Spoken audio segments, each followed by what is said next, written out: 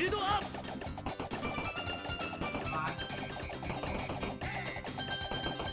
Fucking hitbox.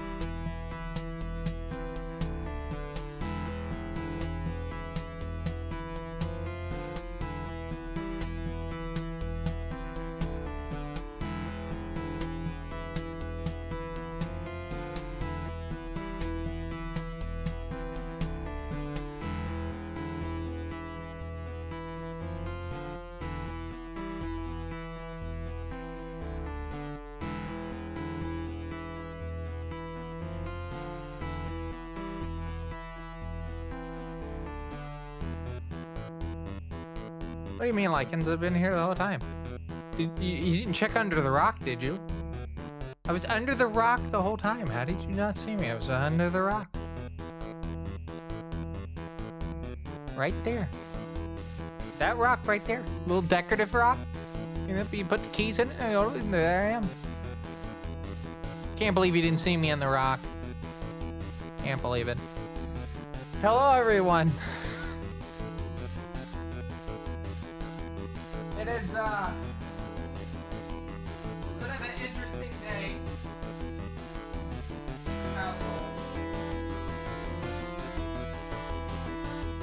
Trying to, prep for the, winter storm that's about to hit the east coast of the U.S. By the way, if you're on the east coast and you're not aware of that yet, you should probably, like, make sure that you have some, like, plans in case the power goes out. Bit of a good advice, you know?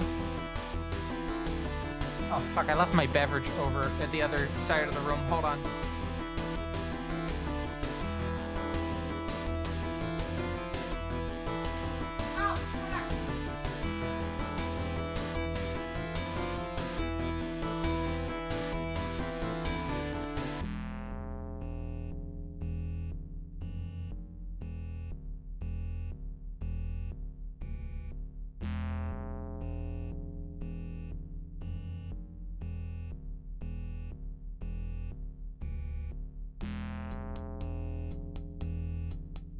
Don't worry, I am perfectly fine. Just a little bit of a tumble. A little bit of a tumble. Not too much of a tumble. A little bit of a tumble. But okay. My straws apparently cannot say the same because I cannot find them.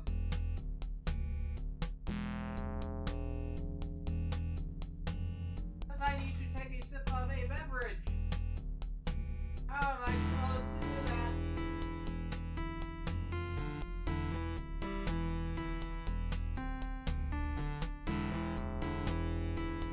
No.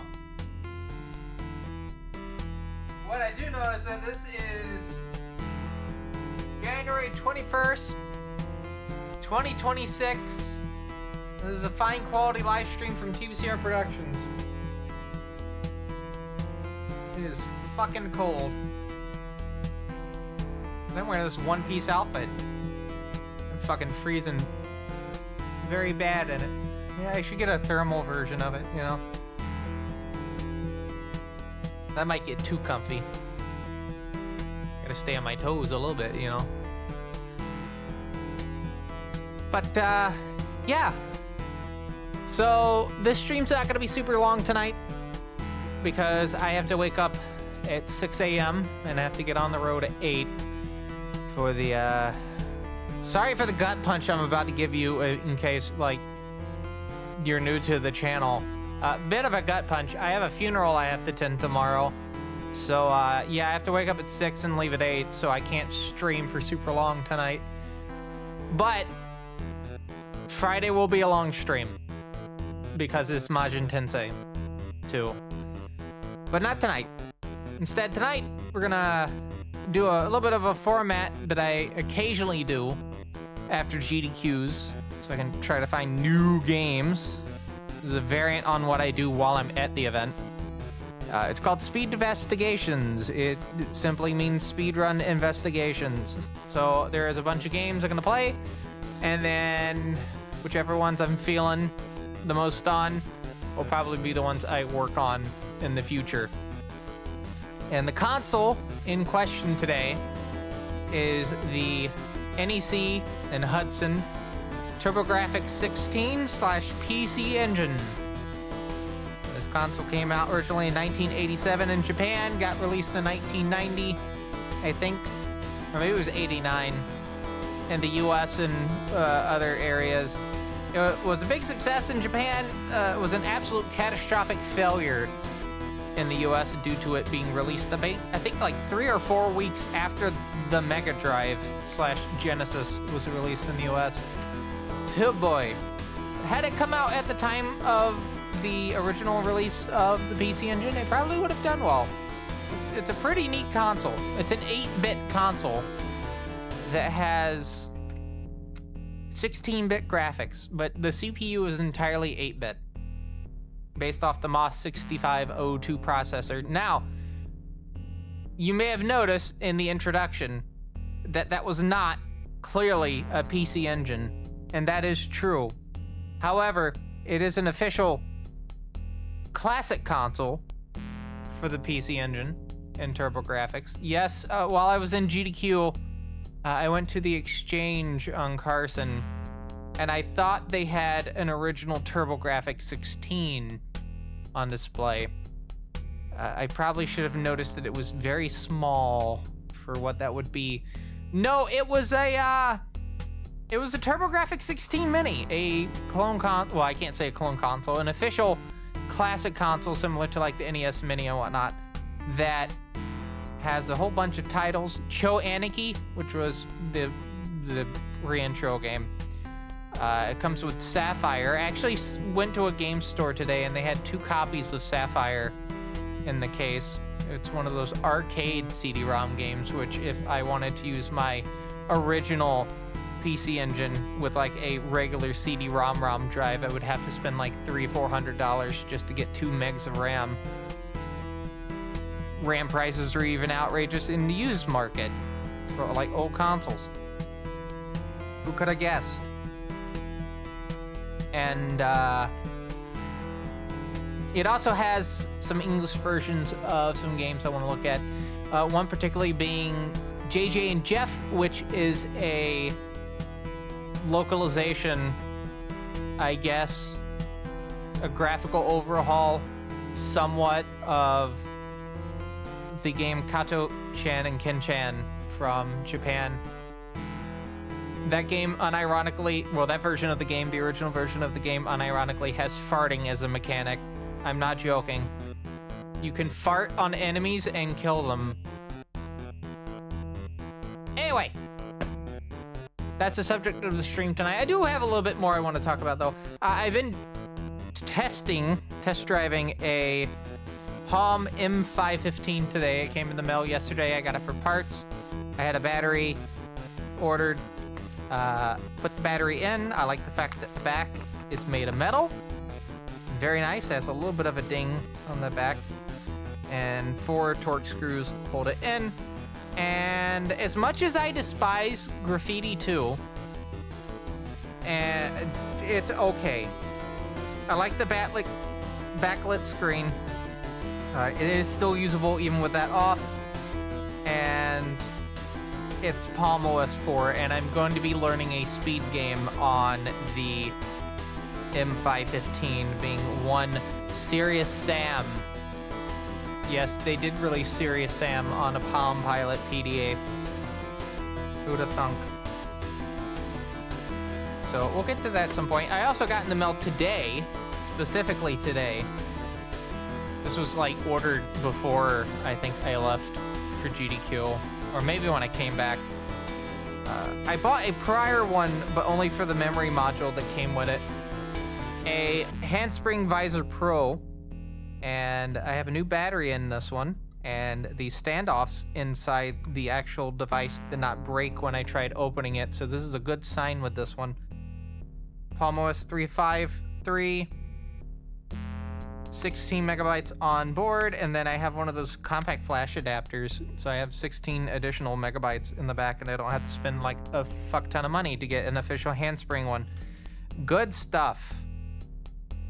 And there's another one coming in the mail at some point. It's a Tungsten C. The main reason I'm getting all these PDAs, I need to stress, is I need some sort of time management thing, but I'm also trying to test these for Fresh, one of my friends, because she is looking for something to kind of help manage the day-to-day stuff. And I think these devices are really neat for doing that. So I'm test driving a bunch of them. I think the Tungsten C might be the perfect fit. I know she mentioned that she wanted something that does not have, or it has a keyboard, right? And that has a keyboard. But only Wi-Fi 802.11b. Anyway, with that in mind, I do want to say hello to Matrix and Lycans and Taxodium and Thread, and to anyone else watching on this Wednesday, I'm gonna head back to the main menu of the console real quick. And we're gonna take a look at JJ and Jeff, but I do want to at least showcase what is on this console before we get to that. So let me head back to the main menu. And I'm gonna hit this button. Alright, so. That damn thing's back. I'm gonna get the fucking scissors, I swear to God. 1, 2.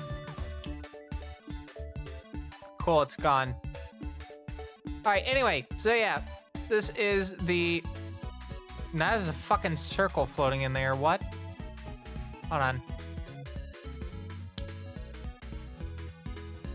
Okay. Fucking bizarre.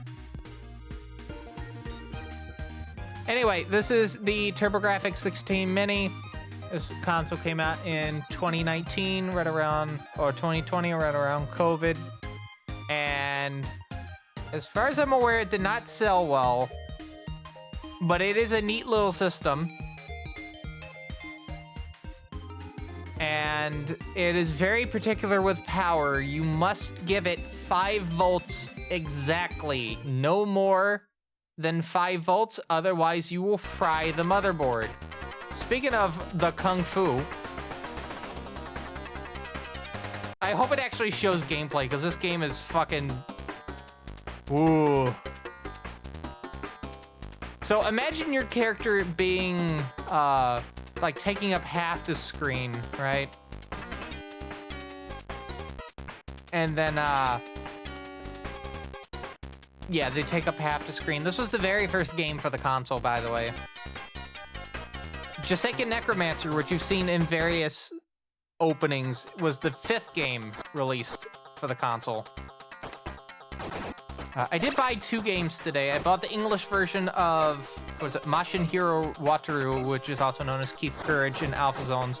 I won't be able to play it on the console, the actual PC engine, until I get it modded for region free stuff. But I also picked up, what was it? It was Yokai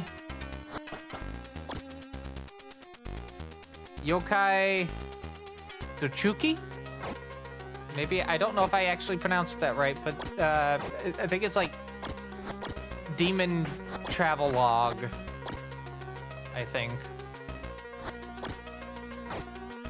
Give me one quick second. I gotta disappear off the screen, but yeah, we're gonna head into this, but I'm gonna talk about this while I'm troubleshooting this one thing real quick. So, yeah, we have the Kung Fu, Forsaken Necromancer. All the stuff on the PC Engine side is in Japanese. There's no translations on the side, which might make it a bit disappointing for you because this comes with Snatcher, the Hideo Kojima game. There's a PC Engine port of the game for this platform. Galaga 88. We got Fantasy Zone. Dragon Spirit. I'm gonna point out that most of the games that you're gonna see in this list are shmups. So this is a shmup, obviously. Shmup, role-playing game, action. Yeah. This is Croquet, if you could believe it.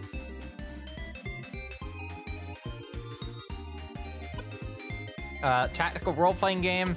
This is an Atlas title. This is a Gauntlet clone. Action role-playing, platformer. Bonk is really good. I am potentially thinking about learning the Amiga port of this version of this game. Ease Books 1 and 2. This is also included on the English side of the TurboGrafx 16. Super Darius, which is a CD-ROM. I'm thinking there is a Darius game that was Super Graphics. I did see a Super Graphics in person today.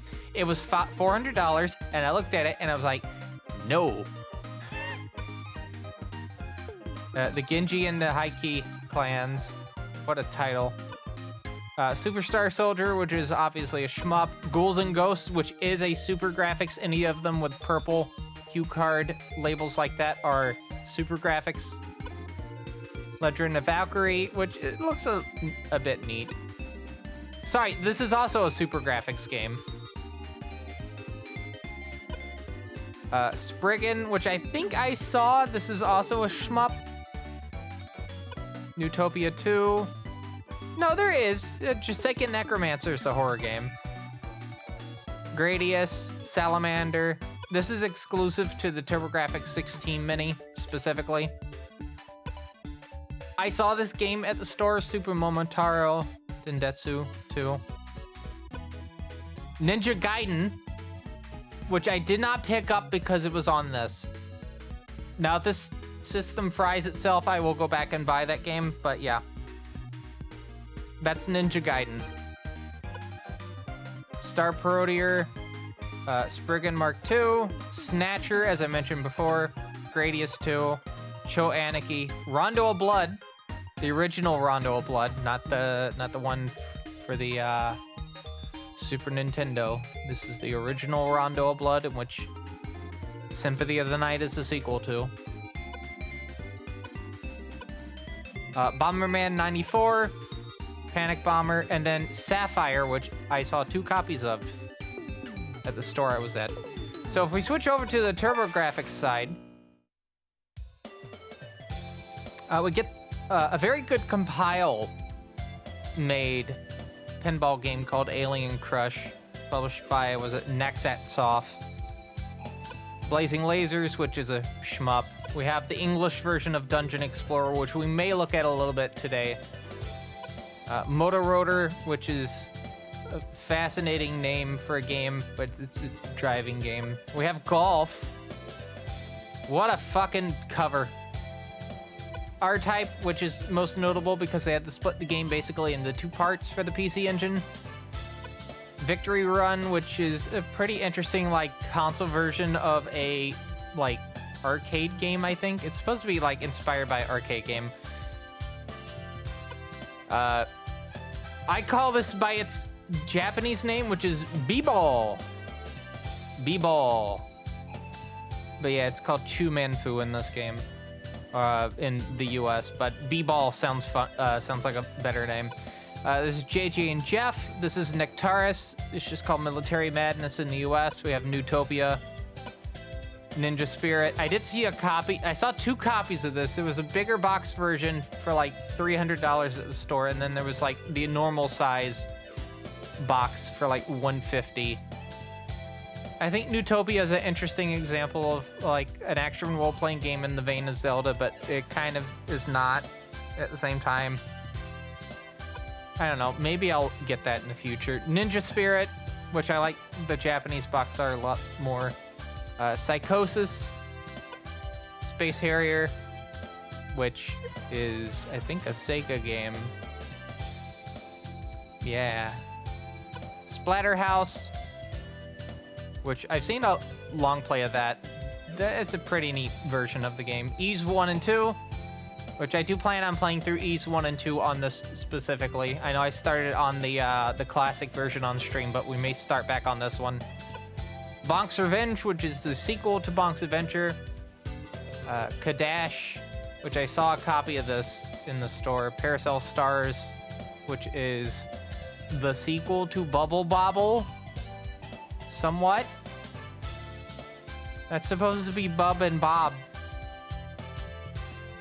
Air Zonk, which this game hue card goes very, very expensive. In fact, the Used Books and More store, which I bought this Mac keyboard in front of me, sold this for like $300, and I'm like, that is too much fucking money for a hue card. Get out of here with that shit. Newtopia 2, New Adventure Island, and it is Adventure Island. It is not Dragon's Curse.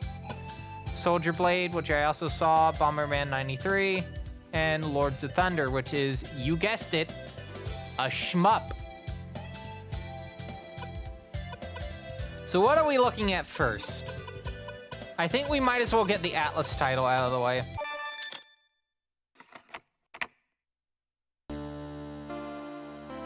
Now I have a code from yesterday, actually, that we can go off of. I actually was playing a little bit of this last night. So this is made by most of the people that worked on the original Megami Tensei. Tsukasa Masako does the soundtrack to it. As a reminder, the PC Engine has 6-channel waveform audio. There's not PSG, it's waveform. And there's no dedicated noise channel like on the NES and whatnot. And everything is, it's like custom built chips by Hudson Soft. They made the variant of the MOS 6502. They made their own GPU for the console and a bunch of other stuff for it. Like Hudson did a lot of things, like the SharpX 68000, the SharpX One that I own. They made the OS for it, Human OS. Of which for the SharpX 68000 is free, not freeware, public domain. It's pretty neat. Hello, Andrew JDR. You had a mill? Oh, sorry. There was a mill or a company that sold Hue cards after the console gone out of style. Yeah.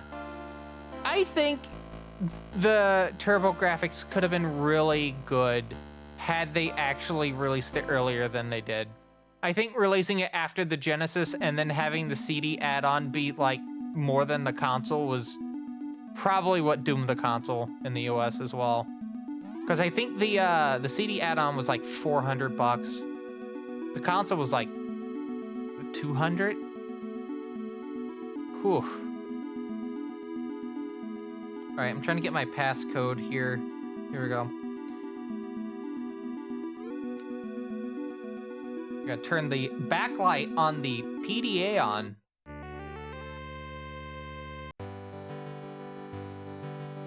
All right, so we're putting the password in here.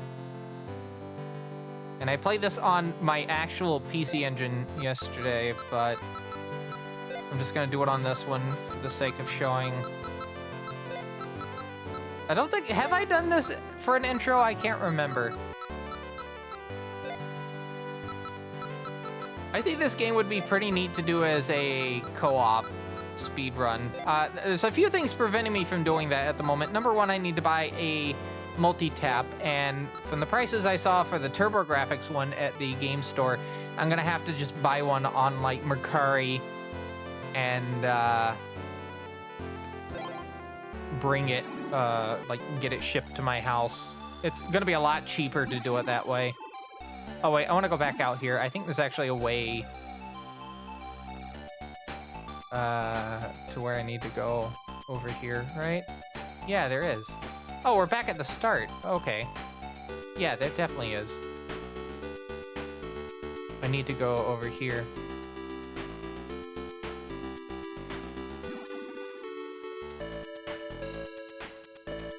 I will say, if you can get your hands on a PC Engine, it's definitely worth the money. There's like a very big catalog of games. It's not like as much as like the Famicom and whatnot. There was only 627 games. If you're a fan of shmups, you're gonna find a lot of good stuff on it. But there's a lot of interesting other titles as well.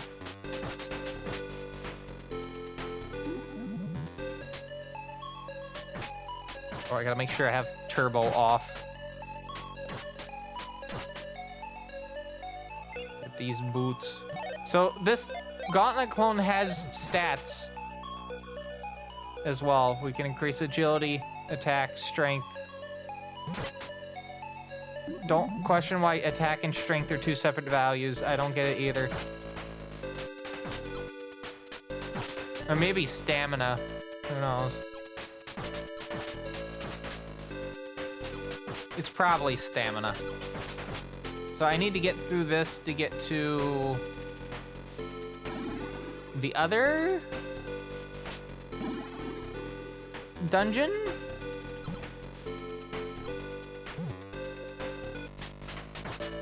Yeah.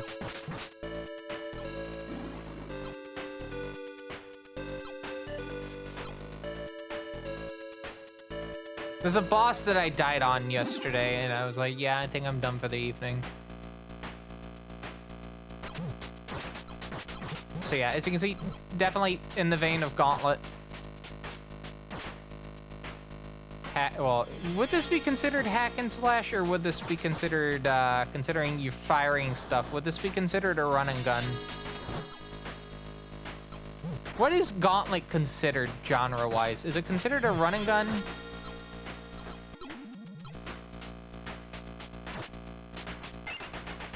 So I found out with the soldier, there are speed runs of this game that exist, by the way.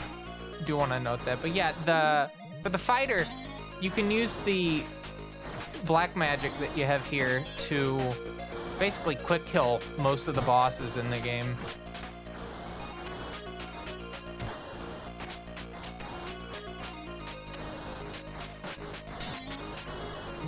Whoop. Probably shouldn't have done that. Probably shouldn't have done that.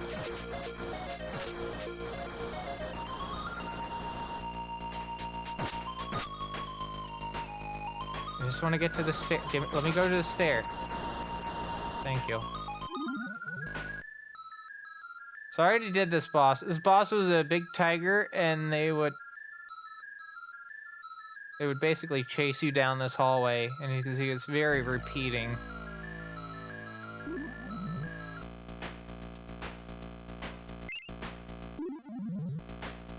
Alright, we need to go to the other dungeon, which is over here. I want to give you a bit of a taste of the proper dungeon experience in Dungeon Explorer. There is a sequel to two sequels actually to this game. There's one for the Super Famicom.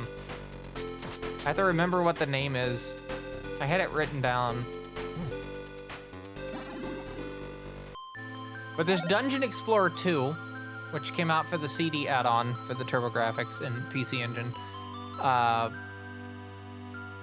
Which I am looking for, because I really like the box art for that. That was not made by Atlas.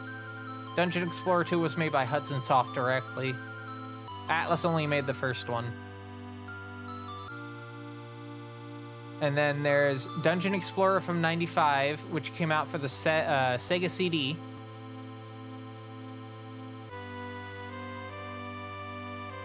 Hack and slash, action role-playing dungeon. Okay, so it is a dungeon crawler. Okay.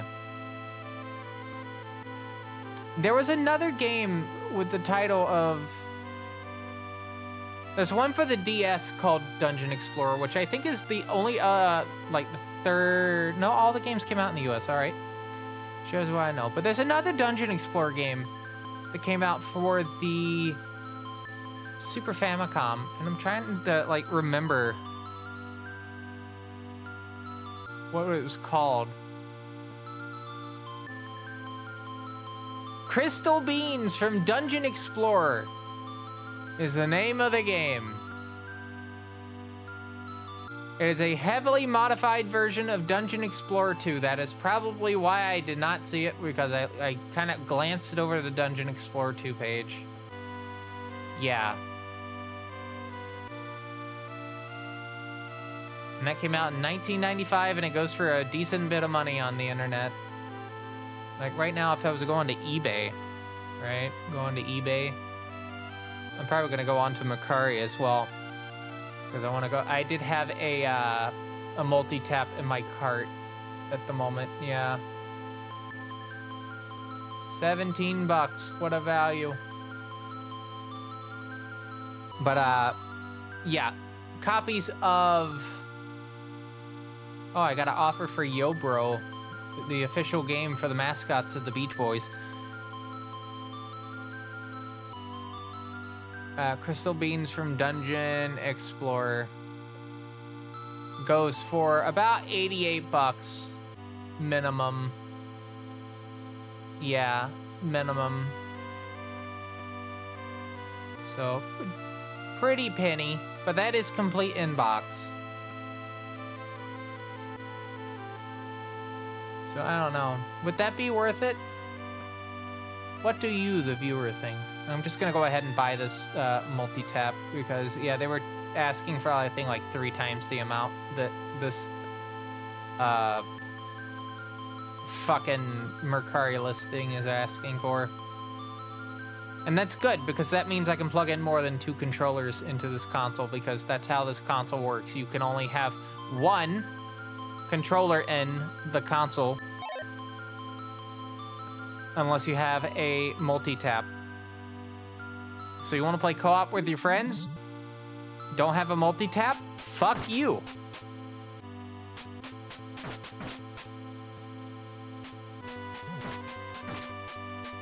Gonna take a death.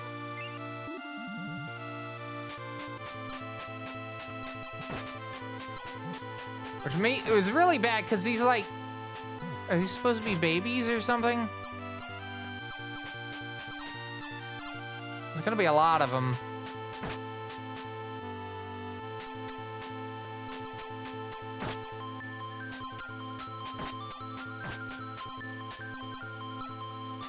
Gnomes. Maybe they are gnomes. I don't know. Trying to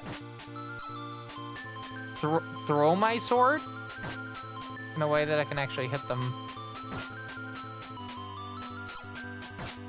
This game's very weird with how you have to like manipulate enemies into your line of fire.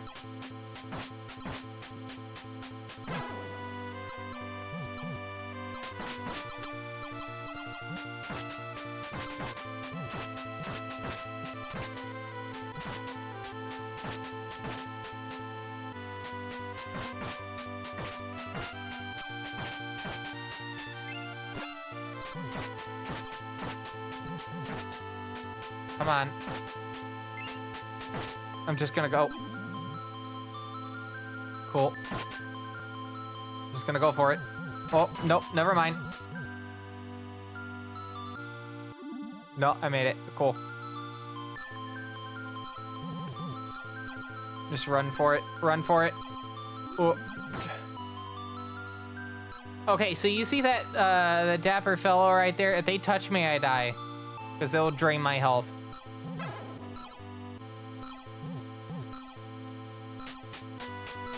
Because notice, they do not take damage. I mean, you can hit them, but they just keep moving towards you.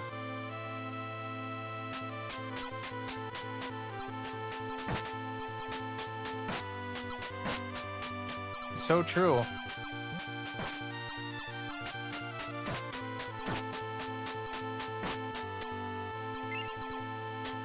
I do need that that power up, so I do not need to. I do not need to die at all.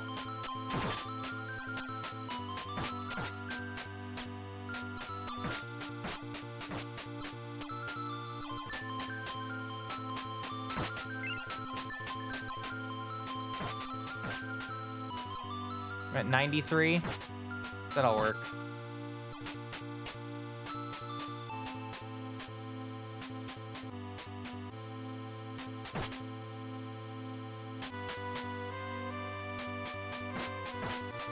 See how many of these I can get out of the way. Looks like I got one.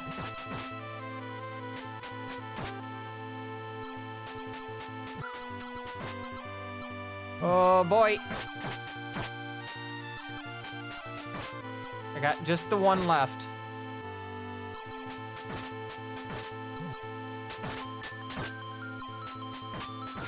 Okay, cool. Now I can just run for it.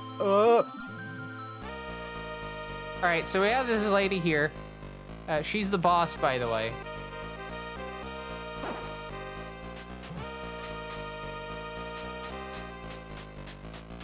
Come on.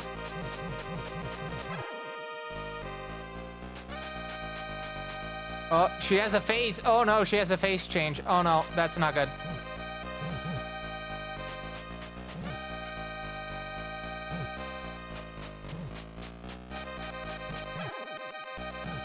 If I can at least get her dead, I get a new password.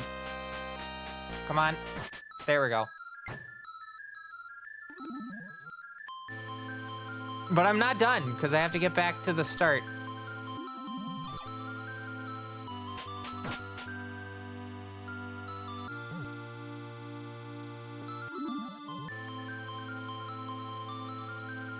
And then after I do that, I think I have to go back to the king. So yeah, a lot of, like, exploration and whatnot needed for this game.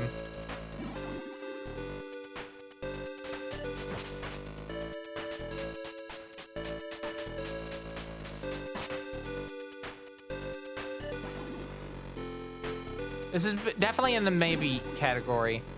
This has been firmly, very firmly in the maybe category.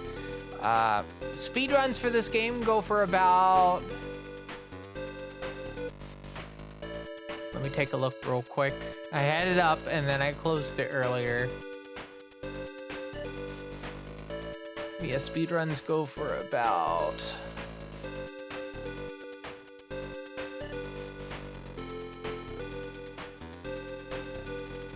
Dungeon Explorer from 1989, about 20 minutes. So it's not a long run. It's not a long run. But one of the main reasons I wanted to get a multi-tap is someone noted that you can skip, apparently, potentially skip the second dungeon in the game if you use a multi-tap. Now, it's still on the fence as to whether or not they'll be accepted or not, but I think there hasn't really been runs of this game in a good bit. Yeah, the last run for this game was 1 year ago. After that, it was 2 years, 2 years, 4 years, 5 years, 7 years, and then 12 years. So it's been kind of a bit, at least for this the category of the fighter. Like, what's the most recent run? Is it that 1 year ago? There's one for the princess, which you haven't seen the princess because I actually went past the area where the princess was at on this save.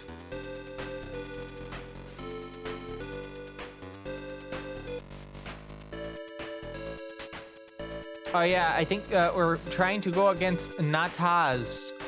Wow, it's Satan backwards in an Atlas game. Who could have thunk? Who could have thunk? All right, I do want to write down the password though, just so I have that on hand, because technically I am also playing through this offline, and me playing through it on stream is also me technically playing it online, offline as well. Don't think about that too hard. God, I fucking hate Graffiti 2. I'm using the... Oh, PMC. I can't believe PMC's here. Wow. Alright. I think I'm going to switch to a different game for the moment. I am going to make a safety save. Or not a safety save. I'm just going to make a save state. That's the nice thing about this clone console is that if I want to practice a particular thing, I can always go back and do that. So, case in point, JJ and Jeff, a game that I have actually been looking into in the background. This will probably be a game. World record, I believe, is about 7 minutes, 50 seconds. And yeah. So this is, I should give a little bit of context. So I did mention Kato-chan and Ken-chan is what this game originally is. You may recognize a format from that show because from the show that they had, which is, what is it, TV Fun with Kato-chan and Ken-chan, because they had a segment about sending in home movies. You can guess where this is going. Vindabona licensed the show to do a show about people sending in home movies. You may have heard of it. It's called America's Funniest Home Videos, and it is still on the air to this very day. And the license, like the people that hold the rights to the Kato-chan and Ken-chan television show, continue to receive royalties to this very day. Wow, dead. But this game is based off the Detective Story series of segments from the television show. I'm going to play the video game now. Wish me luck. So yeah, there's a man that's being kidnapped and you need to save them. Also, in the Japanese version, these characters piss and shit and fart. Not joking.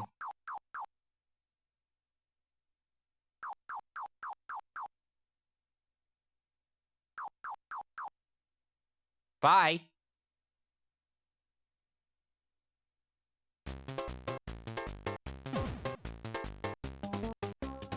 That is true. There is a running kind of thing with that, isn't there?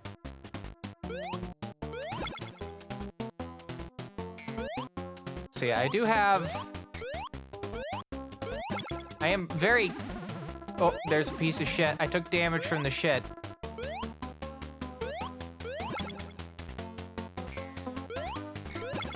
The soundtrack gets a little bit of, like, Dave Brubeck kind of vibe. Oh, I got the jump. That's good. Sometimes I just fucking miss that jump.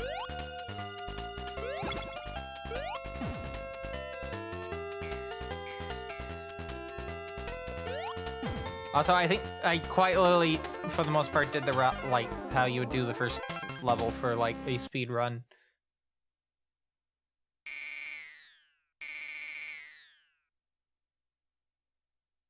I think foreign television shows are very interesting. There's a wide variety of like things. In the US, I'm gonna be honest with you, there's a lot of shows in the US that kind of just fall into like particular areas, right? And you don't get other areas. I mean, like reality shows, the medical drama, kind of like the law, procedural show, crime shows.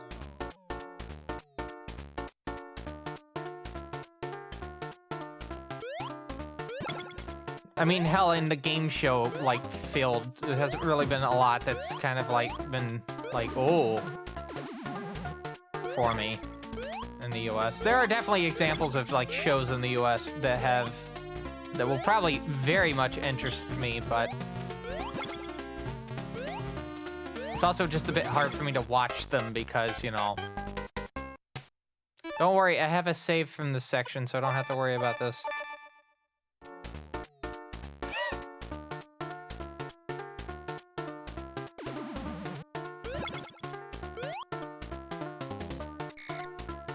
Okay, so something I need to note about this game.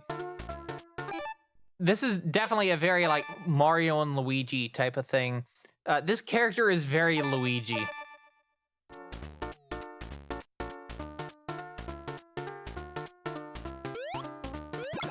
And I'm talking about, like, handling.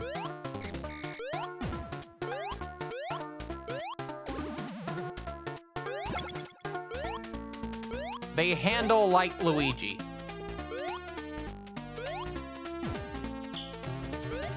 Jumps higher and also runs a little bit faster. Damn it. Just a tiny little bit faster.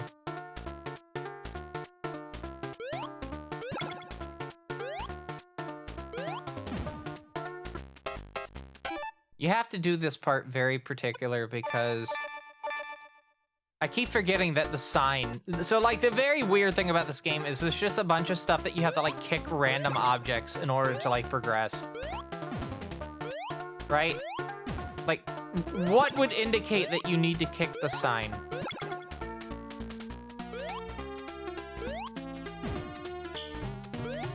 Also, for those curious, yes, we will be moving to my actual PC engine at some point in this stream. It's just, I want to go through some of the stuff on the TurboGrafx 16 Mini first.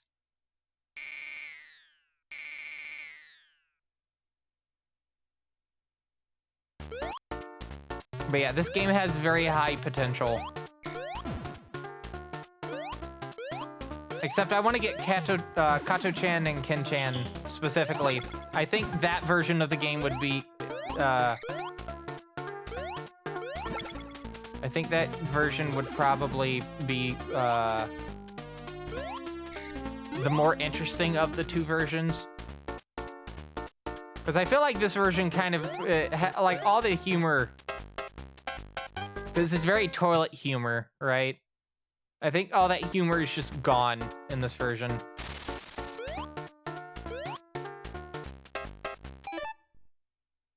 Oh, luckily I have a save for this one, too. Okay, maybe I don't.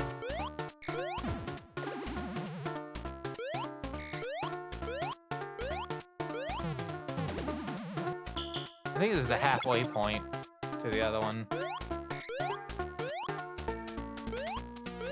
Bye.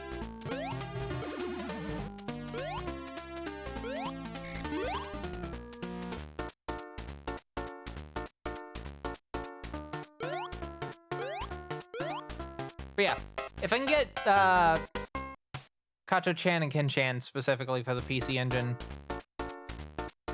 I will probably consider running this. It's a short enough little platformer that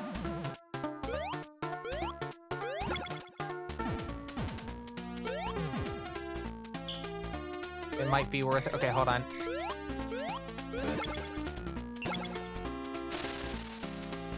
That didn't do anything. That did not a damn thing.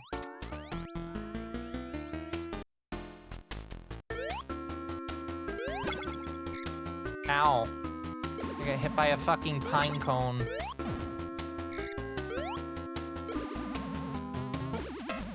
Oh, died.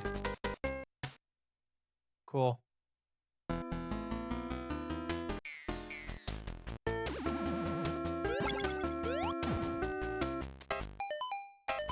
How about I just start from the beginning? How about that? Game over.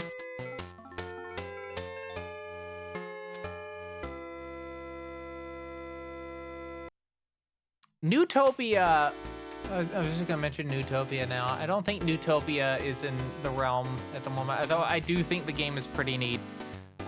So just in case anyone is not aware, I kind of have a thing with like trying to limit runs to runs that I do to under 2 hours. There are going to be some exceptions with that, just because I think it'd be really funny for me to like learn said games and do them.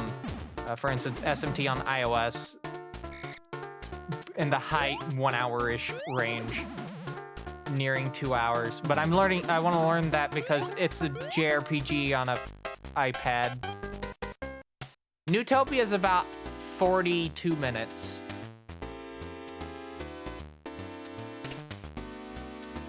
Yeah, 42 minutes.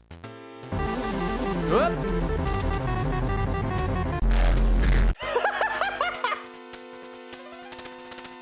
I keep forgetting how loud that is. It's pretty loud. Hello, hellhounds. Oh my god. Hello, hellhounds. I hope you're doing well.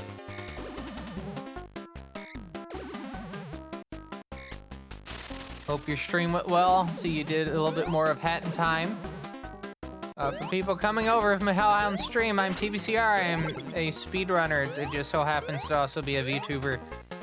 And we're doing what I like to call speedvestigations. It is a recurring feature on the stream where we try to find new games to run. And we're taking a look at games for the NEC PC Engine / TurboGrafx 16.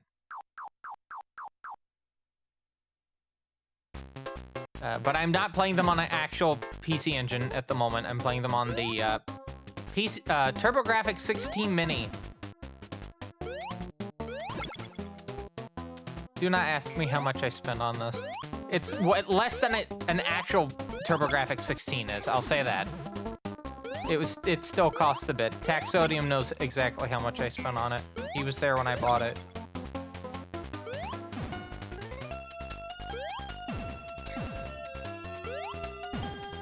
But buying this actually kind of saves me a bit of money because a lot of these games even cost more than this like mini console.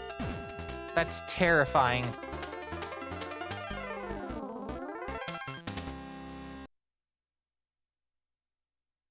Yeah, I do hope your stream went well, Hellhounds. Oh, my controller's stuck on the bicycle seat. I'm sitting on an exercise bike right now, if you're not aware. You probably wouldn't be aware unless I told you. This is JJ and Jeff. This is a... It's supposed to be Kato-chan and Ken-chan for the PC Engine, but they replaced the characters because they're not known in the US. Or not the characters, the people. Quite literally, it's both of them with their heads transplanted on these characters.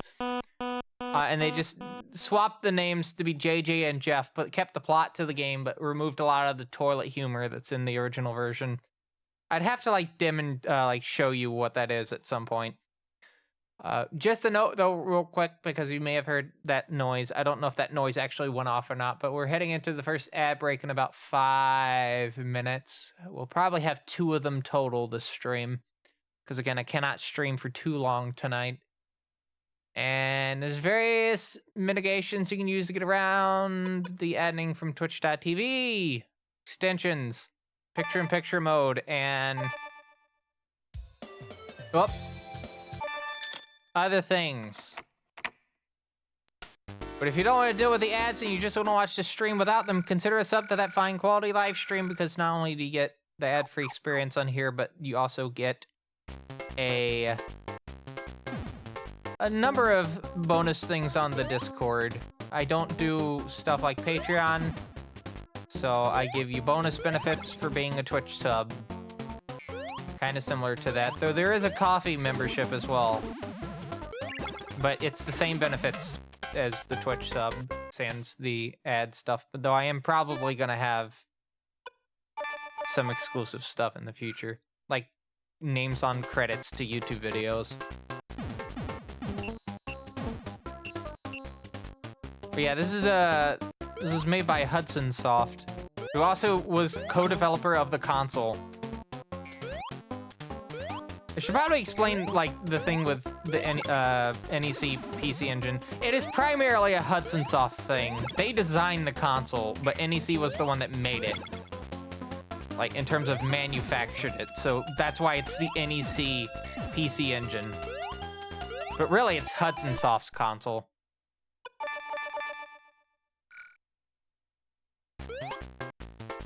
They did design a lot of the hardware for the system.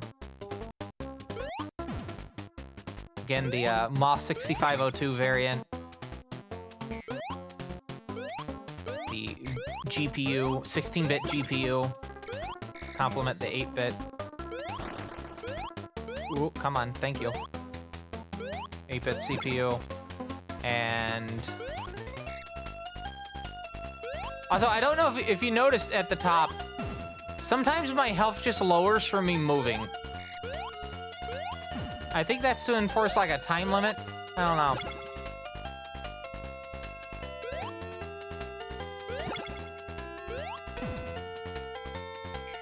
But this console's biggest strength was its CD add-on. This had the first CD-based video games for consumers. And that came out in 1988 or 89. I actually have like some notable titles for it actually on my desk at the moment. Tenkai Makyo Zeria, the first RPG game for consoles on CD media. It is a absolutely fantastic game. I will be streaming that at some point. There is an English translation of the game that got released. And the only other game with like English in it is Kabuki Clash for the Neo Geo, but I don't own a Neo Geo. I will probably go broke trying to buy a Neo Geo.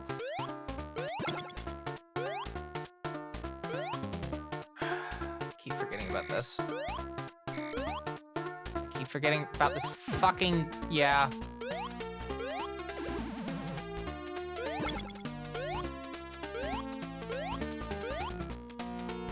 You also have to, like, let off of the control pad sometimes to, like, set up jumps.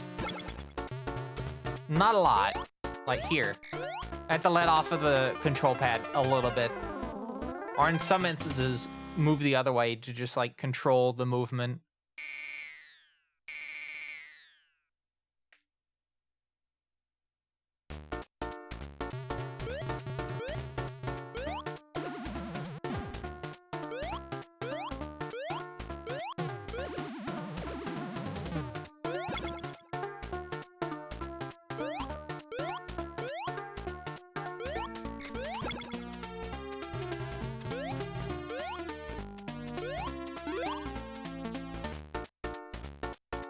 Okay, let's see if I can get this again. This is like the trickiest section. All right, cool.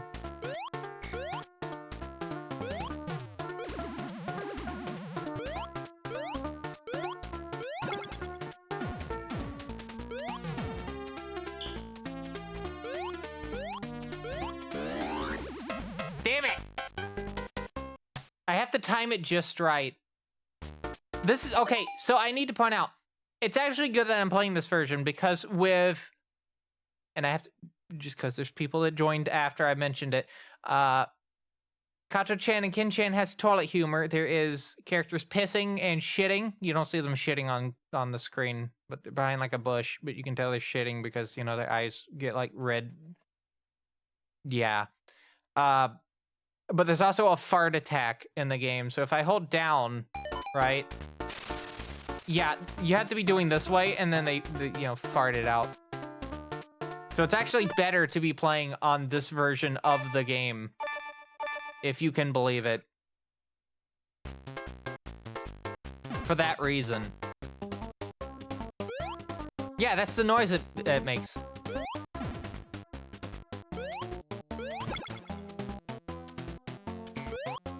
So yeah, JJ and Jeff is definitely in the very likely territory. But I would like to also get Kato-chan and Ken-chan as well. I think that the sadist in me would probably learn the original Japanese version, even though some of the strats are a lot harder. Just because of fart funny. Fart funny.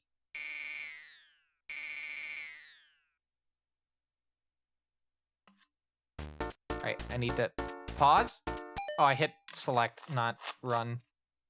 Trying to close a bottle. Because I have a can of soda. Right here.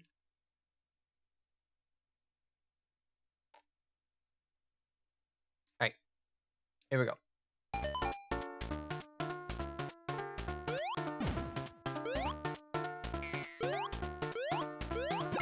And just a little bit of a heads up for coming up over the next couple of days on the Fine Quality live stream. We do have Majin Tensei 2 Spiral Nemesis coming up this Friday, very first session. If you're unaware, we finished SMT If on last Saturday. And all the VODs for that particular playthrough are on the playlist. I still gotta add thumbnails, but all the VODs are on YouTube.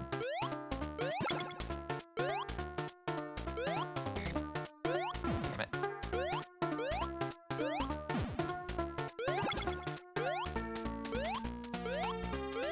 And by the way, I'm still trying to find someone to like commission for making a 3D outfit of the protagonist's outfit for Majin Tensei 2. I just was not able to get it done before the game got to its, you know, location. Also looking for someone to potentially make the outfit for Another Bible. Two games that are definitely going to be pretty hard considering there's not a lot of reference images, but yeah. I think Majin Tensei 2 is probably going to be the hardest outfit just because of the fact there's only one image of the protagonist. And I do quite literally mean only one image.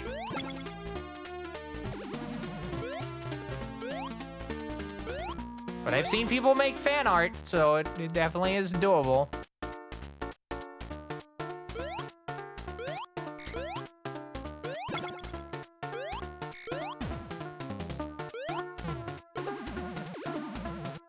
But if anyone has any, like, good leads on, like, a 3D modeler you would even recommend or something like that, let me know.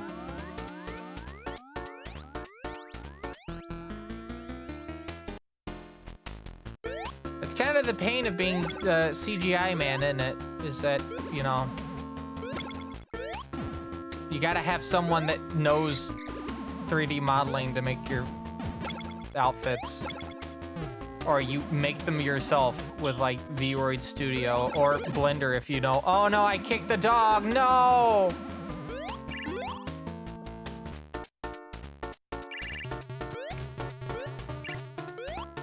I didn't know you could even do that.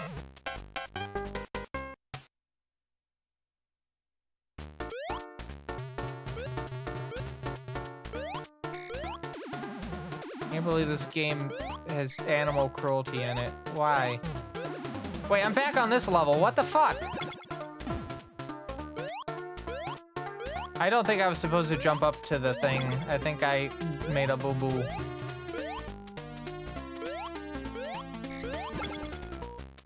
Yeah, I think I made a boo-boo. I'm gonna go back to this one. A bobo.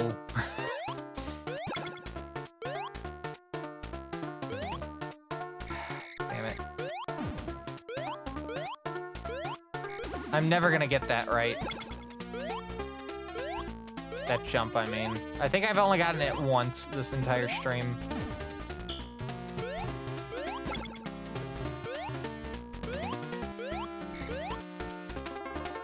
Okay, we might take a look at another game in a bit. In just a bit. Also, welcome back, everyone, from the first ad break. I said there was going to be 2 ad breaks. No, there will probably be 2 intermissions. At most. I'm very out of it right now, for understandable reasons. Because, you know, funeral tomorrow. I'm so tired. I'm so fucking tired.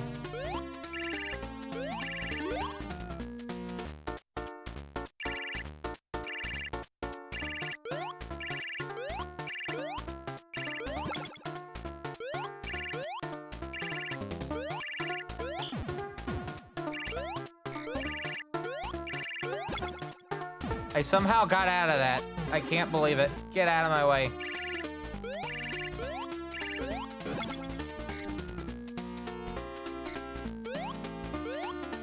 Alright, so we're gonna try this again.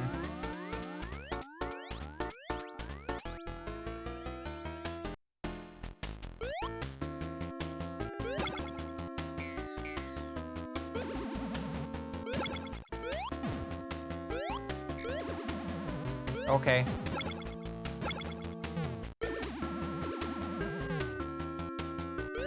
Oh wait, I forgot the... oh, sorry. I was trying to go back through that, the bathroom door. I don't want to go back to here. I guess we're just gonna have to play through this again.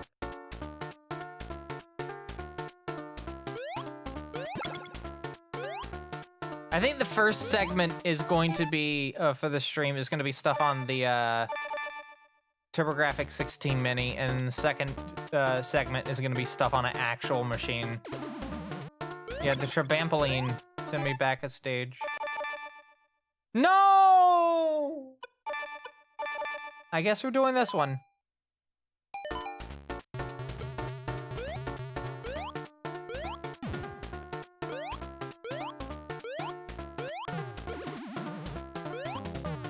Didn't mean to do that. I didn't mean to save.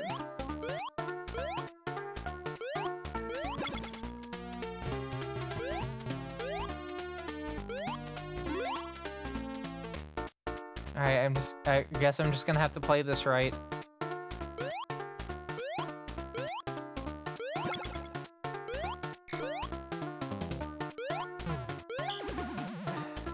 Damn it.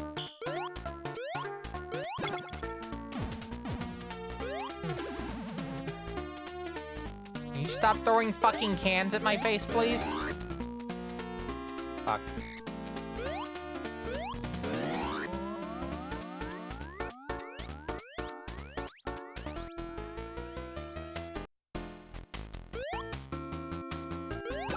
Pick up the burger. You know, I too like picking up burgers randomly in the middle of the woods.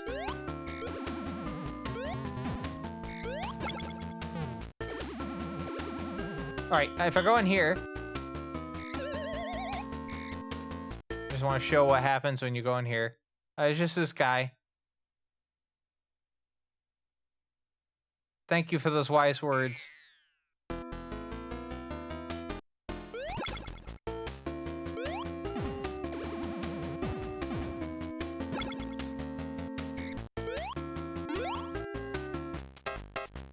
Oh, no. Okay. There is a secret over here.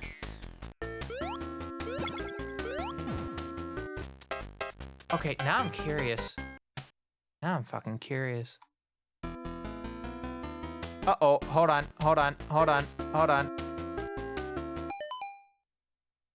So, you know that voice chat that I'm in that I've been trying to stay in for as long as realistically possible? I forgot when I was doing setting up for the stream, I closed OBS. And I gotta fix this. Hold on. This voice chat is currently how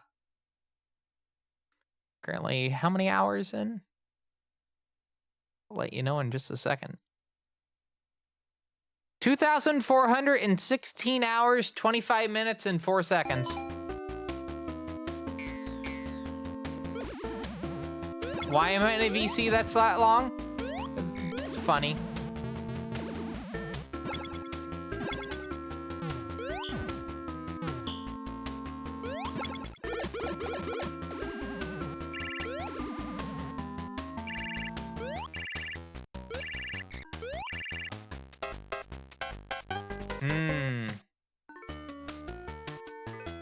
I wonder where those trampolines are.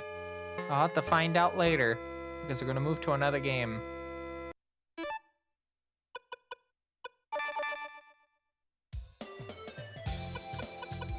So I don't know, like, I know I don't want to do like a shmup, obviously. I think Splatterhouse is kind of I don't know if I want to do that. That's a shmup.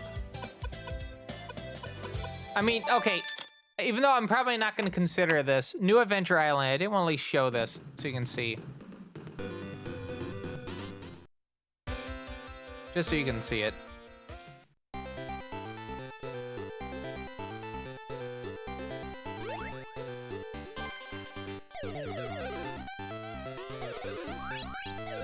So I believe Adventure Island is a spinoff of Wonder Boy.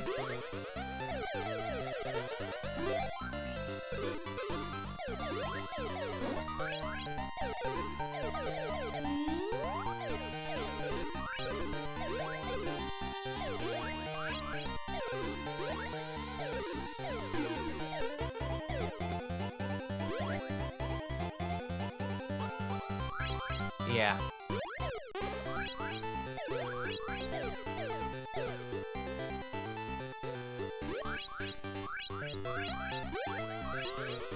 Oh.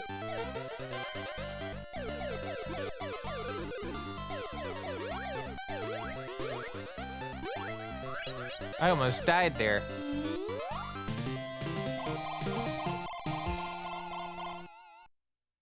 I think this game's pretty long for the PC Engine.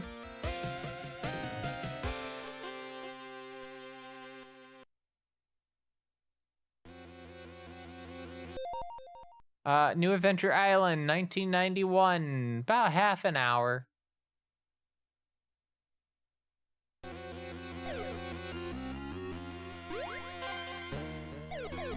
What is this? Ghouls and Ghosts? That's a different game on here.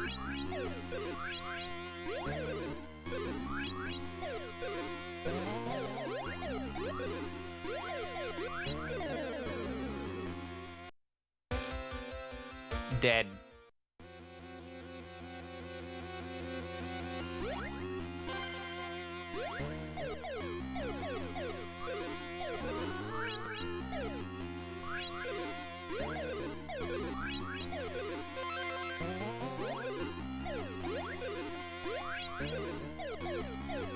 Okay.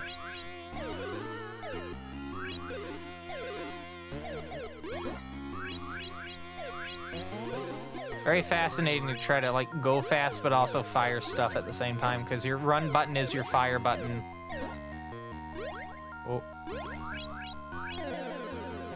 Yeah.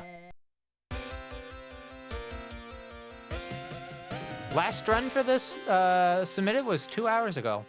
Not 2 hours ago, 2 years ago. Reading.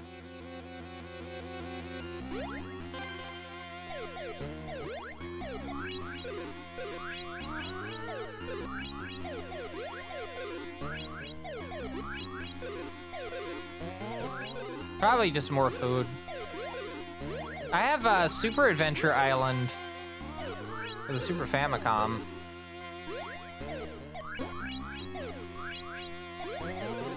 I know some of the Adventure Island games have been ran at GDQ events. I think Adventure Island 3 was at AGDQ 2018. I believe so. Hello, EOD Techs. Hope you're doing well on this Wednesday. Taking a look at the various stuff on the Mini, TurboGrafx 16 Mini, before we move over to my actual PC engine. For potential speed games, I might put this under maybe. There are a lot of neat speed games.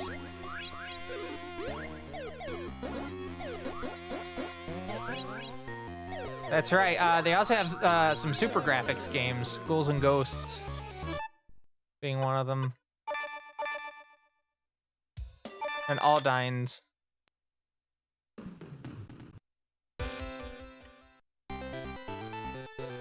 It also has Forsaken Necromancer, despite me already owning a physical copy of that game. I think it'd be nice to at least practice it on this version if I decide to learn that as a speed game.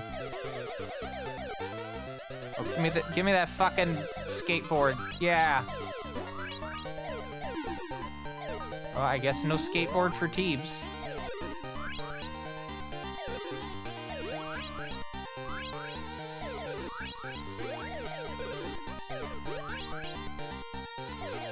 I might just keep the axe.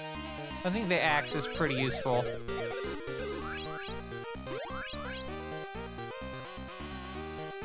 The Core Graphics Mini. I actually have a Core Graphics, like, PC engine. I do like the design of the Core Graphics. Shit. I still need to get the region mod applied to it so I can actually play TurboGrafx specific games. I only own one, that being Keep Courage. That's not Keep Courage. Where the fuck's Keep Courage at? Keep Courage? Is Keep Courage in the room here with us?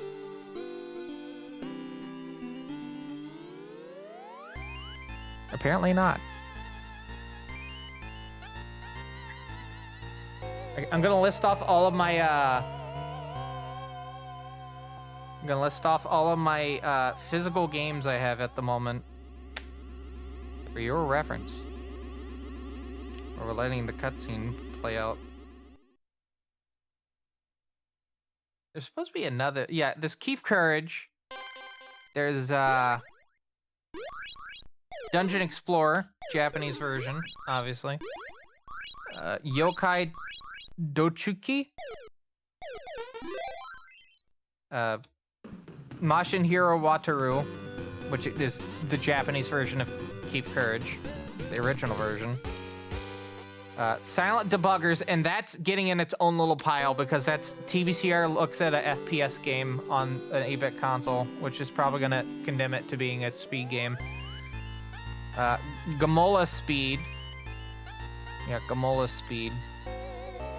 Energy, which has been ran at a GDQ event. One of the online events. Flannel Cat ran it, I believe. Got Bravo Man, Forsaken Necromancer. I have a game for Shogi. I don't play Shogi, but I bought the game because it was like $10. And then Power League 3, which came with the Core Graphics. Yeah, I mean, it's so bizarre. It's an 8-bit FPS game with, like, sound mechanics. So, like, the core gameplay loop. Like, there are so many parts of that sentence that are just, like, Why haven't you started running this yet? What the fuck? That was a noise and I don't know what fell. What fell? Oh, I see. Cool. Never do that again.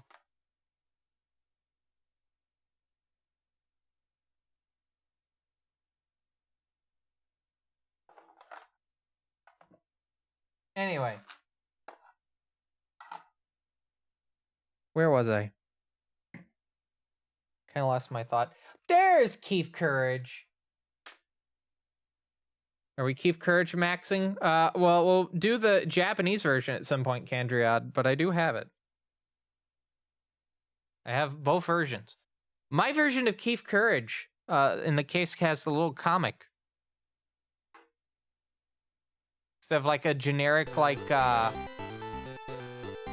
of like TurboGrafx style manual. It's the Steve Vance drawn comic in it.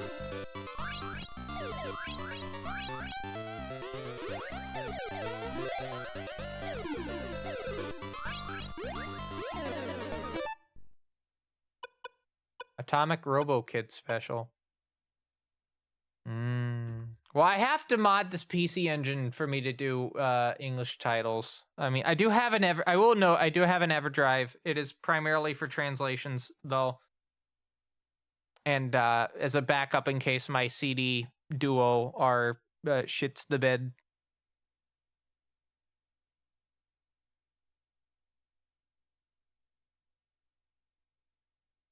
I have a TurboGrafx Mini, and I also own an actual PC Engine, two of them actually, the Core Graphics and the Duo R, and of course I own Shin Megami Tensei for the PC Engine, because why the fuck wouldn't I? Oh, this game had an Amiga port. The one you mentioned, Candriad, there's an Amiga port of it. And X68000.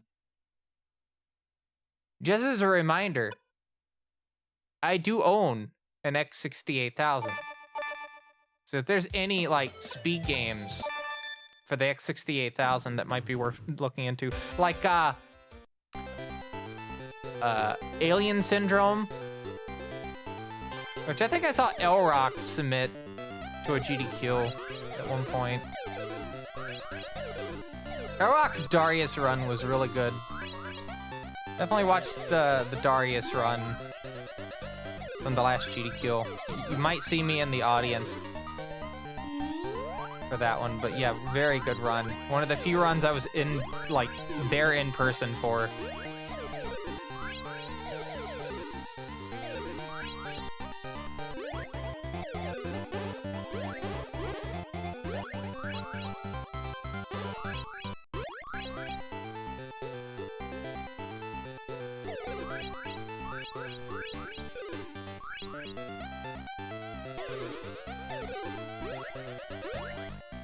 Shit.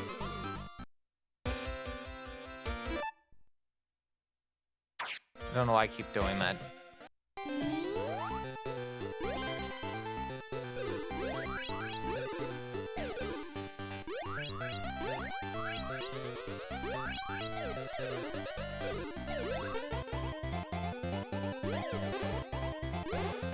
I have been trying to look for, was it Dragon's Curse?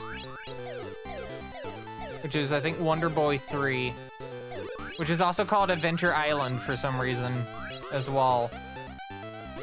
Hence it being, this being called New Adventure Island for some reason. I don't get it. Yeah, I'm gonna put this down as maybe. In fact, I am quite literally writing it down on my Palm Pilot. Games to consider for PC Engine. We're gonna move JJ and Jeff down to definite.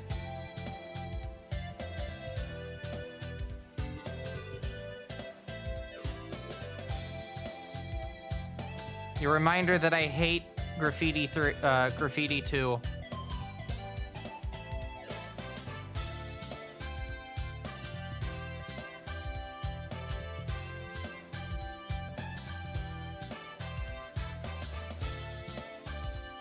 God, what's the fucking command? Is it cut?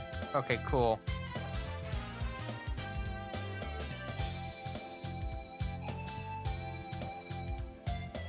I'm gonna put this under Dungeon Explorer under maybe. We'll get the bonk in a bit. We'll get the bonk in a bit. Slow down, console.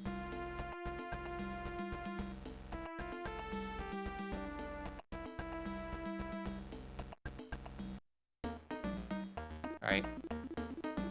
I do like the little menu thing with Palm Pilot where you swipe it up and to the right on the little writing area, and then you can select like copy and paste and whatnot. Very nice little feature.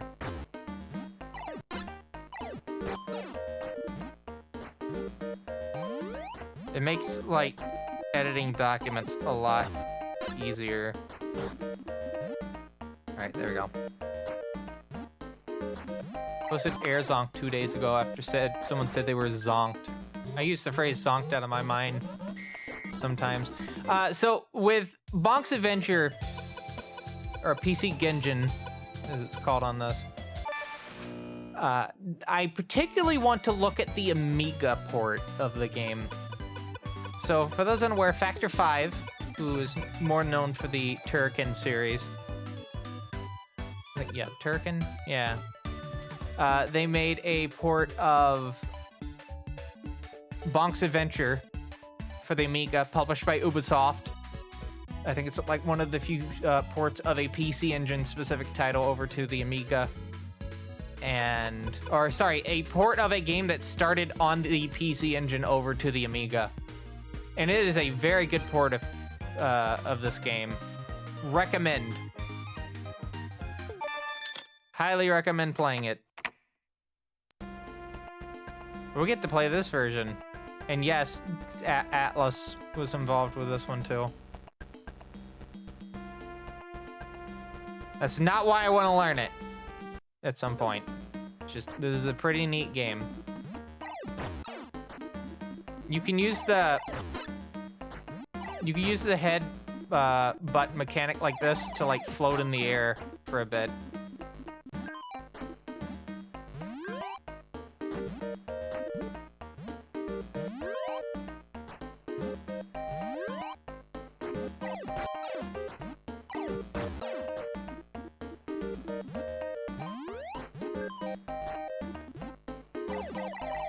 Oh, forgot to hold it for long enough.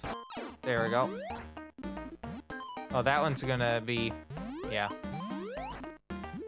Get the fuck out of here. There we go.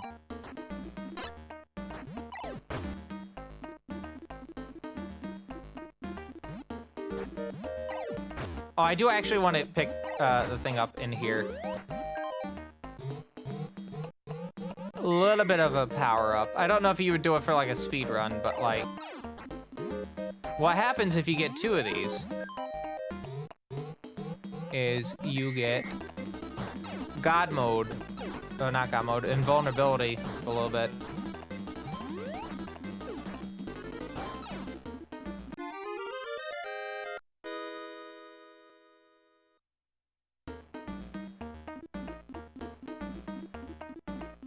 But I have played through this whole game on the Amiga. And the second half of the game can get pretty bullshit.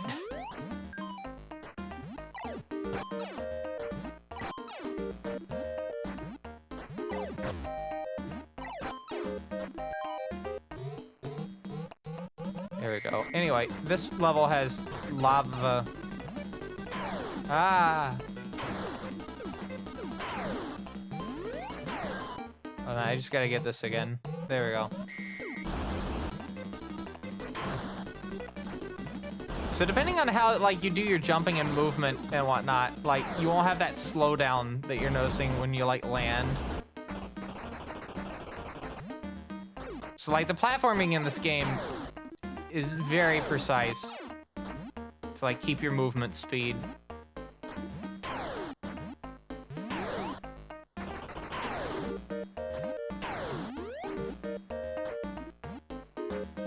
It's also a little bit of a... this mini console does tend to sometimes eat inputs. Not perfect, but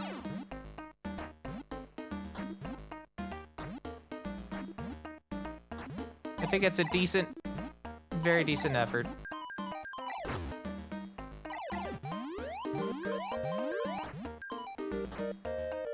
So anyway, we get eaten. And this uvula has a Jack Frost face for some reason.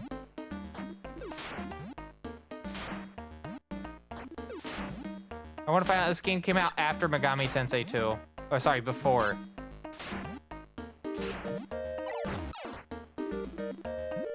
Maybe this game is where they get the idea for the Jack Frost face. I don't know.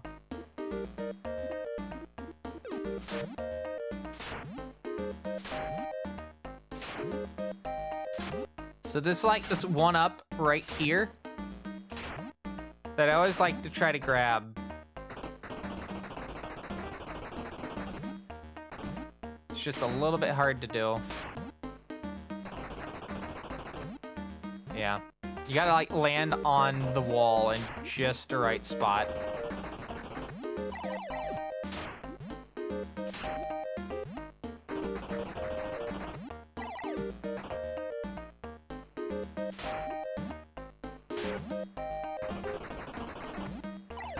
There we go. I love the little one-up icon. It's just...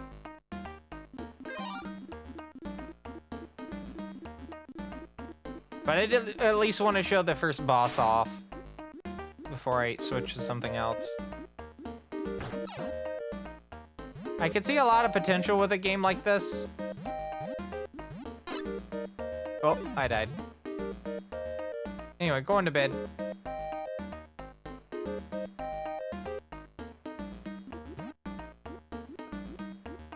Just honk shooing in the blood. Actually, we're in the intestines. I don't know why there's uvulas in the intestines, but alright. Go off, I guess.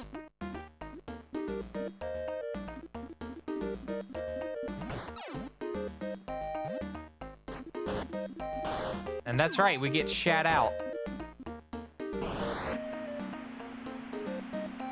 Alright, anyway, first boss. This is why this game's also kind of in the maybe territory. Bosses are pretty interesting to beat.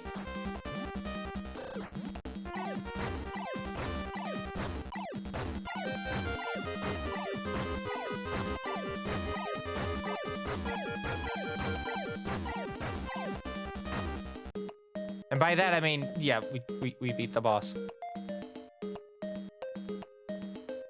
Also, there's a boss rush in this game. That got me. That actually got me when there was like a boss rush near the end of the game.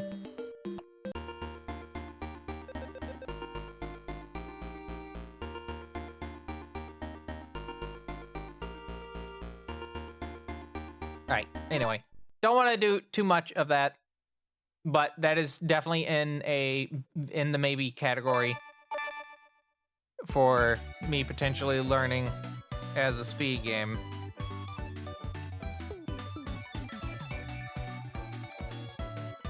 But I'm gonna potentially look into it for the Amiga port specifically.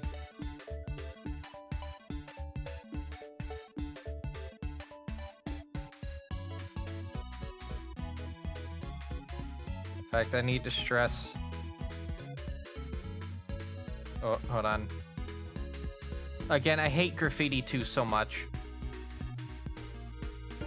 It was such... okay, so I need to explain like why I'm complaining about Graffiti 2 specifically. So in the mid-2000s, Xerox sued Palm, right? Over Graffiti. And then they had to change it for Palm OS 5 and 4.1.2. So they licensed Jot from, what is it, CIC? And it's just not a good system.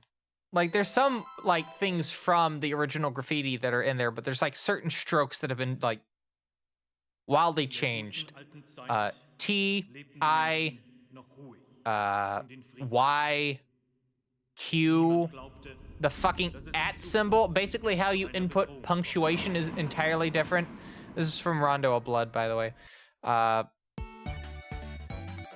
No, I'm not considering Rondo of Blood. Just want to, like, put that out there now. I'll play through Rondo of Blood at some point, but it won't be this version. It'll probably be like the one on the PS5, because that's actually in English. Well, there's some form of English, like, translation in it. This is untranslated Rondo of Blood. And no, I'm not considering Cho Anarchy, although there is some actual cheese in the game. I'm not the best when it comes to shmups.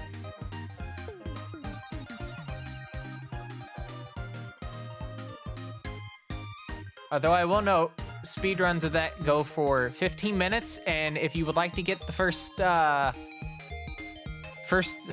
of this on actual original hardware that basically is open, no one has done a run and submitted it to the leaderboard for Cho Anarchy on the original PC Engine.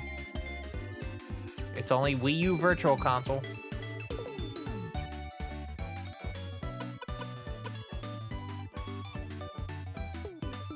Sapphire is sick because it's. I will say I'm not the biggest competency with shmups. This game looks fucking sick. That 2 megs of RAM that the arcade card does, that you have to now spend like $300-400 to get nowadays. Actual like 3D like models and whatnot in the game for like enemy ships. It is very sick for an 8-bit console to do. Definitely play it.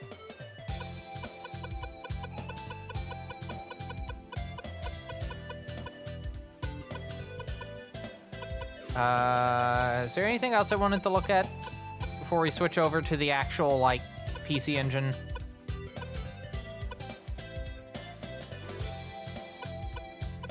I don't know. I won't actually... This is not for speedrunning. I just want to show you Alien Crush before I switch over to the actual console. So this was made by Compile. They are known for Mado Monogatari and its very notable spin-off. You may have heard of it. It's called Puyo Puyo. Mado Monogatari is a very neat little dungeon crawler. First-person dungeon crawler. A 4th game came out recently, made by Compile Heart, which is basically like a follow-up company of sorts. It may not have the best like criticisms towards it at the moment, or reception, that's the word. But I don't know, like I think Mado Monogatari is a neat little series. There's also Sorcery Saga on Steam, which is what Mado Monogatari essentially translates to. They had to call it that because Sega actually owns the rights to the characters of Mado Monogatari, because, you know, Puyo Puyo. And only recently was Compile Heart able to use, like, for instance, the Poyos and Carbuncle, the ass, in a Mado Monogatari game. I do plan on getting the game at some point, because I do think it's a neat series of dungeon crawlers. But I want to show you this sick fucking pinball game. They're gonna have demons undulate as the music.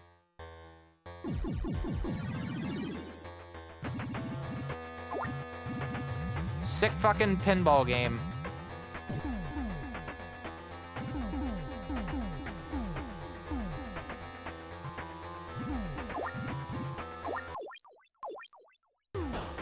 Also, I don't think you can tilt the table. Oh no, you can. You gotta hit 1 and 2 at the same time.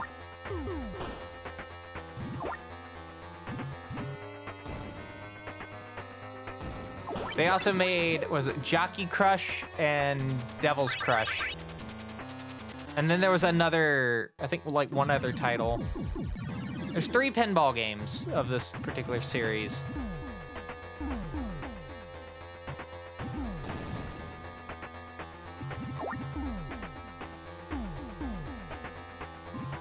Somebody call HR Giger. Oh no, they ate my ball. How could they?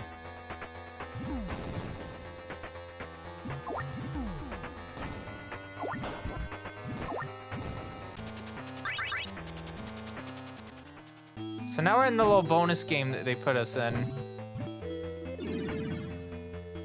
And I think the objective is you kind of got to get all these like skulls and aliens into little holes.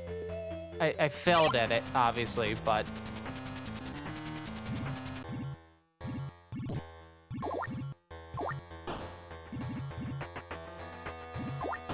This is a pretty neat little, like, pinball game.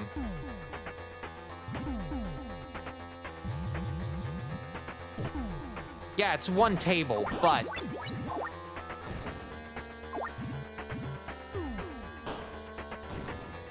like, the physics are pretty good. At least I think physics are pretty good. I do get a lot of digital illusions, dice, pinball dreams, fantasies, and illusions vibes from this game with its physics.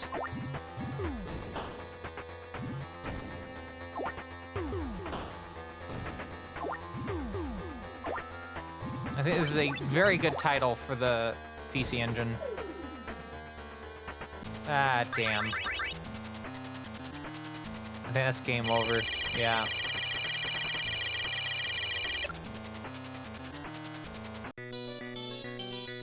Yeah. Well, Spidersoft was the publisher at one point for some of the DICE pinball games. And I think Spidersoft got credited on one of the games that actually DICE made specifically. You should really look into like the early like DICE games before Battlefield. Very fascinating. Because they started as kind of like a spin-off of The Silence.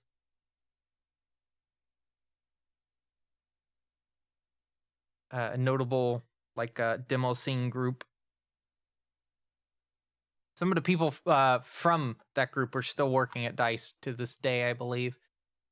It just sucks that DICE is basically just the Battlefield company at this point. Like, they made a lot of neat titles. Also, Shrek Extra Large. Can't forget about that. Can't forget about Shrek Extra Large. In terms for Spidersoft, I want to make sure I'm not saying this wrong. But Spidersoft, which is Rockstar Lincoln, by the way. Is that true? No, I don't think... Yeah. Rockstar Lincoln. They made Hook for the Game Gear, specifically. They did the Game Gear and SNES port of Pinball Dreams. They did the Amiga Cliffhanger game. They did Chuck Rock for the Game Boy. Pinball Dreams 2 for the... which was a sequel to Pinball Dreams for MS-DOS specifically. They did the console ports of Math Blaster Episode 1. They did Pinball Fantasies for consoles as well. I actually own Pinball Fantasies on the Super Nintendo. It's not a bad version. Not a bad version at all. But yeah, they made Pinball World. They made a Thomas the Tank Engine pinball game, which I'm hovering over that. And it's just a kid playing with a Thomas the Tank Engine train set. Pinball Mania, Pinball Builder. Total Pinball 3D. Oh my goodness, they made Kiss Pinball. I played that growing up. My dad is obsessed with Kiss. He even likes Music from the Elder, which is like an album that is like kind of a laughing joke for a lot of Kiss fans. I think it's a neat album. It's like Kiss's only foray into progressive rock. It's very neat.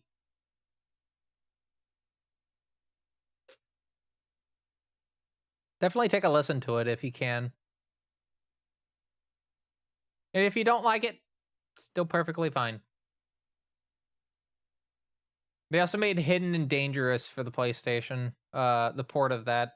What did Kiss Pinball originally come out for? Windows. Fascinating.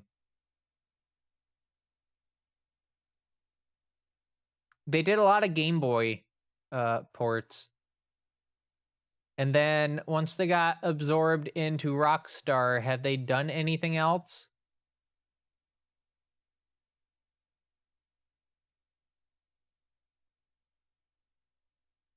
What have they done? Oh, they only do quality assurance now. They were involved with quality assurance on...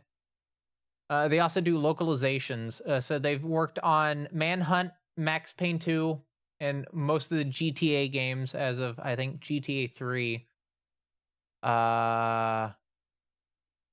They did work on Red Dead Redemption 2. Notably,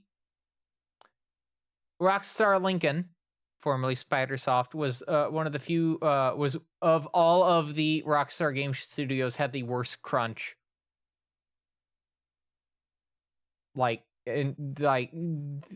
Absolutely fucked. This was in October of 2018. After this report came out, they converted all testers in the studio to full-time employees. They allowed mobile phones in the workplace. Wow, it didn't even allow mobile phones at the workplace. And then flexitime, flexible schedules. So there was some fixing to the fuckness that is crunch time at Rockstar Games a little bit. Should there be a little bit more? Yeah, with other studios, but we'll have to see how it goes. Anyway, I think I've looked at everything I want to look at on the Mini. So now I gotta hit this button. Is it this button? No, it's this button. Because I need to now switch over to the correct input, because we're gonna now take a look at games on my actual in-person PC engine. Because we were looking at the clone console. Now we're looking at actual games on actual Hue cards on an actual system. Teebs, are you gonna consider CD-ROM games? I don't know. I'll tell you what I have at the moment. I have a Shin Megami Tensei, which I don't think I'll be doing a speedrun of, sorry, for the PC engine. Ys 4, Dawn of Ys. Is this the translated one? No, because the lady isn't topless for no reason on the back. I don't get why that's a thing. This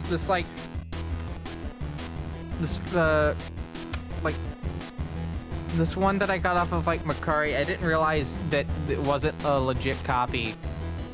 And I just take a look at the back, and there's just one of the characters has just had their top digitally edited out. I had to buy an actual proper copy of the game to compare the backs of the box.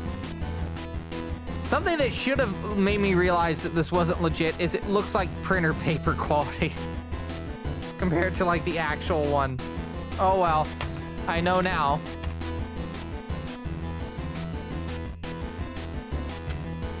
Oh wow, there's also a lot more differences. The legit copy of it is a lot lighter as well in terms of color quality.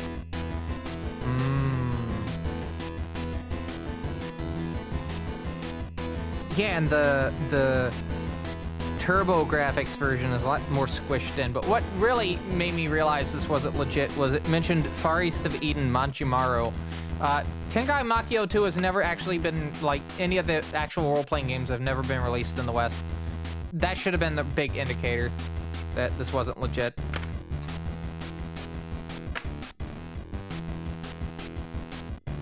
But yeah, Ys 4, Dawn of Ys, which is not canon anymore. think Mask of the Sun for the Super Nintendo is considered canon. I have Valis, The Legend of a Phantasm Soldier, which I also picked up via the Valis collection on Steam. You can get Valis 1, 2, and 3 PC Engine versions on Steam.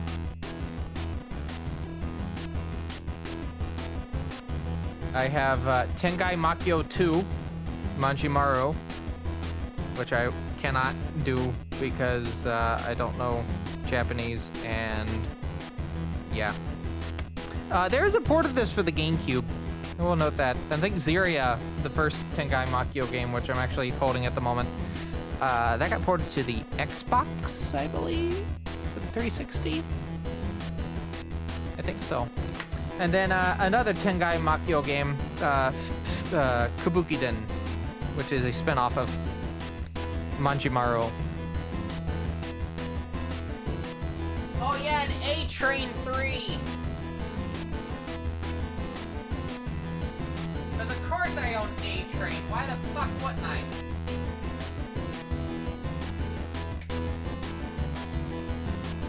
Why the fuck would TVCR not own A-Train 3?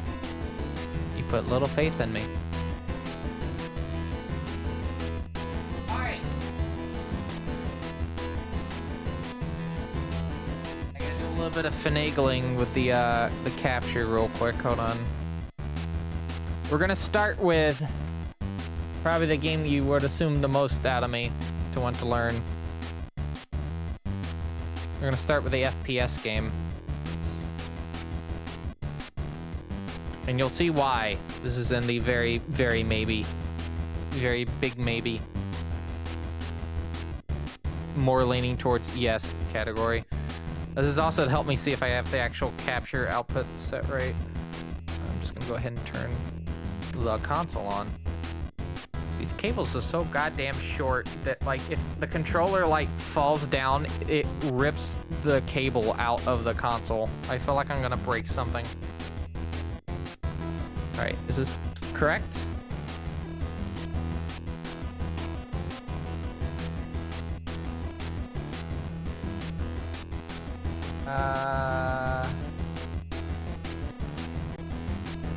Give me a second. I'm having to swap over to the cam scene. Not cam scene. Gam scene.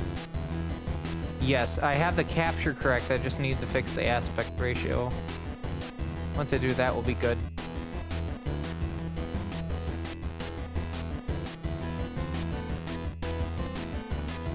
Oh, and I gotta get the Loki out of the background. Hold on. I still haven't set up my scene for Majin Tensei yet. I'm gonna work on that probably when I get back tomorrow. All right. I think we're good. I'm gonna turn the console off. And then I guess we're gonna just... Well, first let me get situated in my seat here. Gotta get nice and comfy, you know. Are we nice and comfy? I think I am. Yeah, I'm nice and comfy.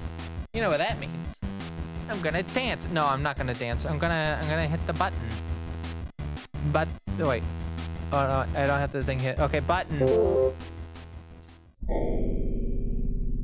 All right.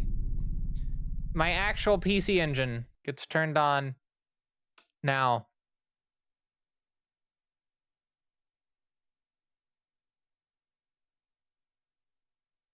Oh.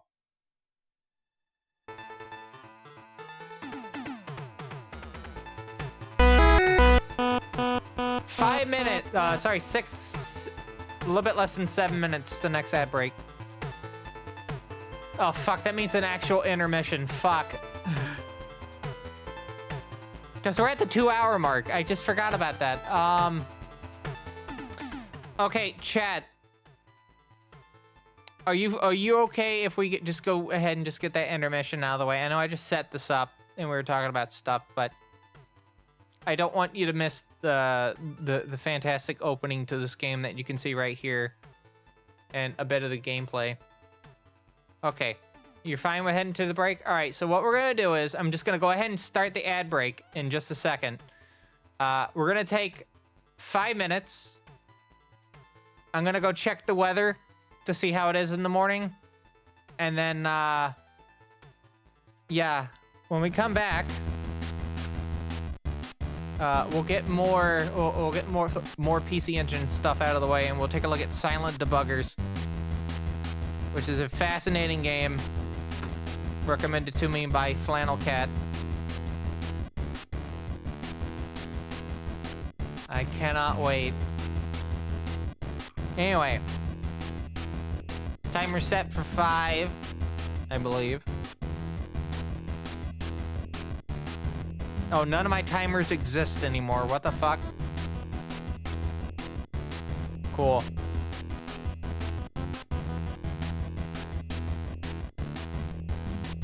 Give me 1 second.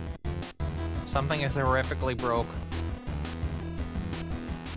Intermission? I guess that's the number.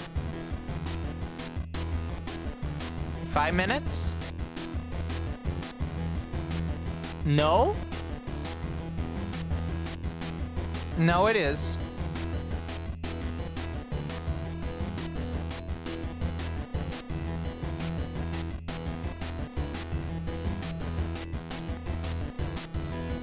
All right, we'll be back in 5 minutes, so we can just not have any interruptions to this.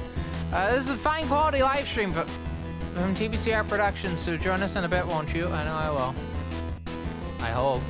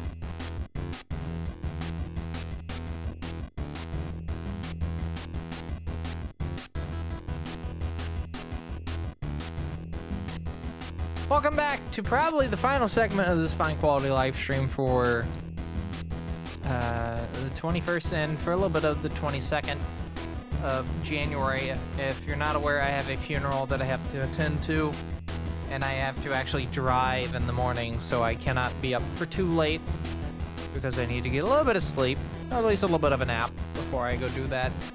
And thank goodness I don't stream on Thursdays.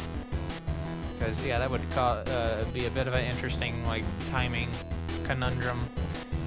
But, we'll be back after today on Friday with Megami Tensei in Order. If you're unaware, I am basically playing through all of Atlus's Megami Tensei franchise. Well, the Megami Tensei franchise in general, Atlus is just the current owners of it and have been since 1991. And we are done with 1994. We're heading into 1995 with Majin Tensei 2 Spiral Nemesis for the Super Famicom. We have 7 games in 1995 alone, culminating in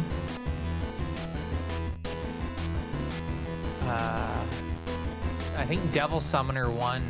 The original Devil Summoner came out at the very tail end of 1995.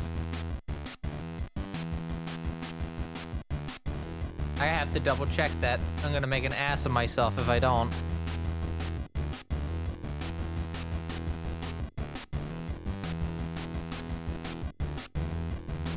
Let me check the spreadsheet real quick. Yeah, 1995, last game. SMT Devil Summoner.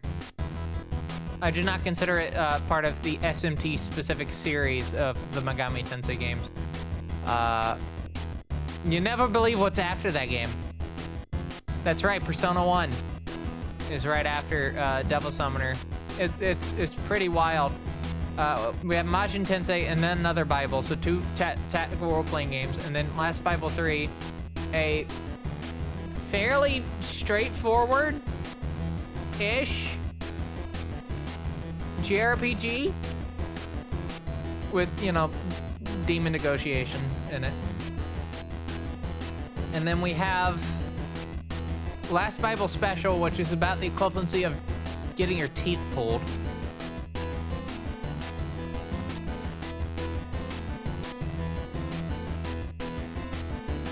Then we get to play Digital Devil Story Megami Tensei 1 and 2 over again with Koyaku Megami Tensei. And then Jack Bros.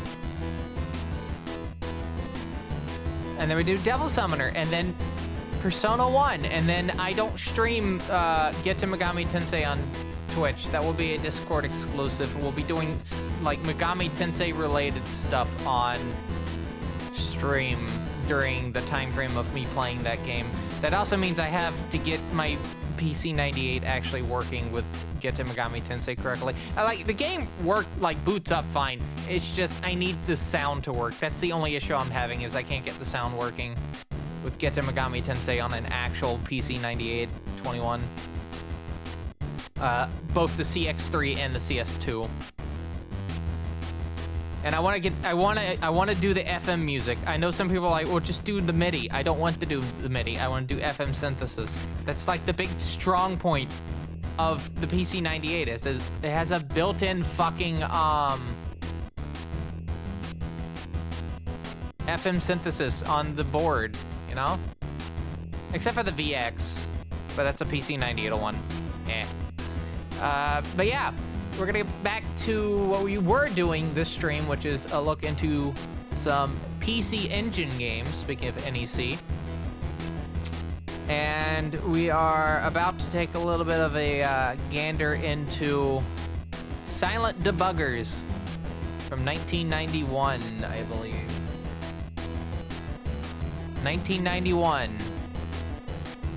This is, as far as I'm aware, the only first-person shooter for the platform, made by Data East.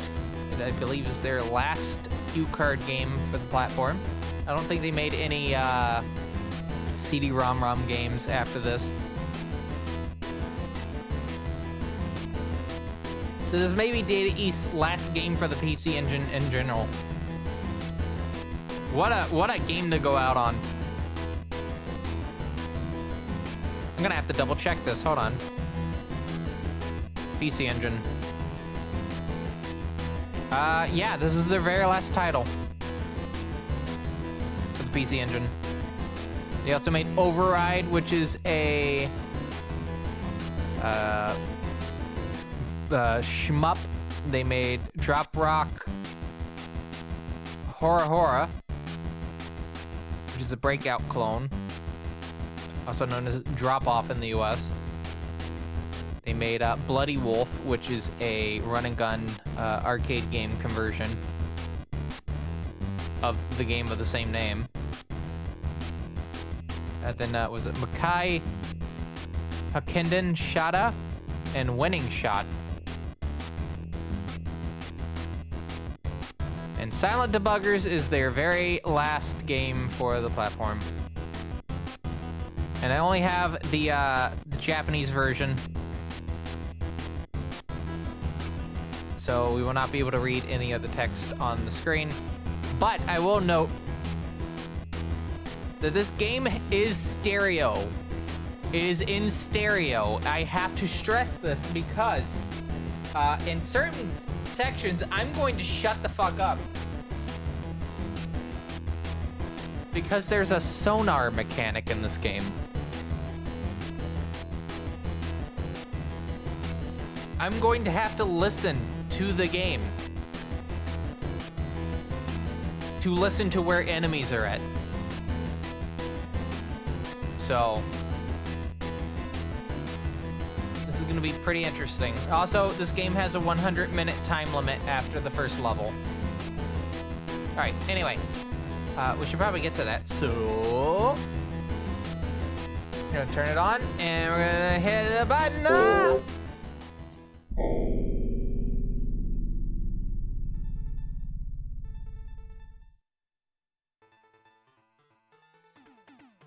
They thrash Silent Debuggers. They clearly do not have taste. One of my friends, Will, calls this the BB Boop Boop game. You'll understand why.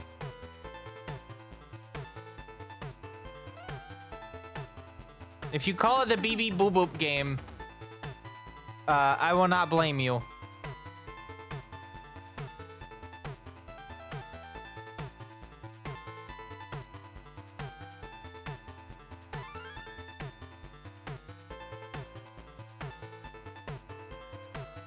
The soundtrack slaps.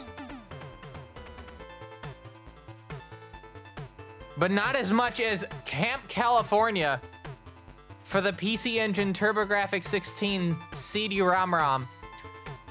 Once again, game made using the official mascots of the Beach Boys. These are words coming out of my mouth. Also, Yo Bear, also game featuring mascots of the Beach Boys. What a failed fucking concept. That seems like something Mike Love would come up with, I'm gonna be honest.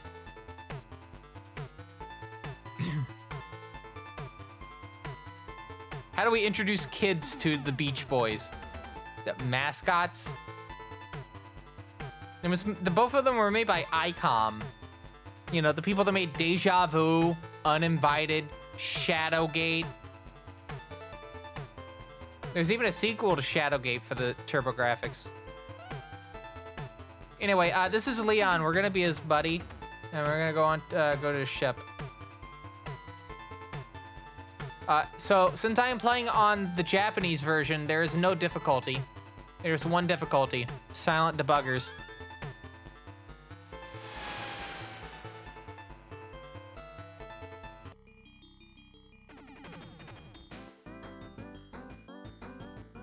All right, and I'm just gonna make my name all question marks.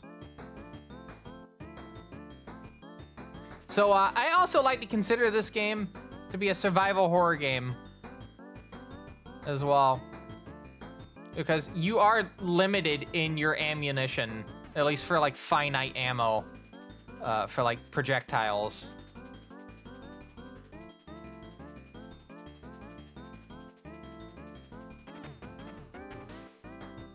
Alright, anyway. I have to watch this opening cutscene, so you get to hear this good music. Also, flashing light warning for this game. 100% flashing light warning.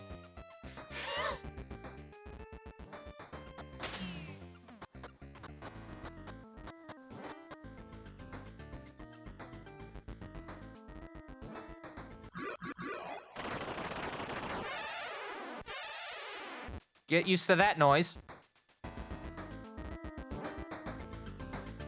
Alright, so once the actual game starts, I'm gonna kind of shut up a little bit.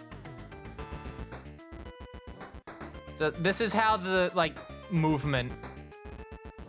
Yes, this game is very ahead of its time.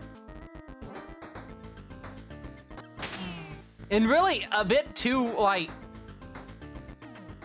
I would say a bit too complex for like the system it came out on, or like very advanced for the system it came out on. Again, this is an 8-bit CPU, 16-bit graphics, but again, 8-bit CPU, and you have this.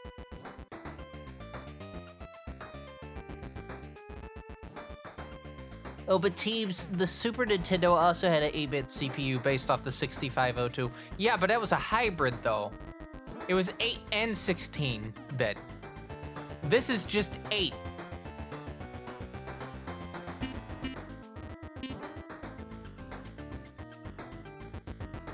Alright, anyway, we're gonna use the Mega Beamer here. I need to switch over to it. Look at this fucking protagonist. If I ever speedrun this game, I want an outfit made like this. Sickest fucking outfit. Get Mr. Marathon vibes from it. Alright, anyway, I'm gonna shut the fuck up. Please just bask in the game. Listen very carefully to the left and right channels. That's how you can tell where the enemy is.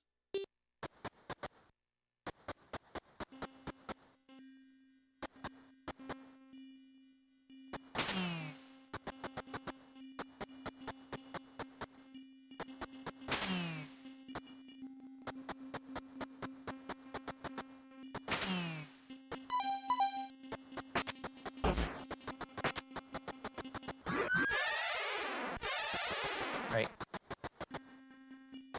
On the left. Oh, there's one up ahead.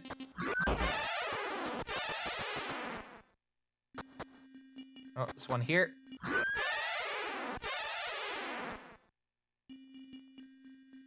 Right. Oh, there we go. That was another one.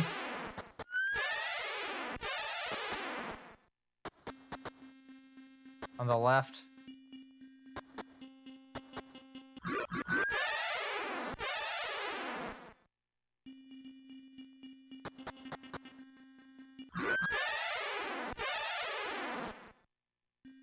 On the right.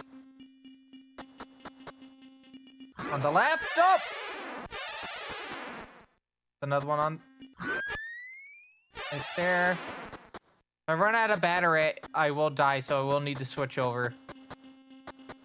On the left.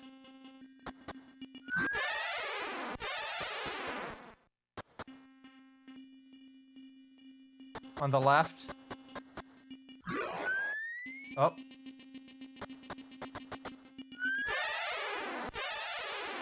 I don't think that's the last one. I think there's like 16 on the first level. Yep, up ahead.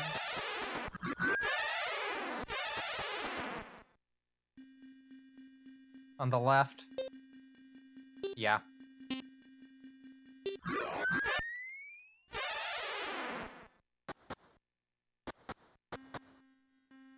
On the left. I have to use the one button to move the crosshair. 2 button is actually the fire. On the right. On the left.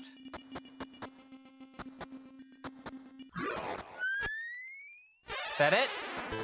Yep. Oh, gotta turn around.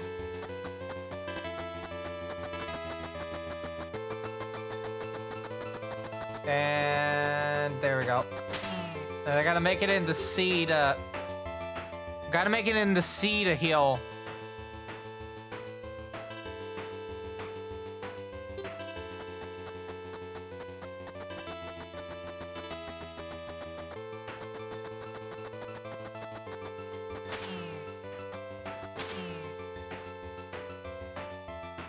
All right, there we go.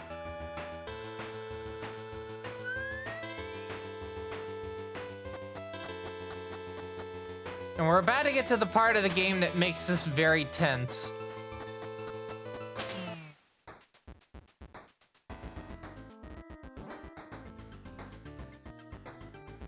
Because moving forward, I have to finish the game within 100 minutes.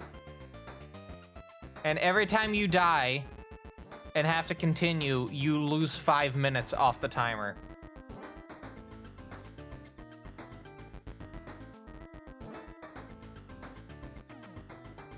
But yeah, I see the GameSpot review. They gave it a 3.5 out of 10.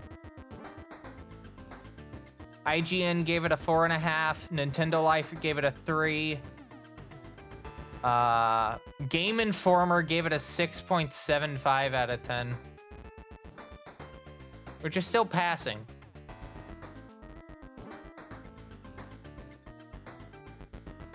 The game Enemy Zero was a bit of an inspiration, or this game was a bit of an inspiration for it. By the way, I own Enemy Zero for the Saturn. So, I don't know. Maybe we could look at that.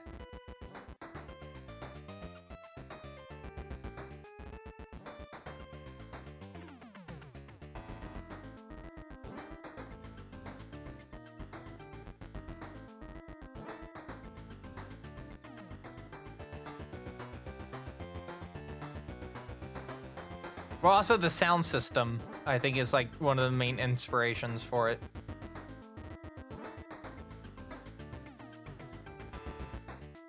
Alright, anyway.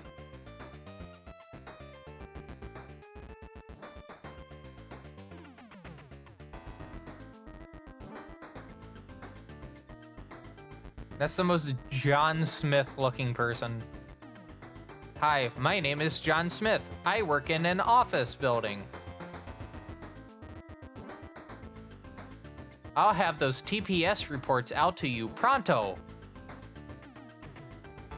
Yes, it is 100% a self-destruct system.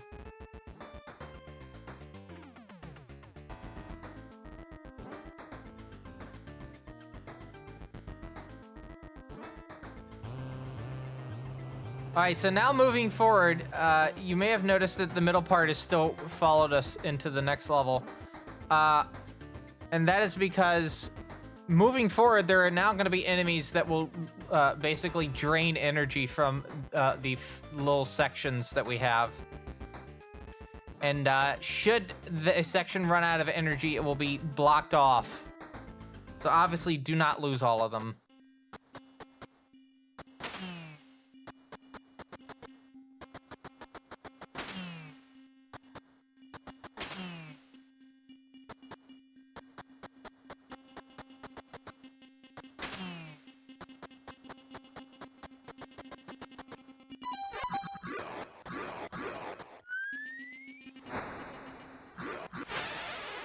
This is very bizarre. I should have been teleported by now. Oh, there we go.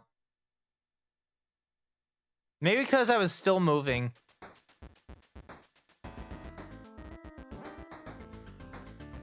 Yeah, these fucks here will take out the power in the station.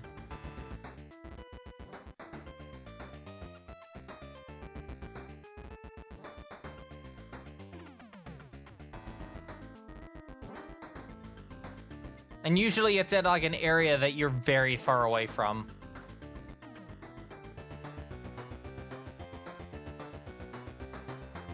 Wow, that actually timed up with the music.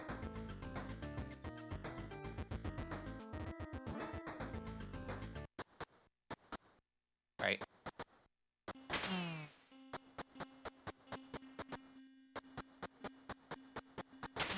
just gonna go ahead and charge again since I'm right here anyway. Get one free shot. But yeah, the green ones can leave.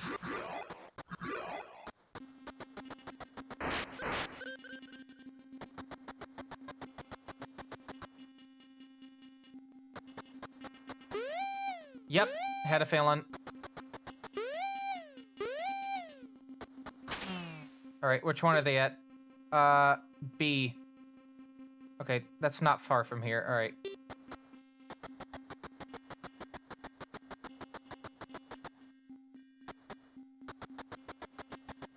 This game was why me doing a stream for the PC Engine was, like,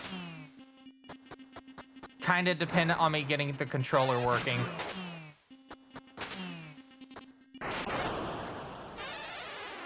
Alright, I need to go to G to reload my grenades. Because I think I've used up all my grenades. Wait, hold on. G? No, C. D. E. F, G.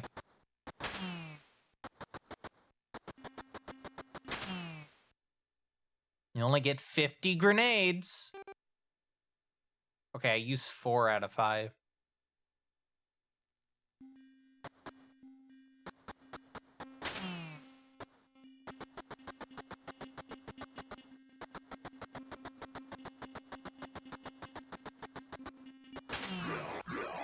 Oh.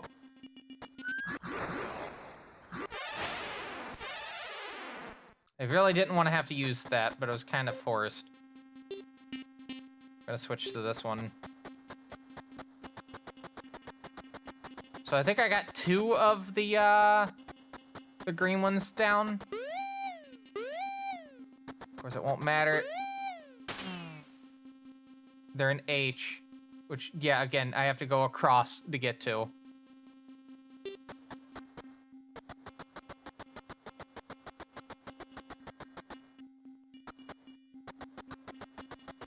I'm just gonna use the grenade on it. So I can get it out of the way.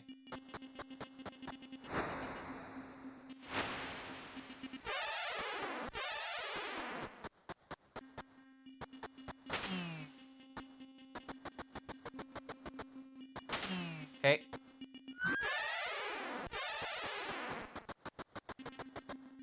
Uh-oh. On the left.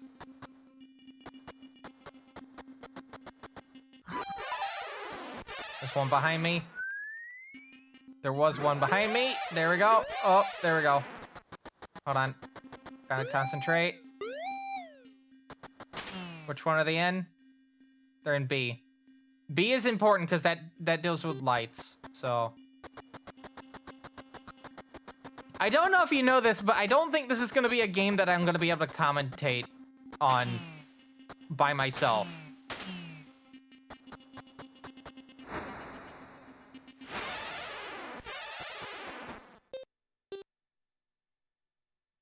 Okay, B is almost down. That's pretty bad. Because that deals with lights.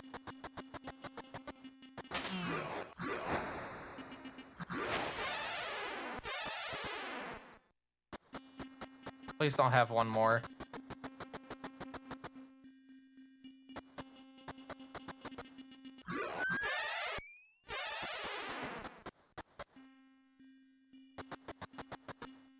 Okay. On the right.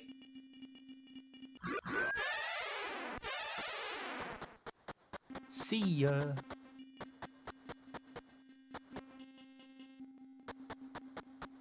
It's on the left. It's still on the left.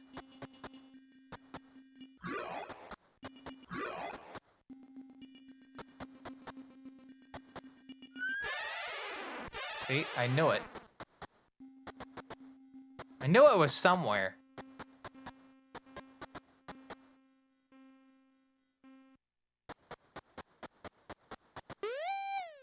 Are you fucking kidding me?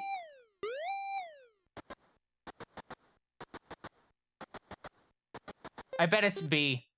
No, it's H. Okay.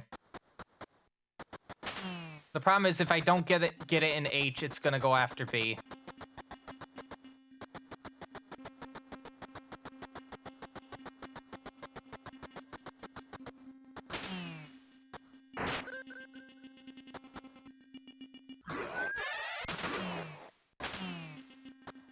Yeah, see, it's gonna go into B.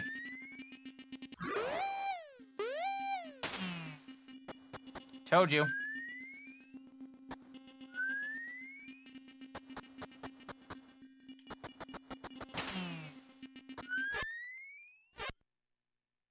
Such a kind face. 12. It has 12.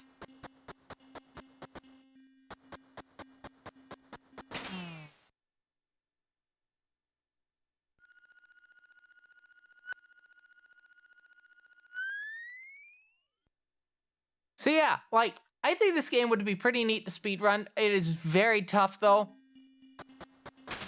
And I don't know if I'm going to be able to, like, handle, like, commentating while playing this. Because, like, listening is kind of like a big mechanic, you know?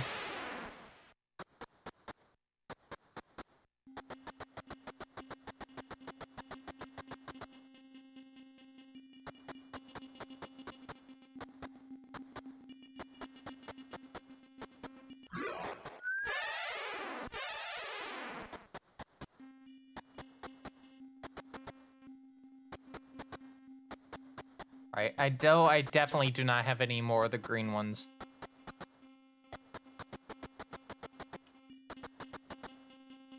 On the left.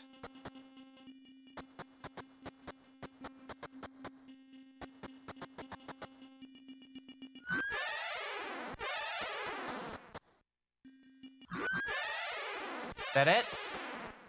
No?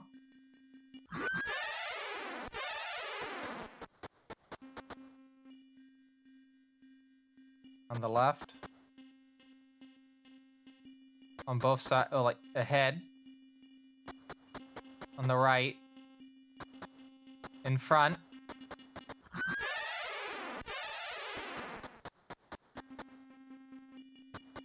On the right.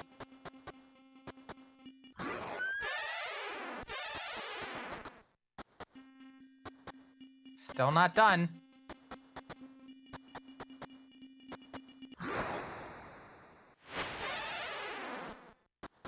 Still not done.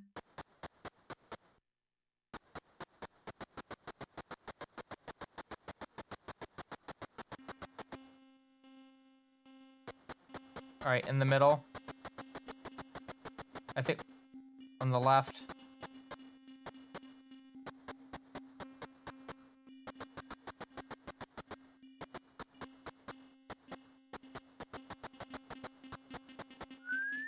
No, that quite literally right there.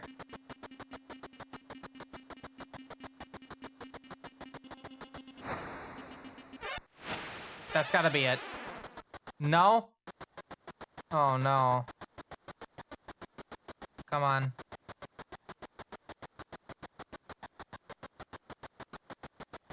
I'm just listening in.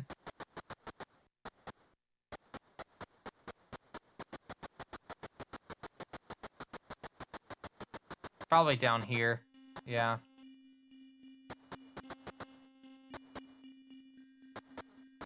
On the left.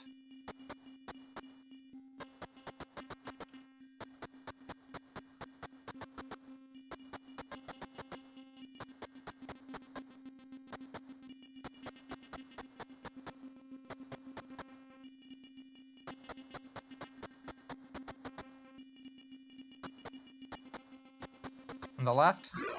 Yep. Still another one.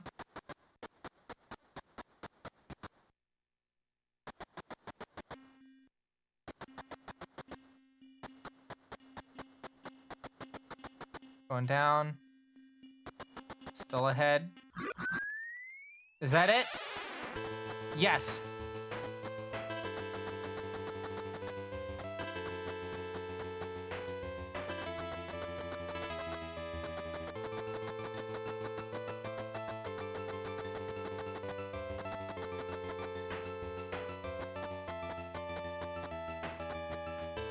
Oh boy.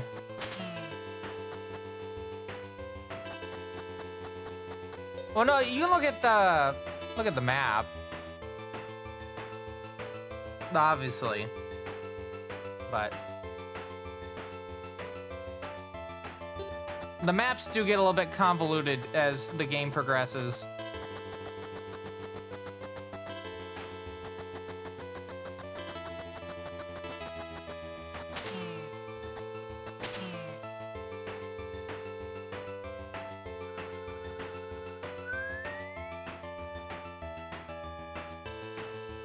All right.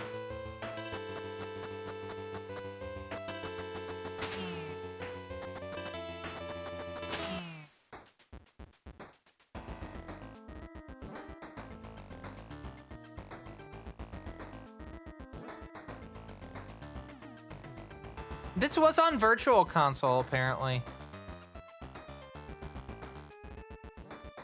Yeah, apparently it's got a Virtual Console release as well. As well as a release for Windows, according to Moby Games. Can they share this with the class? When did this come out for Windows? January 10th, 2017. Apparently worldwide. But yeah, 2007 on the Wii in Virtual Console. 1991 in the US. And then 2017.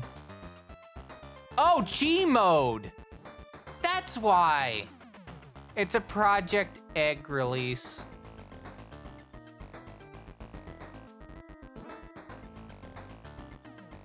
So if you use Project Egg, originally created by BoffTech, creators of the game Relics.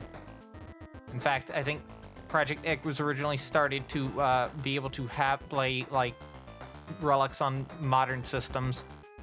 I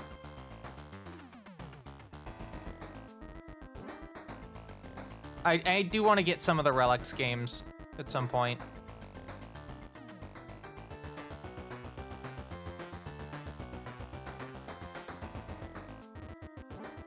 When did Silent Debuggers get released on the... Yeah, 2017. I can give you the link to the thing.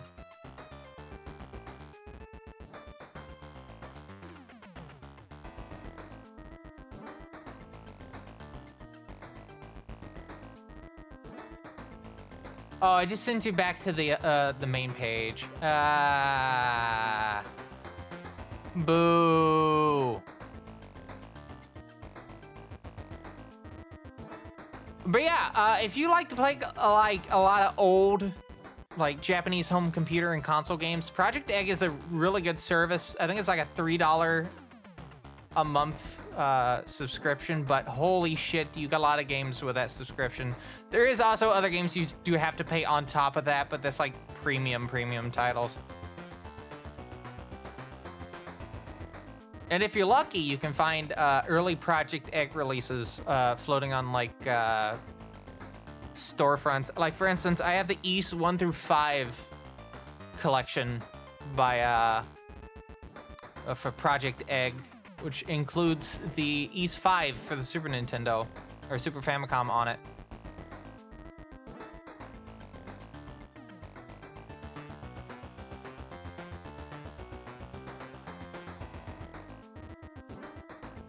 I'm looking to potentially get the Relics Return of the Origin collection, which includes the original Relics, and then there's like 2 games that came out in like 99 and 2001. Also Rin from 2005.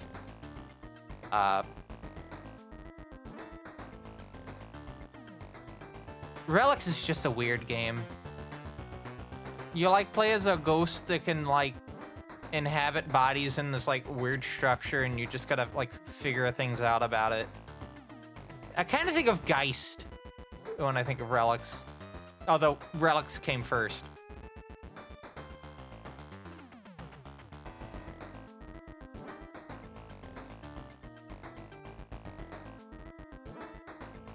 Also, you can get the Telenet Music Collection. Telenet Music Box, which comes with Digital Devil Story Megami Tensei on Project Egg. Not joking. You can get the soundtrack for Digital Devil Story Megami Tensei, the Telenet Japan version, on their website.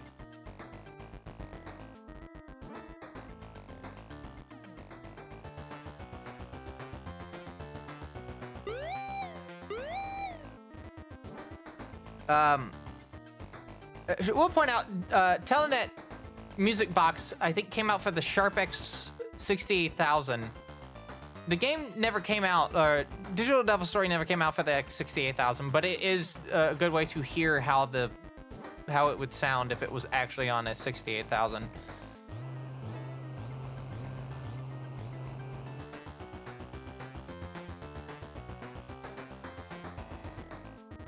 And I think the original Digital Devil Story is on Project Egg as well. Also, you get some Game Gear games like the Mado Monogatari. There's also the Super Famicom one on there. You can play Famicom Puyo Puyo. Whole bunch of MSX titles. Anyway, next level.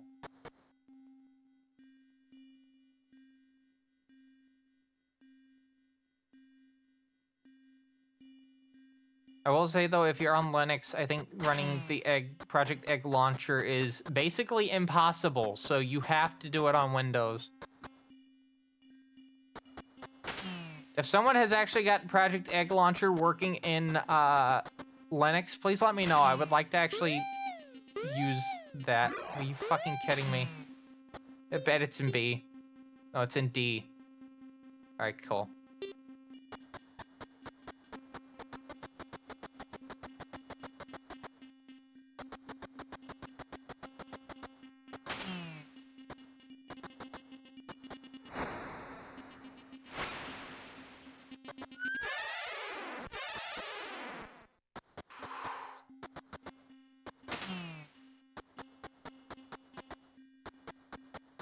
I think there may be also a way to do Project Egg releases on iPhone as well.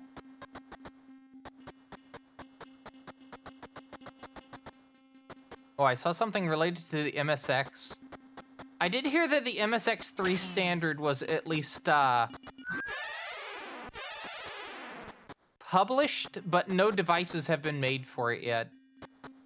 The creator of the MSX still works on MSX-related things. There's like an MSX conference in Europe, and he shows up to them to talk MSX things, because MSX was a thing in Europe as well. Hold on.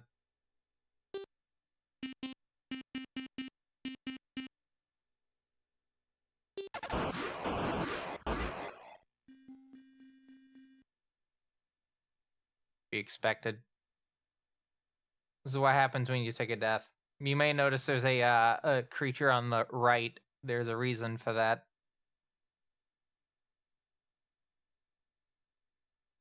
We'll get to that in a moment. We'll try one more attempt before we move to something else.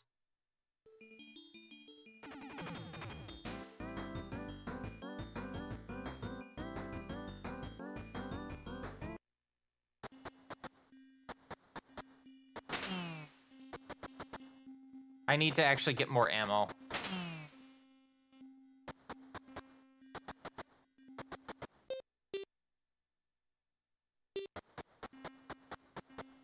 Watch as I go for this, then one of the monsters goes into B, and then I just lose lights. And then I'm forced to use the warp.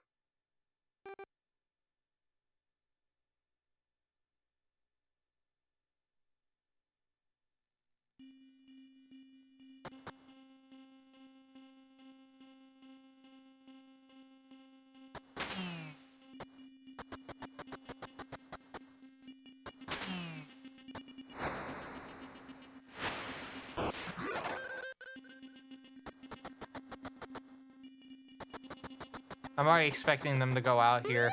Yeah. B. Probably D. D or E.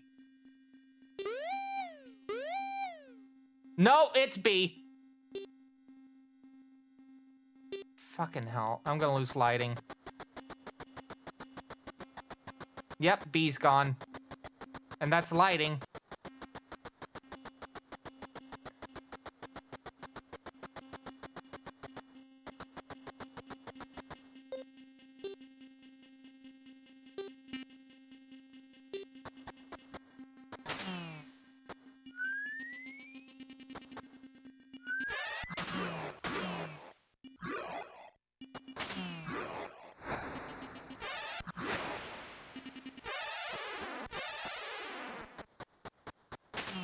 Alright, I gotta get a thing from Leon.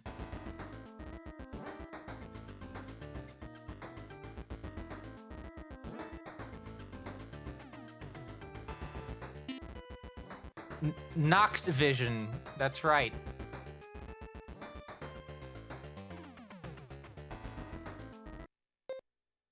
I want to use Noct vision.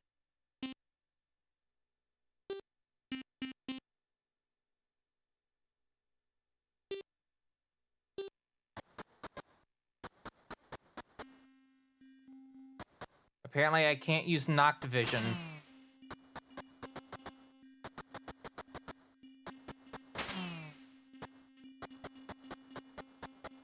It's gonna be really hard, by the way.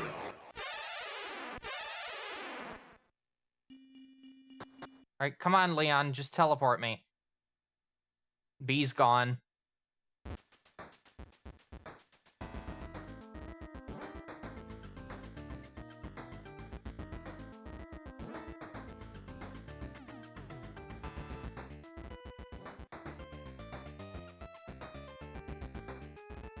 Alright, so I have to get a new sensor from Leon, specifically for this monster. Although, they make a noise.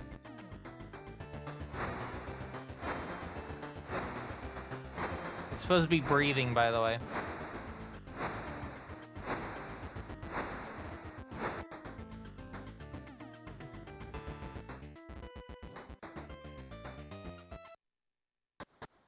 Oh, wait, hold on. I gotta go back. Hold on. I gotta bother Leon about this.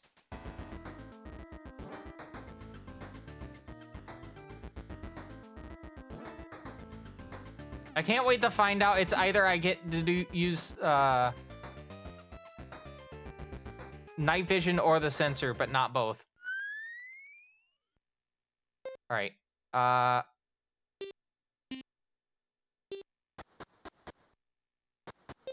I guess I go to C. Which I think is that one.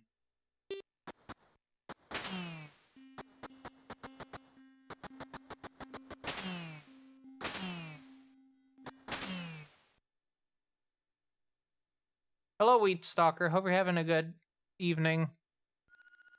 I may have to switch from this at some point to at least one more game because we are getting kind of closer to when I need to like stop. I think I can go till at the latest like 1, but I have to be in bed after that because I have to be up at 6.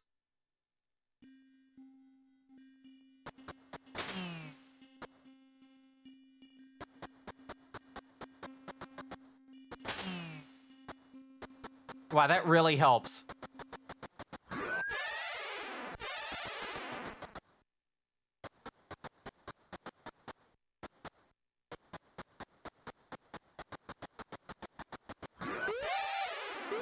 Fuck! Fuck! Which one is it? It's E. That's fine. Just E.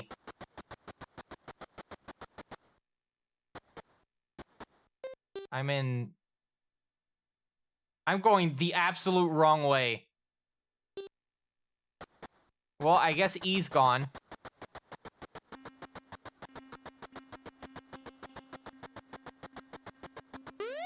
Nope, it's moved to something else.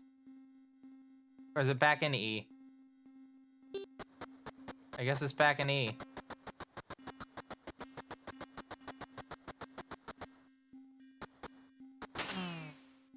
I saw it. Get fucked.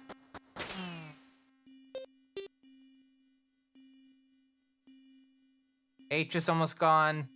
E is halfway gone. B's gone. D is at a not nice amount of health.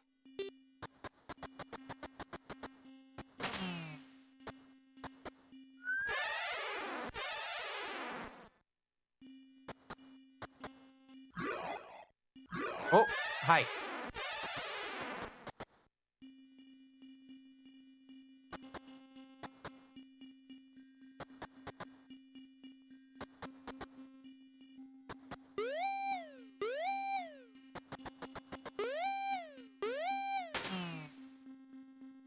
F.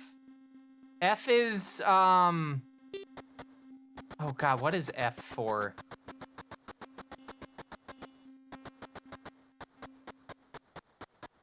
Hold on, we'll have to figure this out in a second.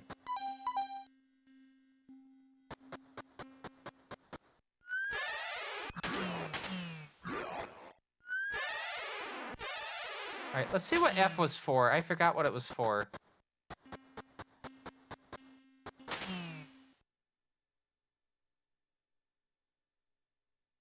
Something sound related. Probably the sonar.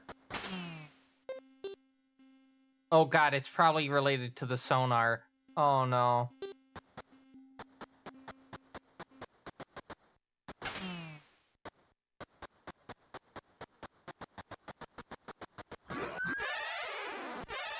That was a bit of a jump scare.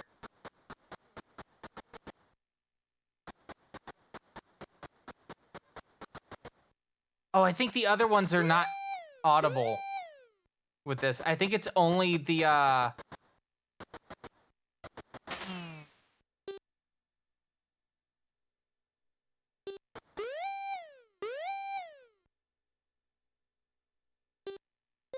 didn't see. Oh, it's A. All right.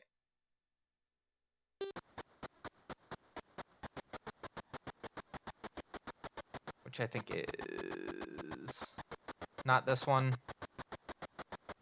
It's this one.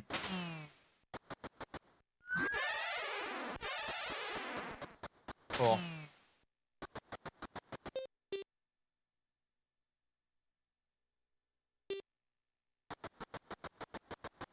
Heading through. I could see this game being done in like a horror block for a speedrunning marathon. You just have to like figure out how to manipulate the enemies to like...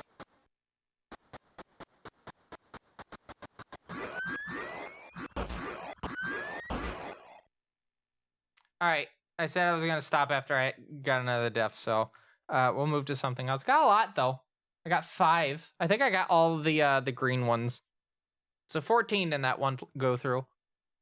Not bad. Anyway, let's turn the console off. Right? And we're gonna put the hue card back in its little sleeve.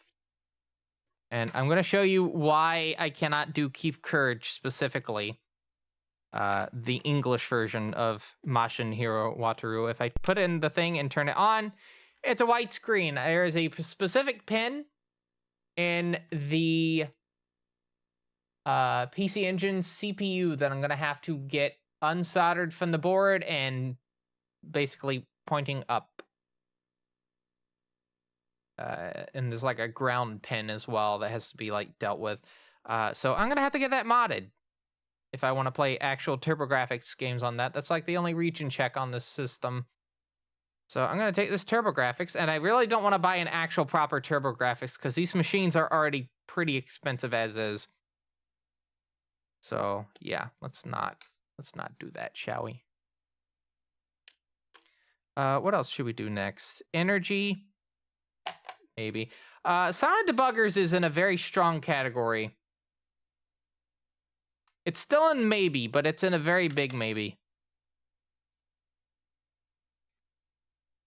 You know, speaking of Keith Courage.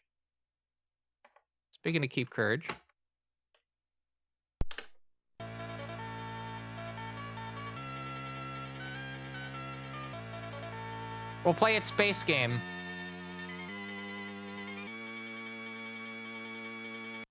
So for context, this is based off an anime, also called... Well, let me give you the proper name while you watch the attract screen play out. I think it's literally called Mashin Hero Wataru. Came out in 1988. It replaced Transformers Headmasters on television, and ran for 45 episodes. There was a follow-up anime in 1990. And then there was another anime in 97. A whole bunch of OVAs. And then I think there was Mashin Creator Wataru, which came out actually last year, to be precise. And it was, a follow-up. I think it has a VTuber character in it as well. Unironically.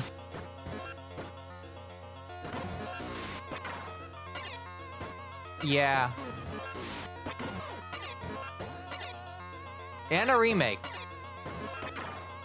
But this is the game based off the original anime.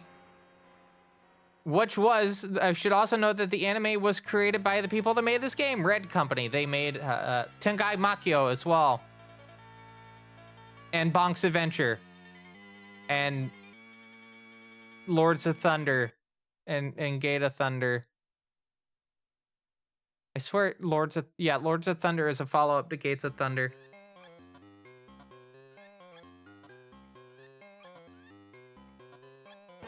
And then was Galaxy Fraulein Yuna. Oh, also Red Company made a little game. You may have heard of it. It's called what is it called? Sakura Wars. And I'm pretty sure there's definitely someone watching this stream that is very aware of what Sakura Wars is. It's like a very, very famous game.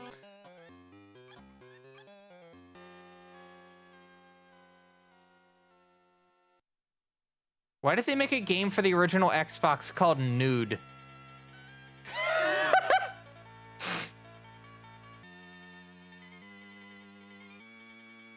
What do you mean they made a game called Nude for the original Xbox? Exclusive, by the way.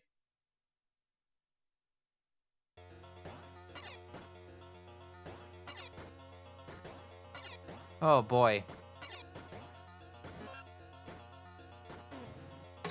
It used the Xbox headset. It's a life sim game.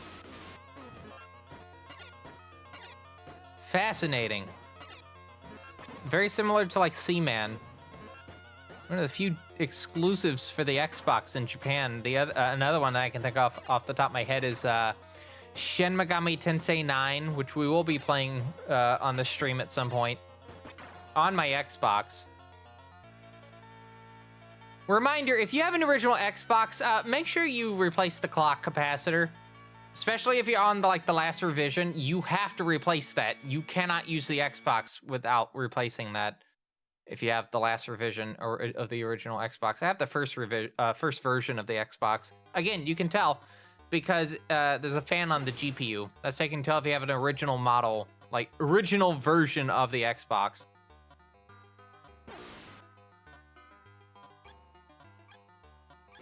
Oh yeah, Red Company also made Fossil Fighters. Remember Fossil Fighters? I forgot Art Dink also made it as well. There were 4 developers for that. Wow. Fascinating. Anyway, we should probably get to this game, shouldn't we?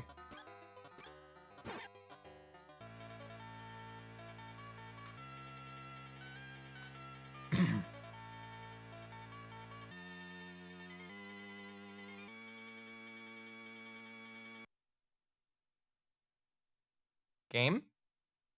I'm hitting the run button.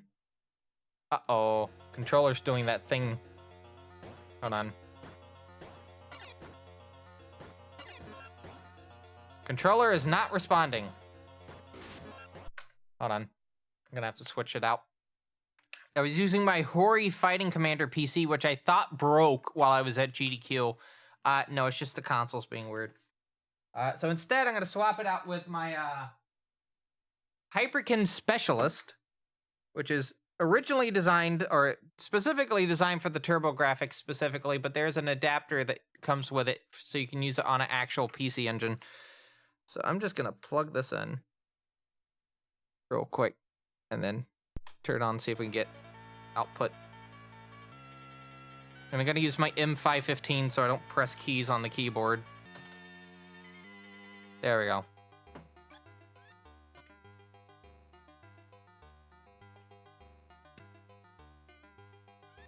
All right, so there's two different sections for this game. We have this part where you're basically just collecting money, more or less, and then buying items in these various little areas.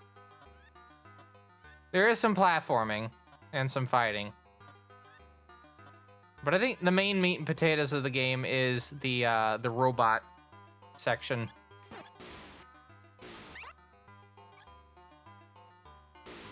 I should watch the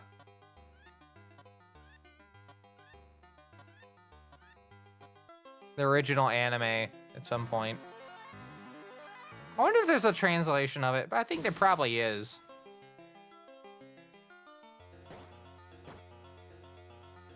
This game is in a more than likely category for potential speed gaming stuff, and it's not this level specifically, although there is definitely some stuff you can do on this level. It's the next level. I picked up a 2. Imagine 3.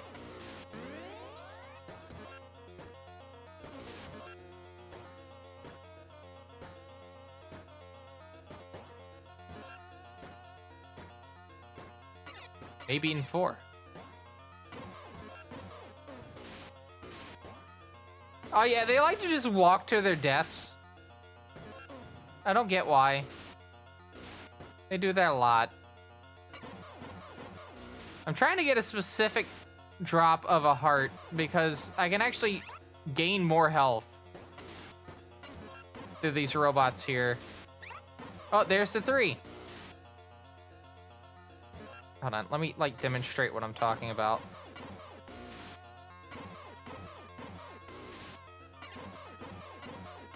I have to take a look. Oh, I didn't pick up the heart.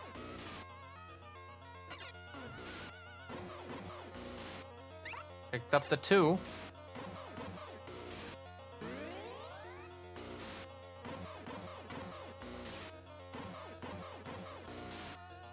There's the heart.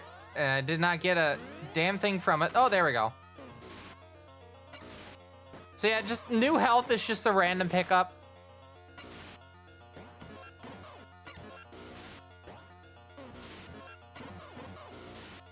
Sometimes you can just go an entire level without getting a new one. Alright, first boss. Which shows up as a regular enemy later in the game. Need to note that. In fact, all the bosses show up as regular enemies later on down the road. Alright, first one's down. Second one's down.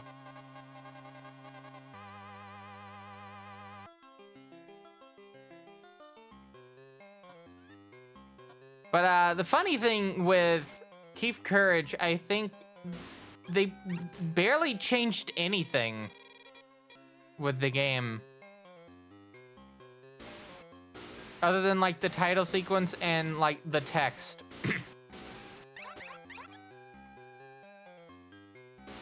Like, the graphics, as far as I'm aware, are still the same. I do want to demonstrate the healing here. Hooray, we healed. And although the speedrun, as far as I'm aware, does not do this, I do want to demonstrate the sword upgrades that you can do for the robot. I think it's technically like a robot suit or something. At least that's how the comic that came with my version of Keith Courage tries to explain it. Now, to be honest, the plot to Keith Courage is way different than the plot to Mashinhiro Wataru. Oh no, this is not the one. Get out of here.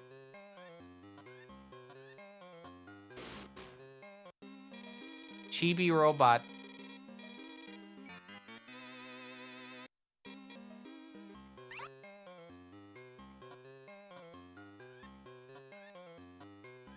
I also want to say that comic was, I think, only released for the early versions of the game, because I have seen, like, a version of, in fact, at the game store I was at, where the other Keith Courage didn't come with the comic. So I need to look into that. All right, so there's a skip you can actually do right here. You gotta time it just right. I did not time it right. But don't worry, if you take a death, you can just restart.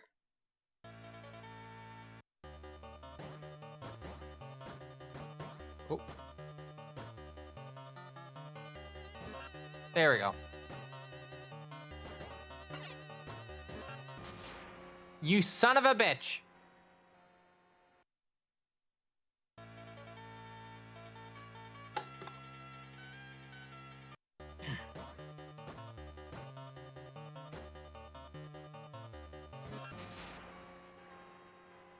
It's hard for me to get this. It's probably an easy timing. It's just I'm also tired. I was on the road a good bit today. Oh, yesterday.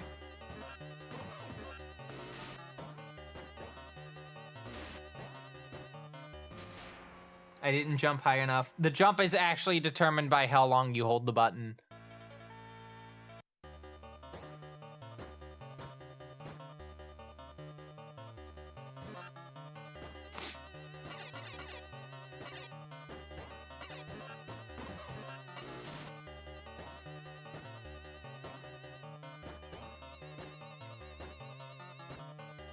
Alright, speaking of rude sections, this level definitely has one. It's called this part right here.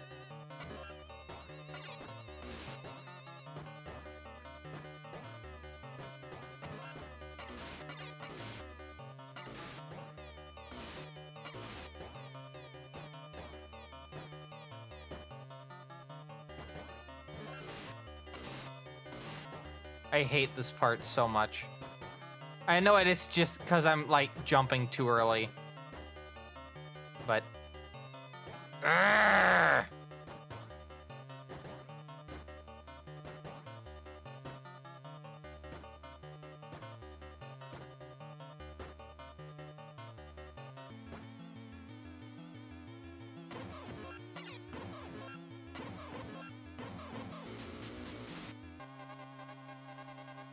That boss wasn't difficult.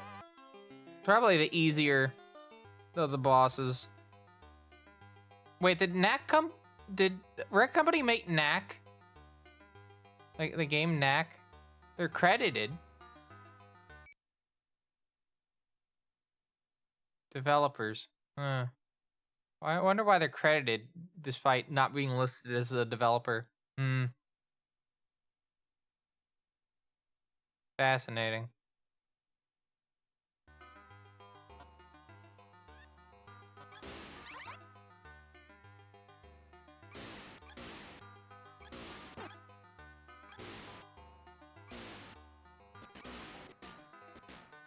So anyway, we have to jump on lava.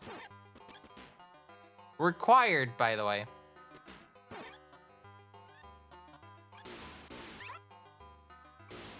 Oh, so these cats are going to continually fall. They will continually fall.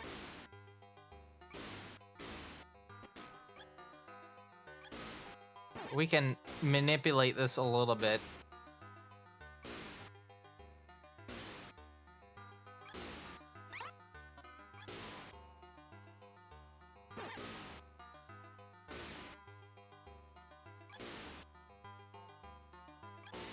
So I can fucking heal.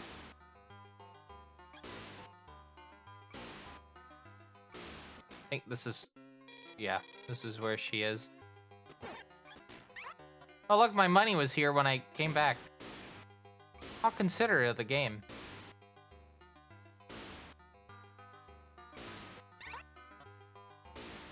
Just need 2 more? Yep. Or 1 more, actually.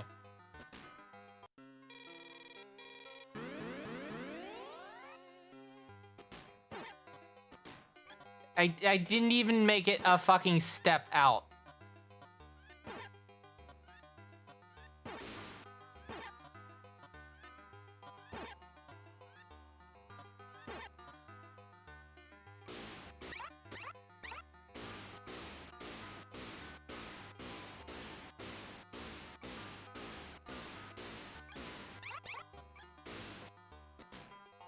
I think it's like 600 for this one. Yeah.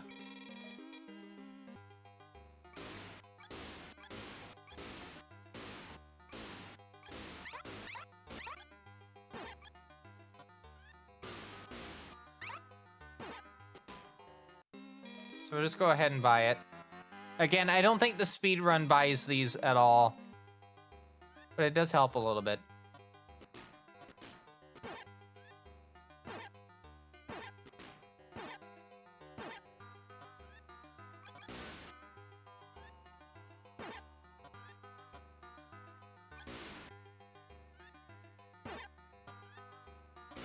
I think they also don't use the spirit bombs that you can buy.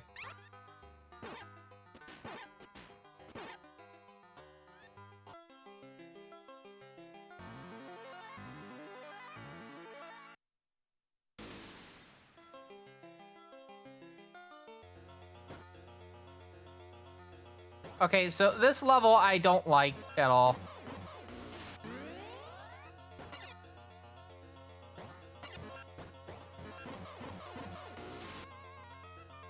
I don't think this was the level that one intro from Monday was for. I think that was a different level.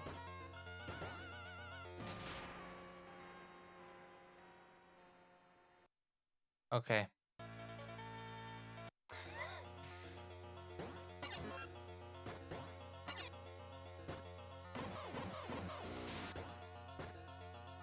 You know what? I'm gonna cheese it.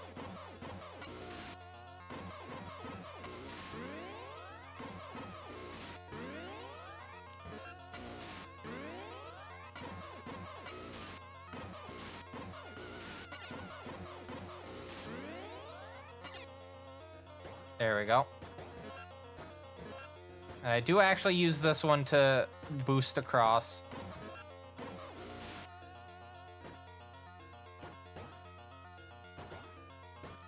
There we go.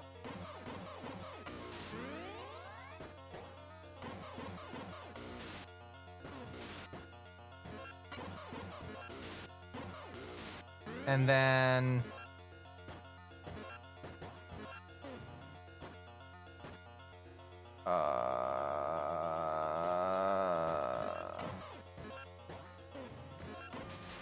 Fuck!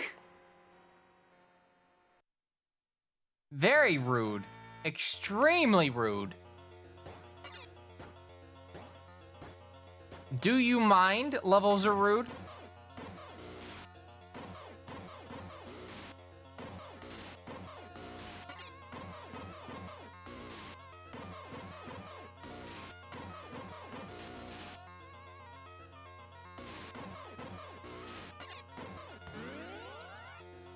Alright, cool. Wait, did that fill my health up to max? Very bizarre. If true.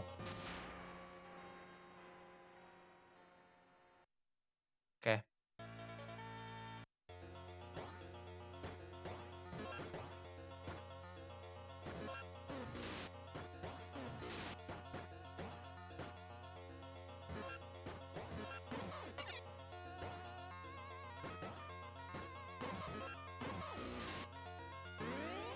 Yeah, it did. I think I gained more health on top of it.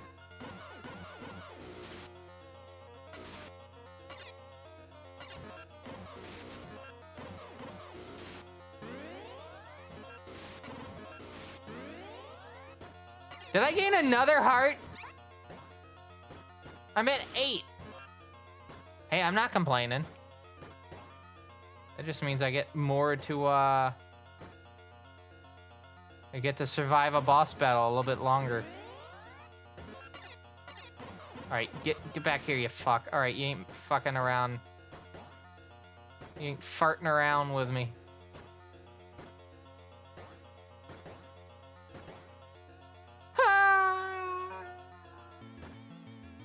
Oh yeah, this is the one with the card.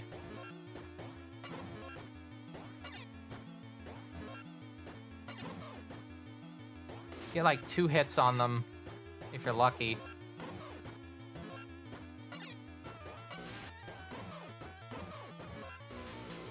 Yeah. That's kind of why I like buying the long sword. Because I don't have to be, like, right on top of them, you know?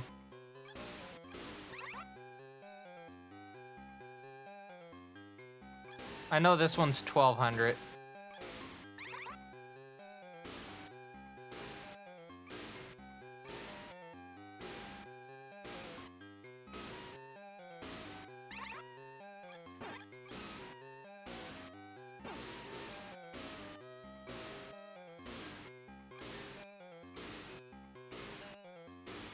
Come on. Money. Money, money, money. Also, those smokestacks will damage me.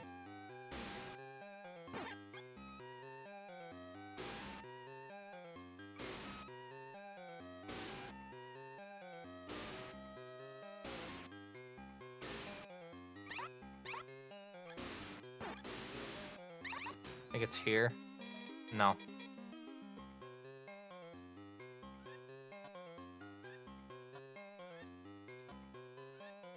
You notice that, like, little sliding right there when I did that?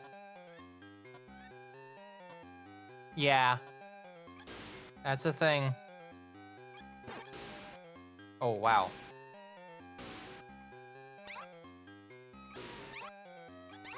Actually, this might be a bit of a safe way to get money. Because it has to bounce on that thing before it can even get to me.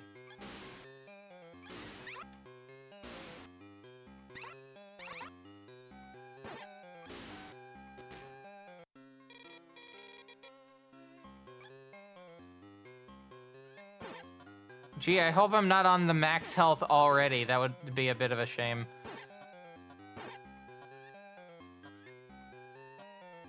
No, I'm not.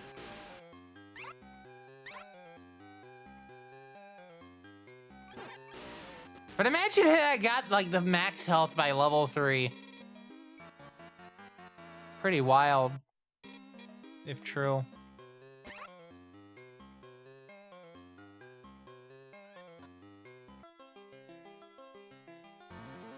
Also, I have to hit up at the end of the levels to get it to, do that, by the way. Alright, this is the level from the opening from Monday's stream.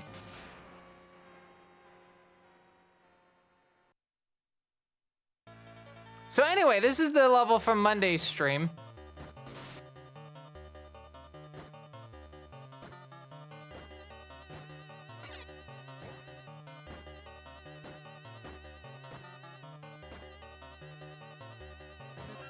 Remember when I said this fuck was gonna show up again?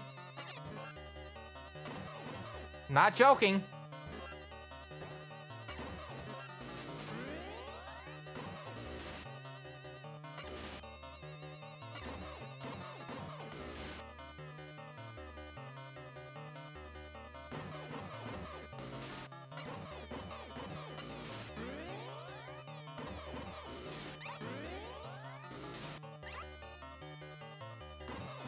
I would like to have max health going into the boss fight. This boss fight is bullshit.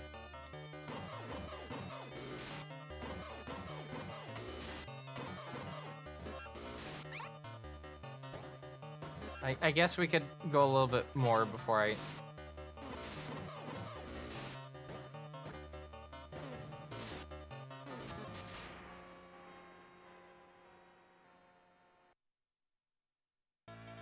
So anyway, we're back to the first, to the level for Monday stream.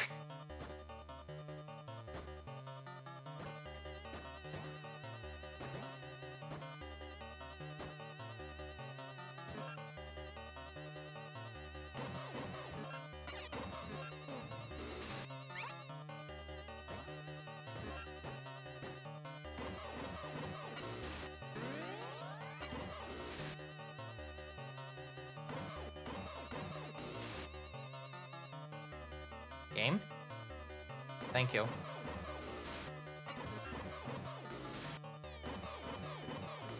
Come on, give me a heart. There we go.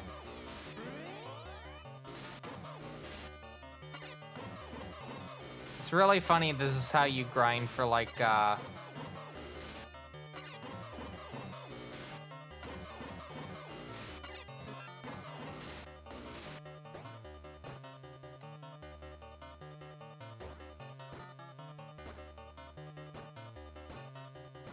Careful. Cool. Didn't die this time. Dear diary, didn't die. Can you stop?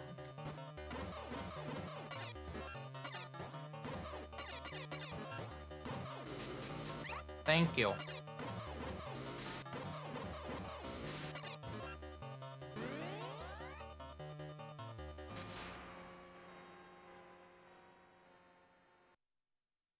I keep forgetting.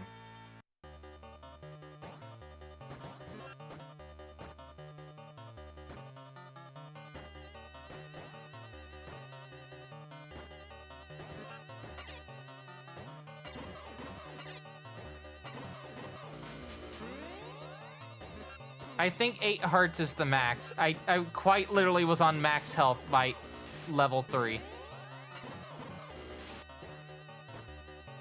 That's actually kind of funny. You just get the max health before the 3rd level. Or by the 3rd level.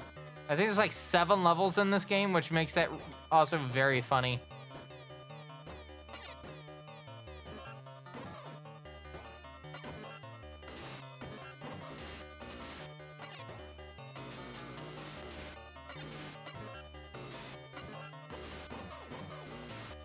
Okay, so let's go down here.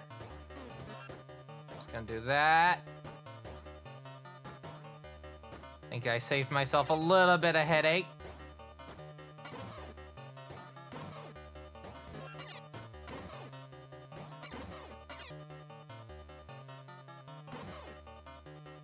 Well, as long as I don't see it, it won't attack me. That's kind of cool, I guess.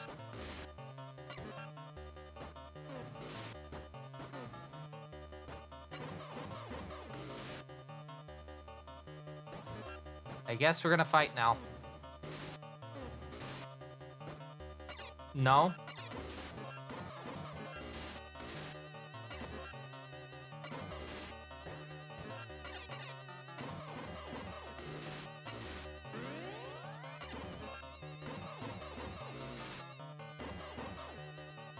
Hold on, let me deal with this fuck. There we go. Ah! There's the boss. Also, every hit takes 1 health off.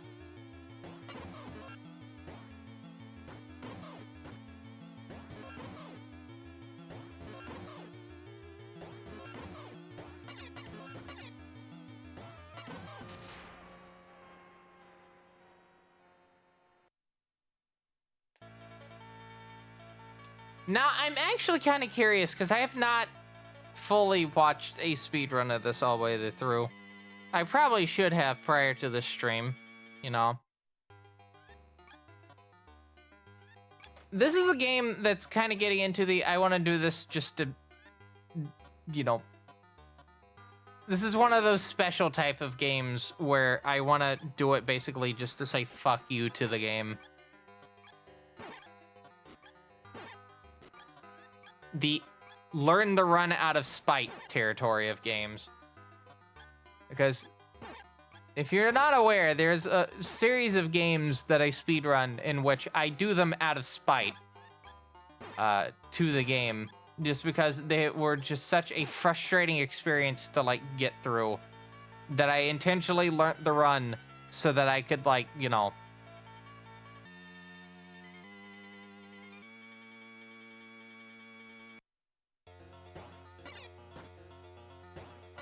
Oh, thank goodness, I can use turbo. Turbo is allowed. Holy shit.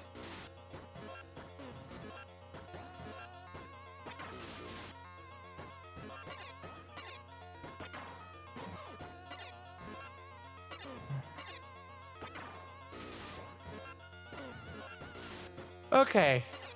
But yeah. I'm gonna go ahead and add this into definite.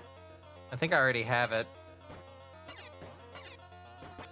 Also, I may need to get a new screen for this M515, because when the screen's on for long enough, there's like a dark splotch that happens at the top. A new screen for this thing is going to be like 40 bucks. Yeah, about 40 bucks. Notepad.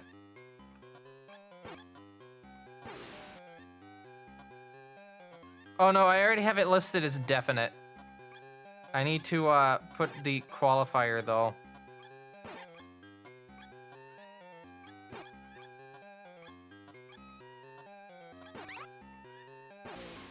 There we go. I really do not like the punctuation changes they made in Graffiti 2. Terrible. Absolutely terrible.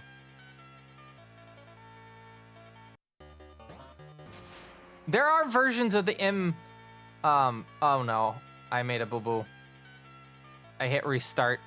It's actually really easy to restart the PC Engine by accident. So to restart the console, there's no button on the console itself to restart it. To restart the console, you hold Run and Select.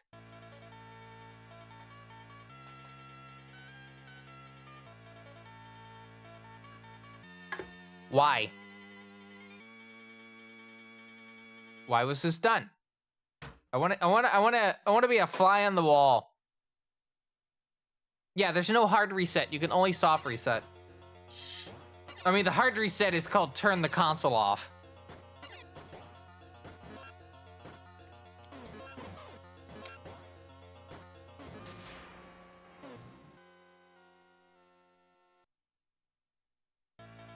Okay. Anyway, that was Keith sorry. Mashinhiro Wataru. I do want to do a few more games. Let's see if I can squeeze them in. Okay, we've never actually looked at a proper look at this game. Before we do that, I want to take a look at the game that I bought today. Yokai Dochuki. I may be mispronouncing that, and if I am, I apologize significantly. This is a PC Engine conversion of a arcade game by Namco. This was working earlier. What the fuck?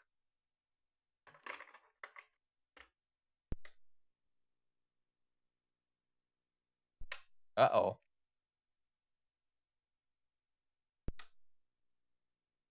Game?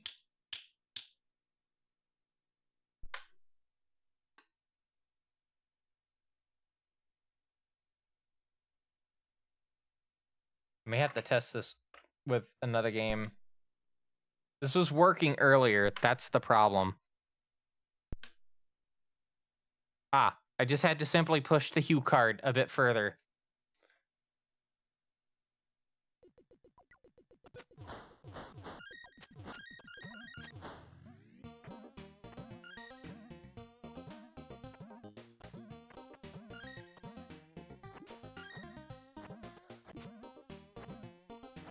I gotta jump on the cloud. Hold on.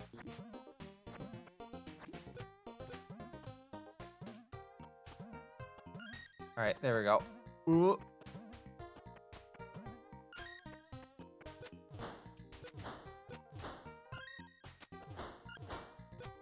I think there's like a frog up ahead.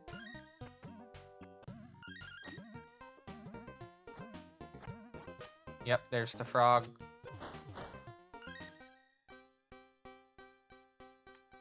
And it just lowers this thing. You can bet money, but I'm not going to.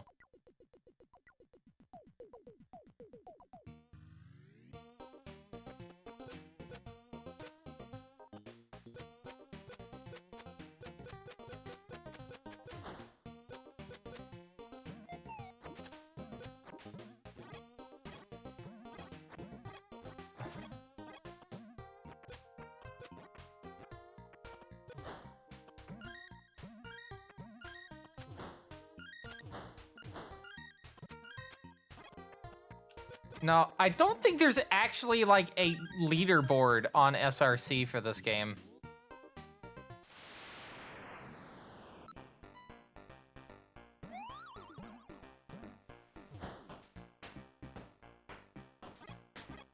Oh, shit.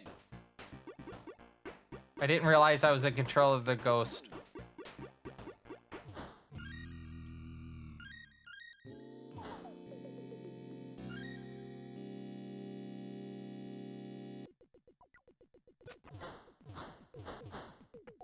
Almost dead.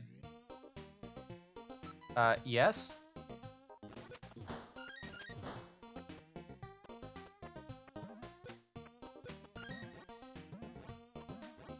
I hope this isn't, like, all my health I'm getting for the whole game.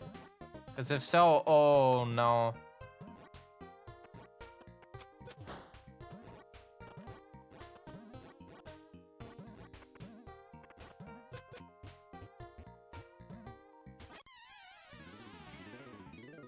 No, that's the whole game.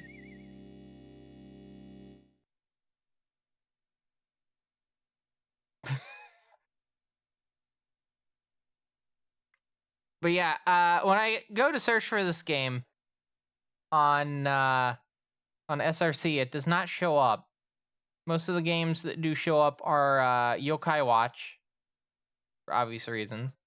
There's the was it Gigigi no Gitaro game, Yokai Buster from 1995. The fuck is this game? Yokai Secret. Oh, okay.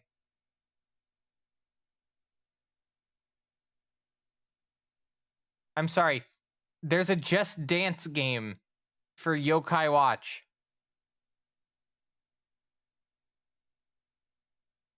Yokai Watch Dance.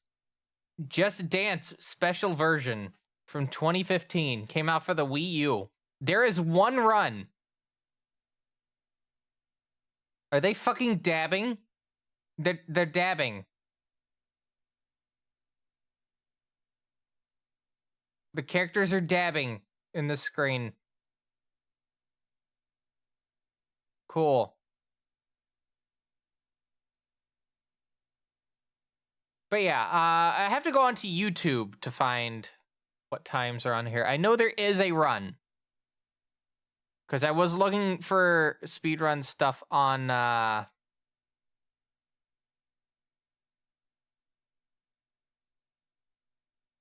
the internet when trying to decide what to get. I spent how much for this? This game was $15.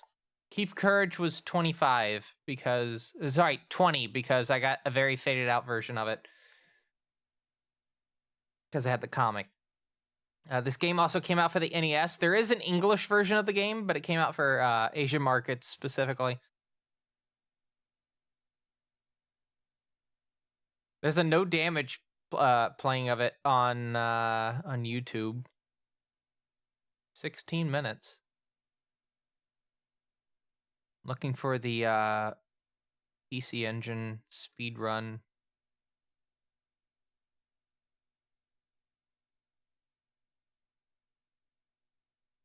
(8 minutes 52). Done by, ironically, a Long Place channel.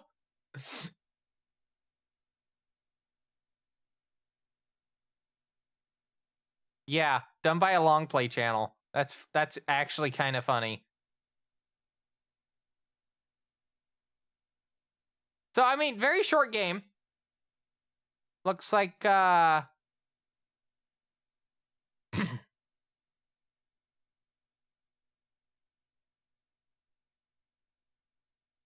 it looks like this could be somewhat doable. I have to look into it a little bit more. But we'll try one more go through attempt.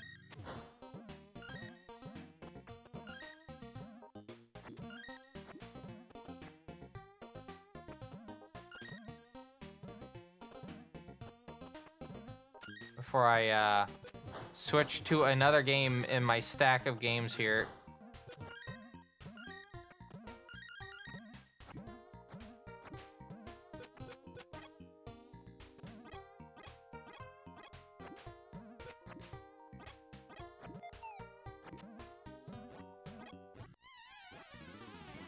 So anyway, we're heading to another game.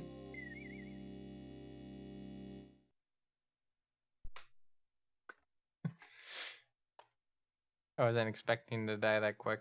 But yeah, this is going to be put in the maybe pile. I want to look at it a little bit more in the future. Again, I just bought the game today, so... Alright, I think it's time to show the game that you always see more often than not from this console on my intros. This came out in 1988, or maybe 87. It is the 5th game released for this console.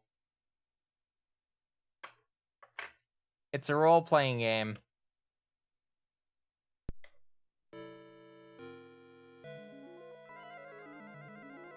This title screen may not be obvious, but once you see the gameplay, you will be like, oh, it's that game.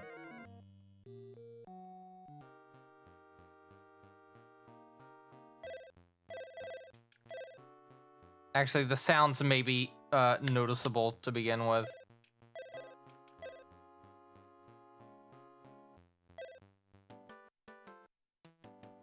Does this look familiar to anyone? If you've been watching Era 2, you've 2.5, you've definitely seen this game before.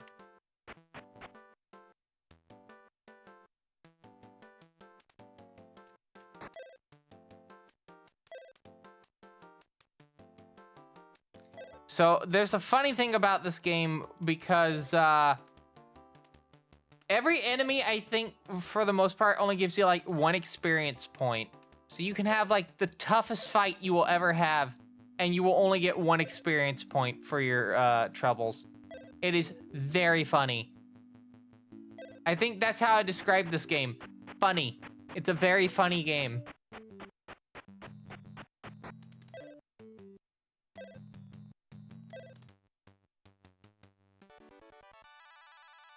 Speedruns are for this game, if you could believe it. I believe one of our regular, I would say one of our regular viewers actually is a speedrunner of this. I think Megami does speedruns of this, or has a listing on here. Yeah. Did it emulated? It was for any % locked box glitch.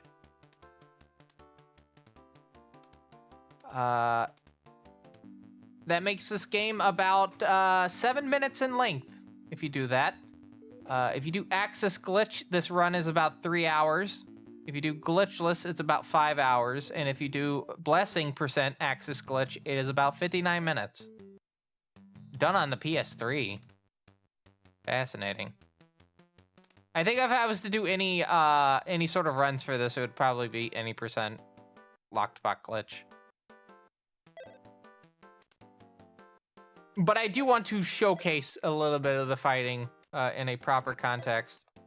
Also, another funny thing. You have to equip your weapons, because if you don't, you're gonna get your ass kicked. Your weapons are not equipped by default. You have to go in and manually equip your weapons.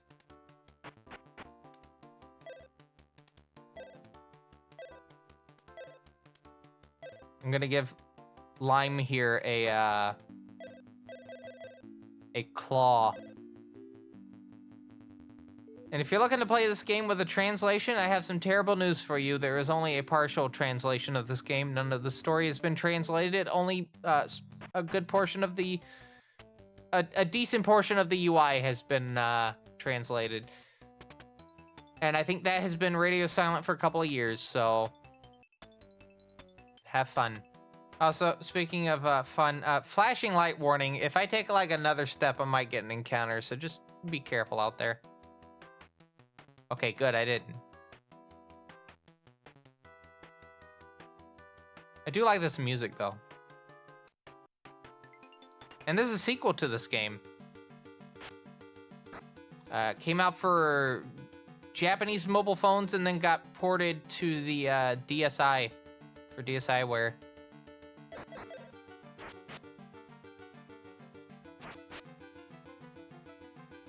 All right, let's make a moth go. And yeah, all that fighting for impressive gains of 1 experience point each. So no surprise, this game got a lot of complaints for being very grindy. Overwhelmingly grindy.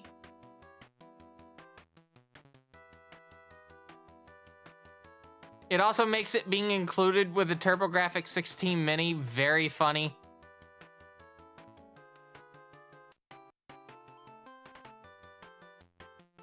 Because it was included.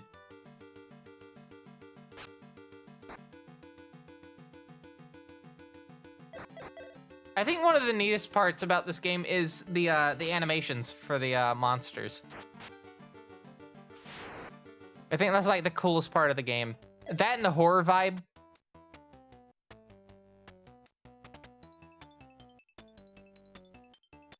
In the US, this game only became first purchasable on like a platform that you did not have to like import in 2018.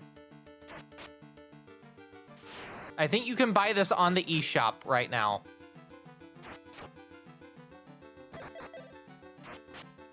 Can someone that has like a Nintendo console that can access the eShop confirm if that is true or not?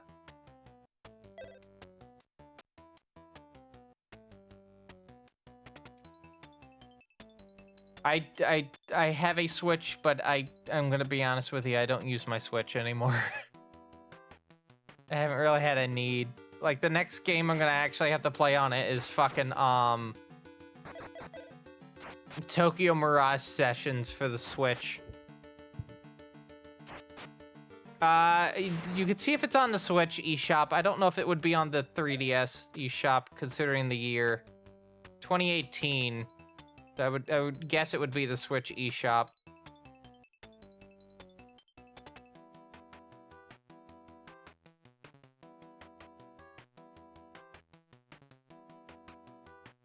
All right. Anyway, I do have to cut from this though, because we don't have enough time to do like too long.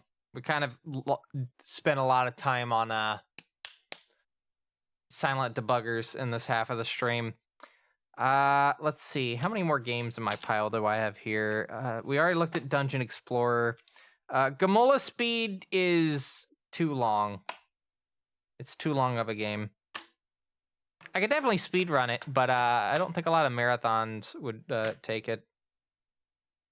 So I have two games here, which is funnier. I mean, Bravo Man is basically like a conversion of the arcade game, the same name. It's pretty decent, but thought about this very hard, and by that I mean I just impulsive.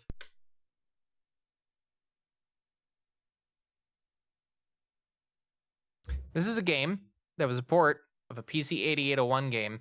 I don't even know if this was mentioned in the original GDQ run. But yeah, this is a game that was based off a game called Ash for the PC 88. And it basically is a remake of the game for PC Engine. It's not good.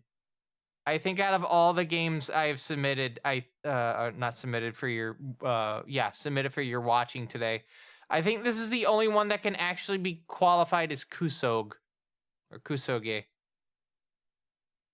It is, oh boy, I'll just let the opening. Notice the characters when they talk.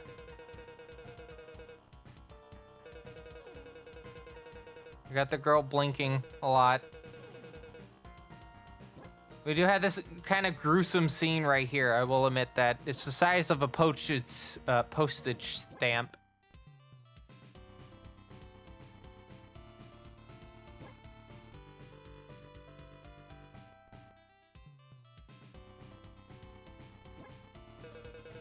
Their eyes popped out of their head. I don't know if you saw that. All right, so we have this doctor here.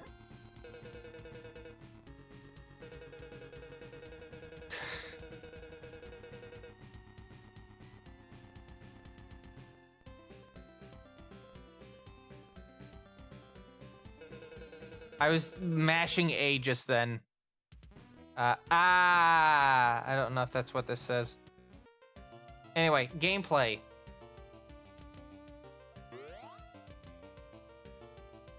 This was not showcased on the GDQ run because I think the English translation was played and that does kind of speed up things. But holy shit. The screen scroll is, I think, the funniest part about this.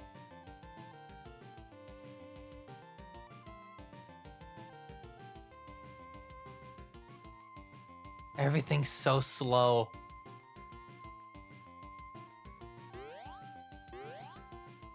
Oh, cool.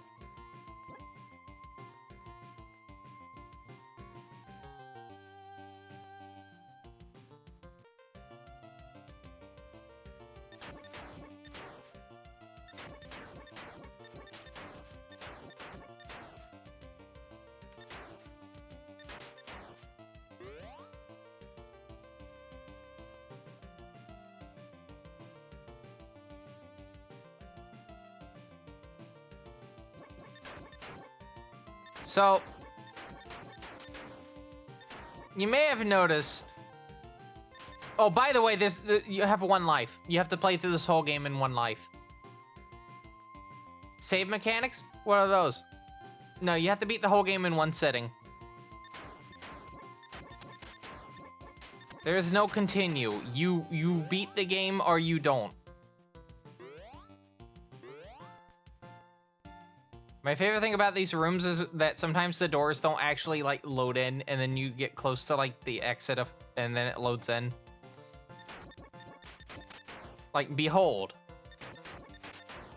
If I just let this sit, I don't do anything, right? Get that. Okay, and I have to deal with the door. But you do have to wait for the doors to close. Alright, so now we've upgraded to 2. 2 shots, I mean.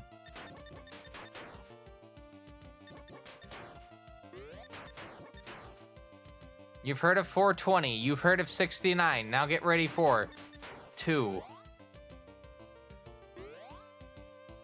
I like this, like, weird thing going on where it kind of forces you to the left.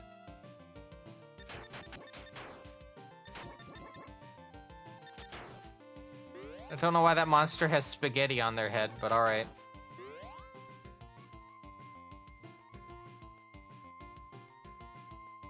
Also, hope you like this music, because this is, for the most part, the main music for this game.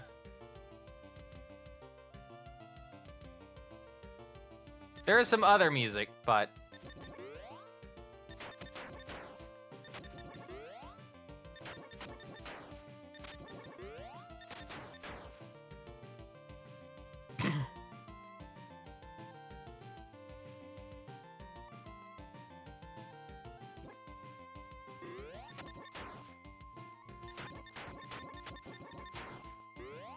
Alright, so this is a mini-boss, so to speak. Not really. Also, you may notice the water up above. I can't go into the water. It's poison water. It'll kill me. Instant game over.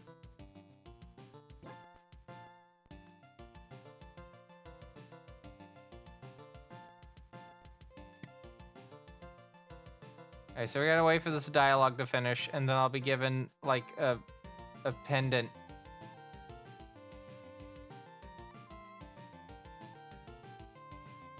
And then we can actually go do things. Alright, cool.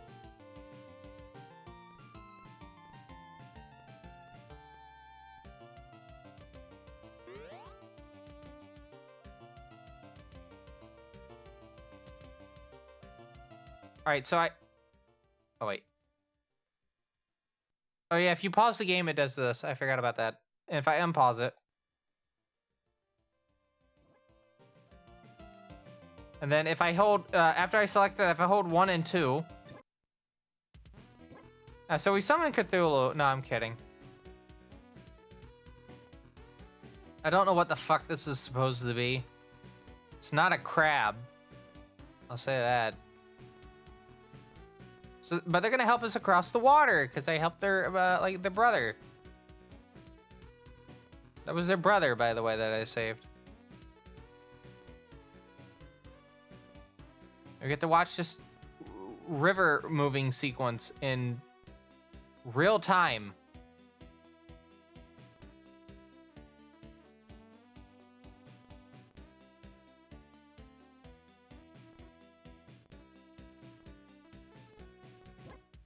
Okay, so you know how I said we can't go into the water because we instantly die? That's very, very useful information. Except that's a lie. I can just fall into this water specifically. This very specific spot. And only that specific spot. And I have to do that if I want to get the power of 4. Only way you can get the power of 4. Maybe we can get 5. I don't know. Sky's a limit at this point.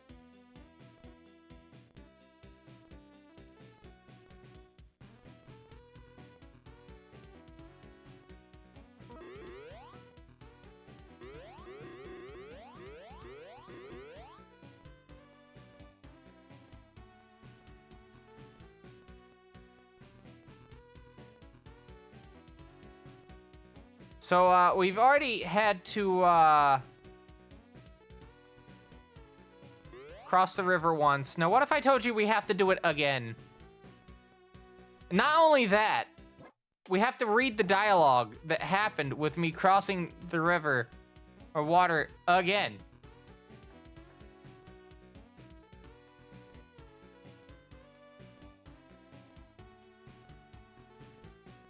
Some intense gameplay right now. Very intense gameplay. I mean, look at this. You can't get this action anywhere else. You probably could, but like...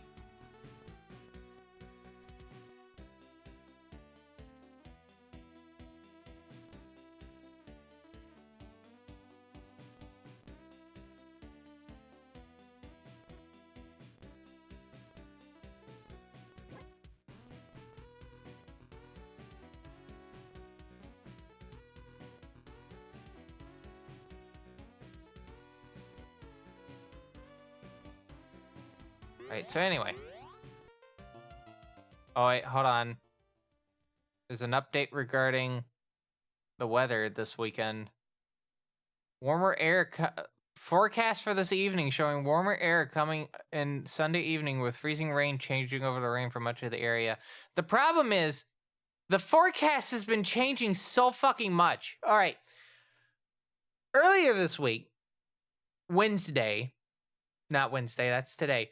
Monday, they were predicting snow on Friday, Saturday, and Sunday. They were predicting at one point 13 inches of snow on Saturday. And then it changed to freezing rain yesterday.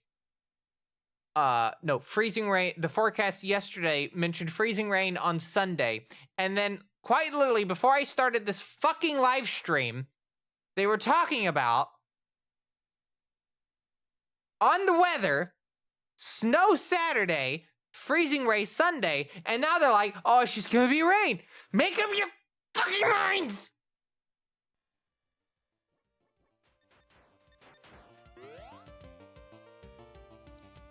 Fuck! I know they're just guessing, but like, I feel like the weather forecast is just gonna be completely wrong. I'm gonna call it now. I bet the weather forecast is just gonna be completely wrong.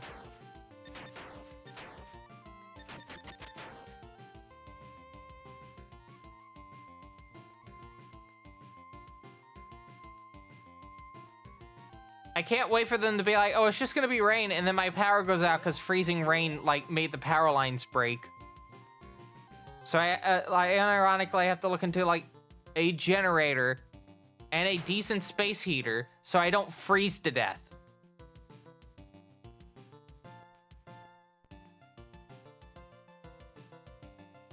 Also, why are they talking about weather stuff on Facebook specifically? You should put that on your fucking website, WRAL.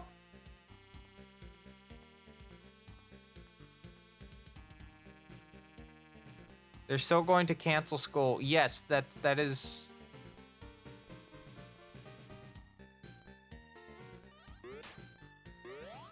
Someone used the phrase "snow blue balls." Also, here's the boss. I'm just gonna turn on turbo for a moment.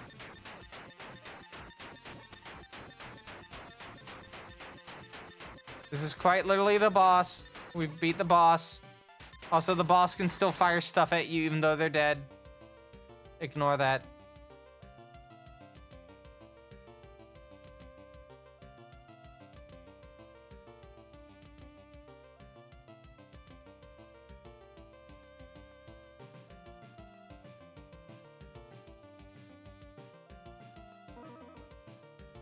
Alright, so we received red from this character.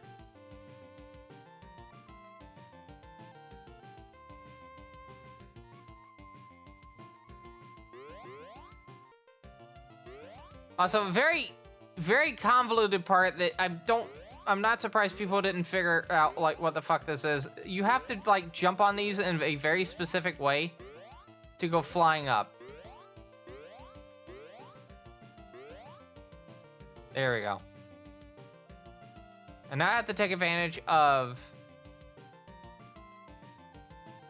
holding left 1 and 2 to basically cause the game to slow down so I can, like, maneuver myself easily.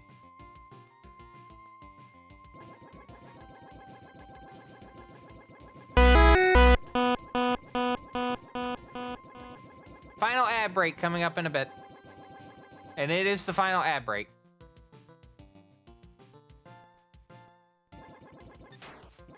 We will see that character in just a bit. In just a bit. Oh no! And by just a bit, I mean right now! We're gonna get healed through the power of music.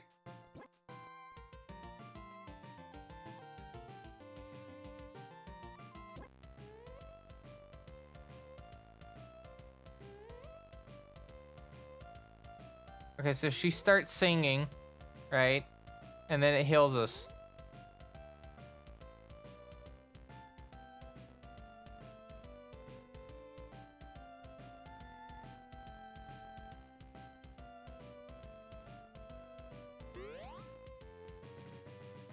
I do need to go up to the top, though. That is, like, required.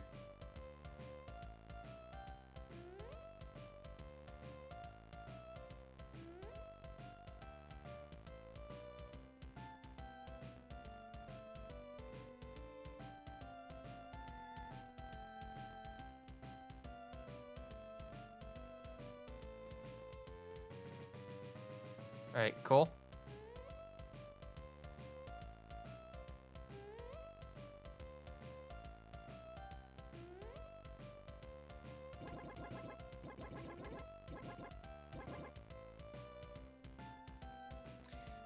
The thing with where you're at, Matrix, I will note, is that your state has exploding tree warnings in effect right now.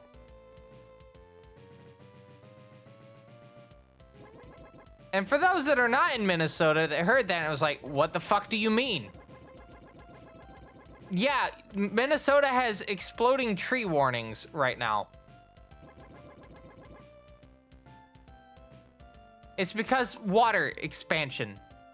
Like, the water in the trees, right? When it crystallizes into ice, it expands, right? And it makes the trees explode. Like, quite literally, it gets so cold that the water in the trees crystallizes at such a fast rate that it causes trees to explode.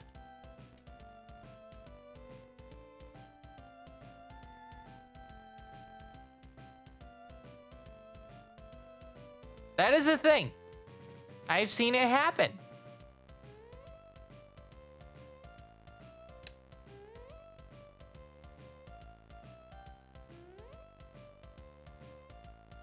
I know it sounds bizarre.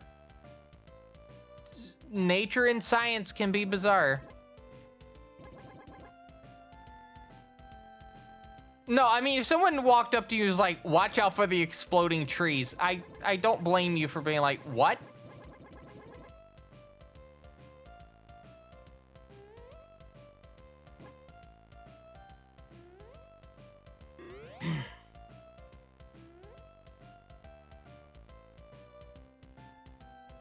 We don't need to talk to that person.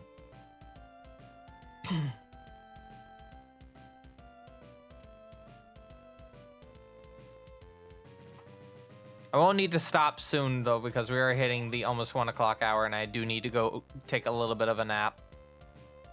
In fact, I'm going to try this one more time, and if I don't get this, I'm going to just stop. I'm probably going to take a death anyway, so...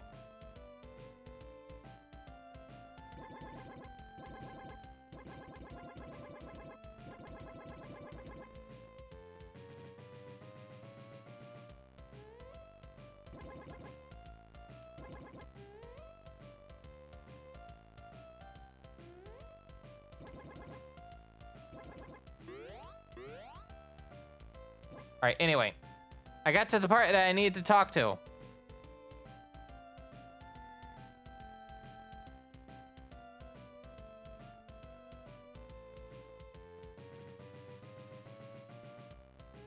So I need to just talk multiple times. I need to talk to all of them.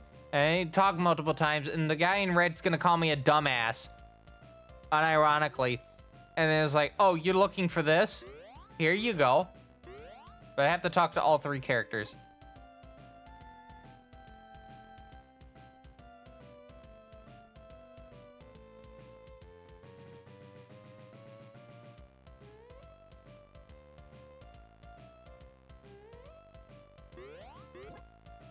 All right, 2, 3.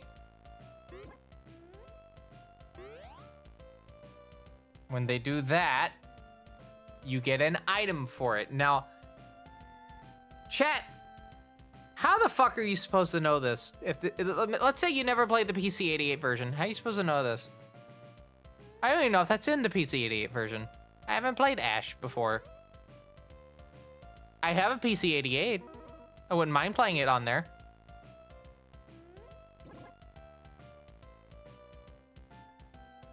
Maybe I'll have to set it up.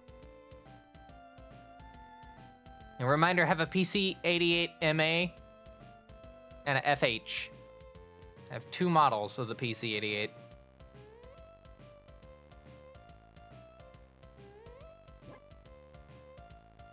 Try everything and suffer.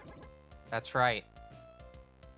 All right, so this girl had her head turned into an eyeball, and now we turned it back into a person head. Head on the head with a frying head.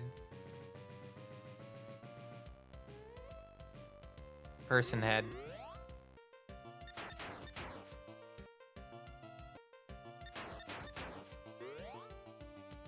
Alright, I have to race over here to pick up an item. This item is actually very important for the next boss. Just fucking annoying.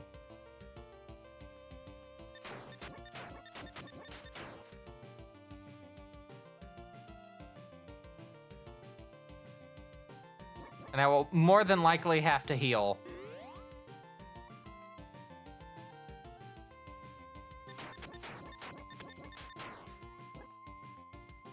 Alright, so we get the upshot now.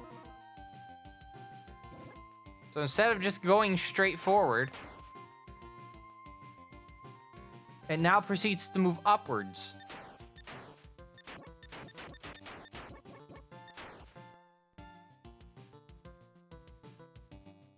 I don't know what you're thinking. Be like, well, what use is there for that? There is a use, if you could believe it.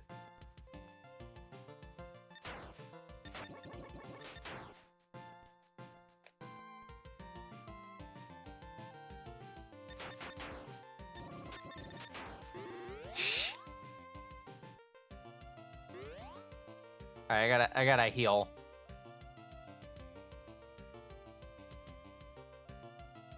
This next section is probably where I'm gonna take a death.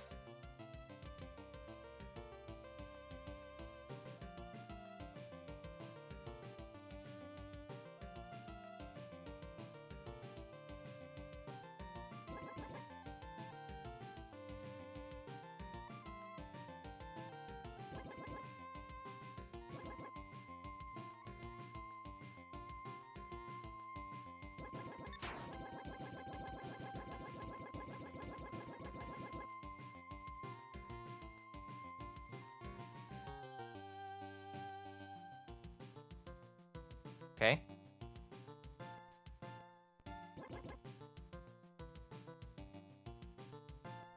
It's just easier to set it up like this.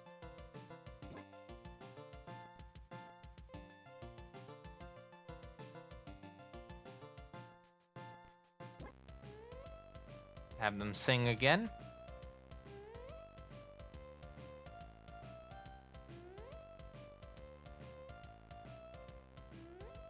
Get that max health, baby.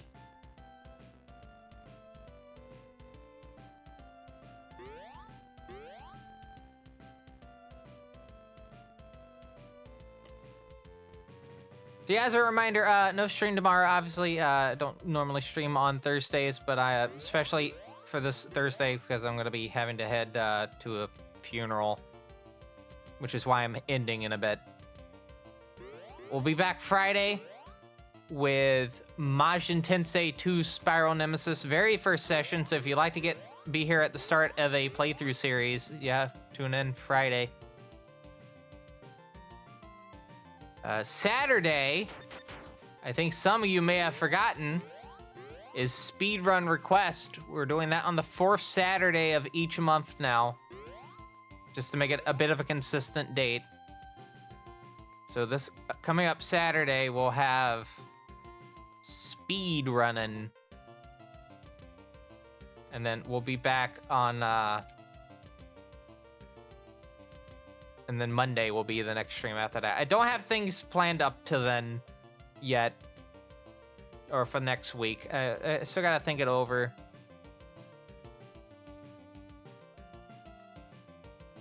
I still have to do some art stuff because Pika gave me a bunch of like poses to try to do with like boxes and whatnot, and I still haven't done that yet, and I feel very bad about that.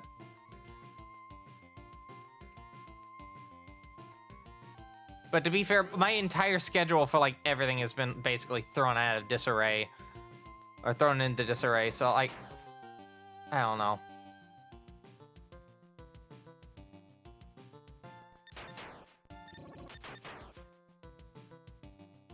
Oh, come on.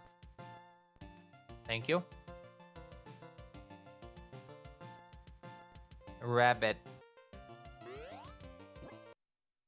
Ah, fuck, I hit both of the buttons. I went to go hit for the run button. I hit run and select at the same time. Oh, well. I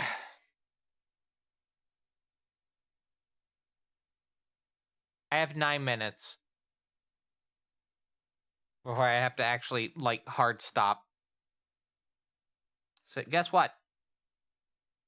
Guess what?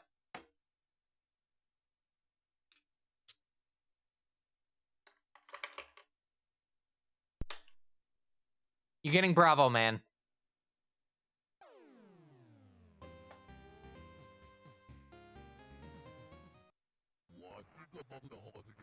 That's so true.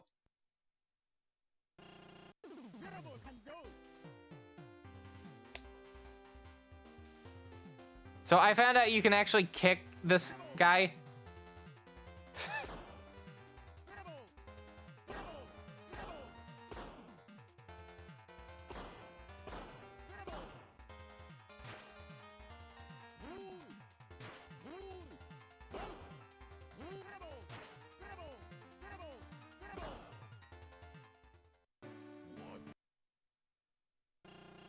So yeah, Bravo Man is a game.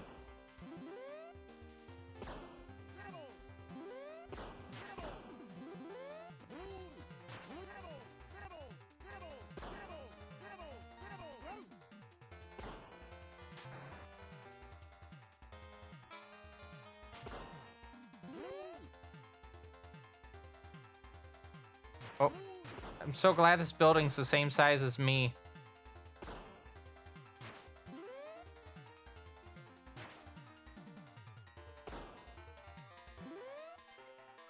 Cool. I don't know what that does.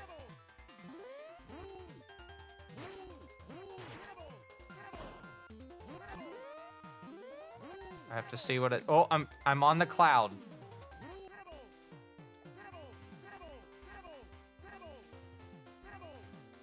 That's fascinating.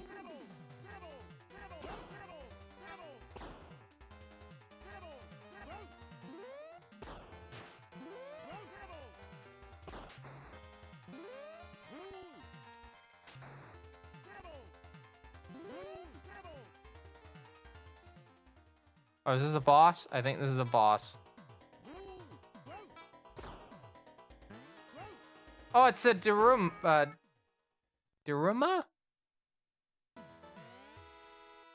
Yeah.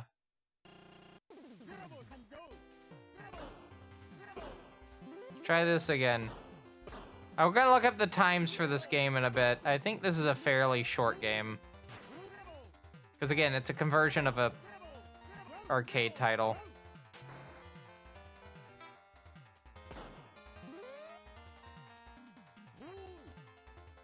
If you notice, though, you do speed up a little bit when you jump.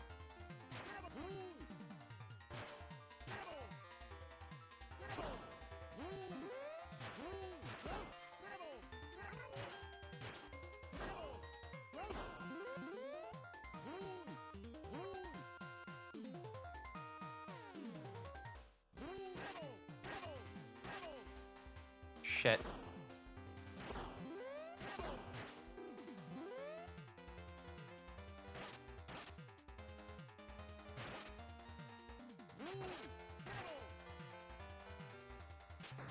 So, come on.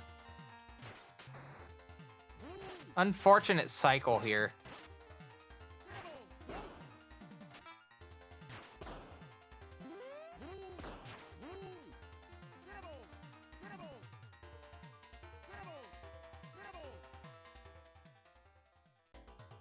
And also, it just doesn't help that I have very little health.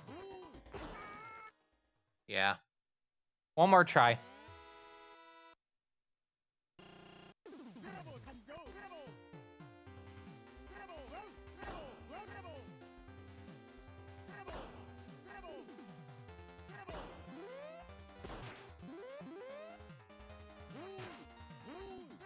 The jumping is really funny, how you could just, like...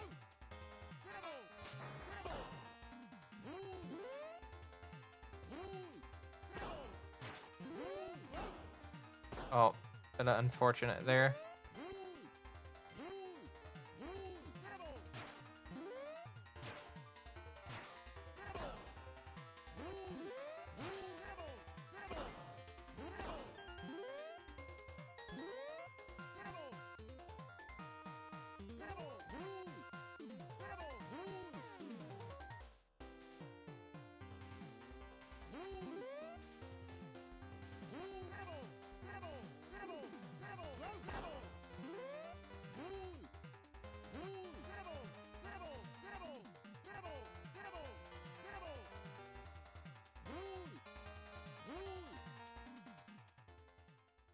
All right, here we go.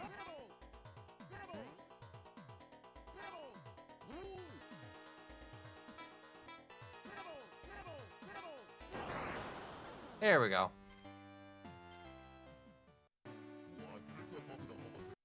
All right, so we got through the first thing. So now we're in Shmup Zone. Because if you thought we were gonna get through this stream without doing a shmup, I have a terrible thing for you. No, most of this platform's fucking library is shmups. As is, like, a lot of the PC 98 stuff that isn't, you know, of the erotic nature. Anyway, yeah, I just wanted to kill a little bit of time before I had to hit my hard stop. And we're at our hard stop. So with that in mind, on that bombshell, let's wrap up.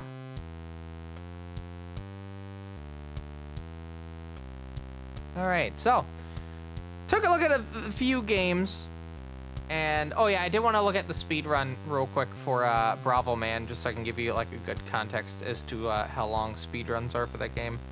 Bravo Man for the PC Engine is 39 minutes. Looks like only one run listed on TG16, no arcade runs, and then secret game.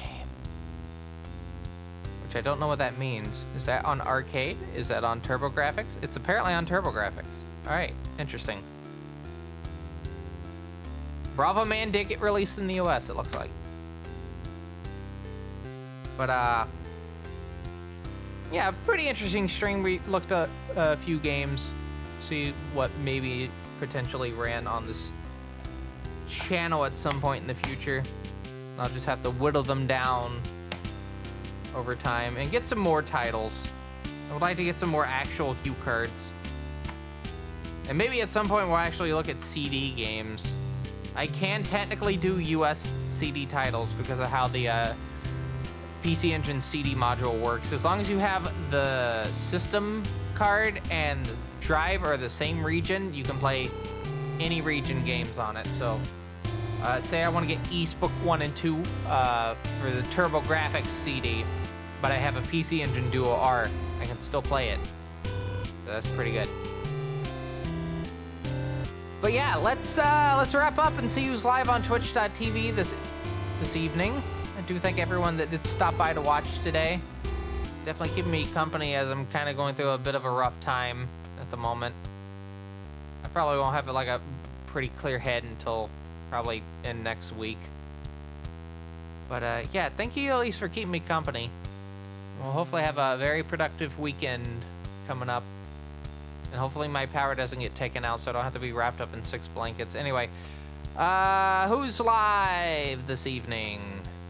We're going to start with following and then we'll see streams outside of that.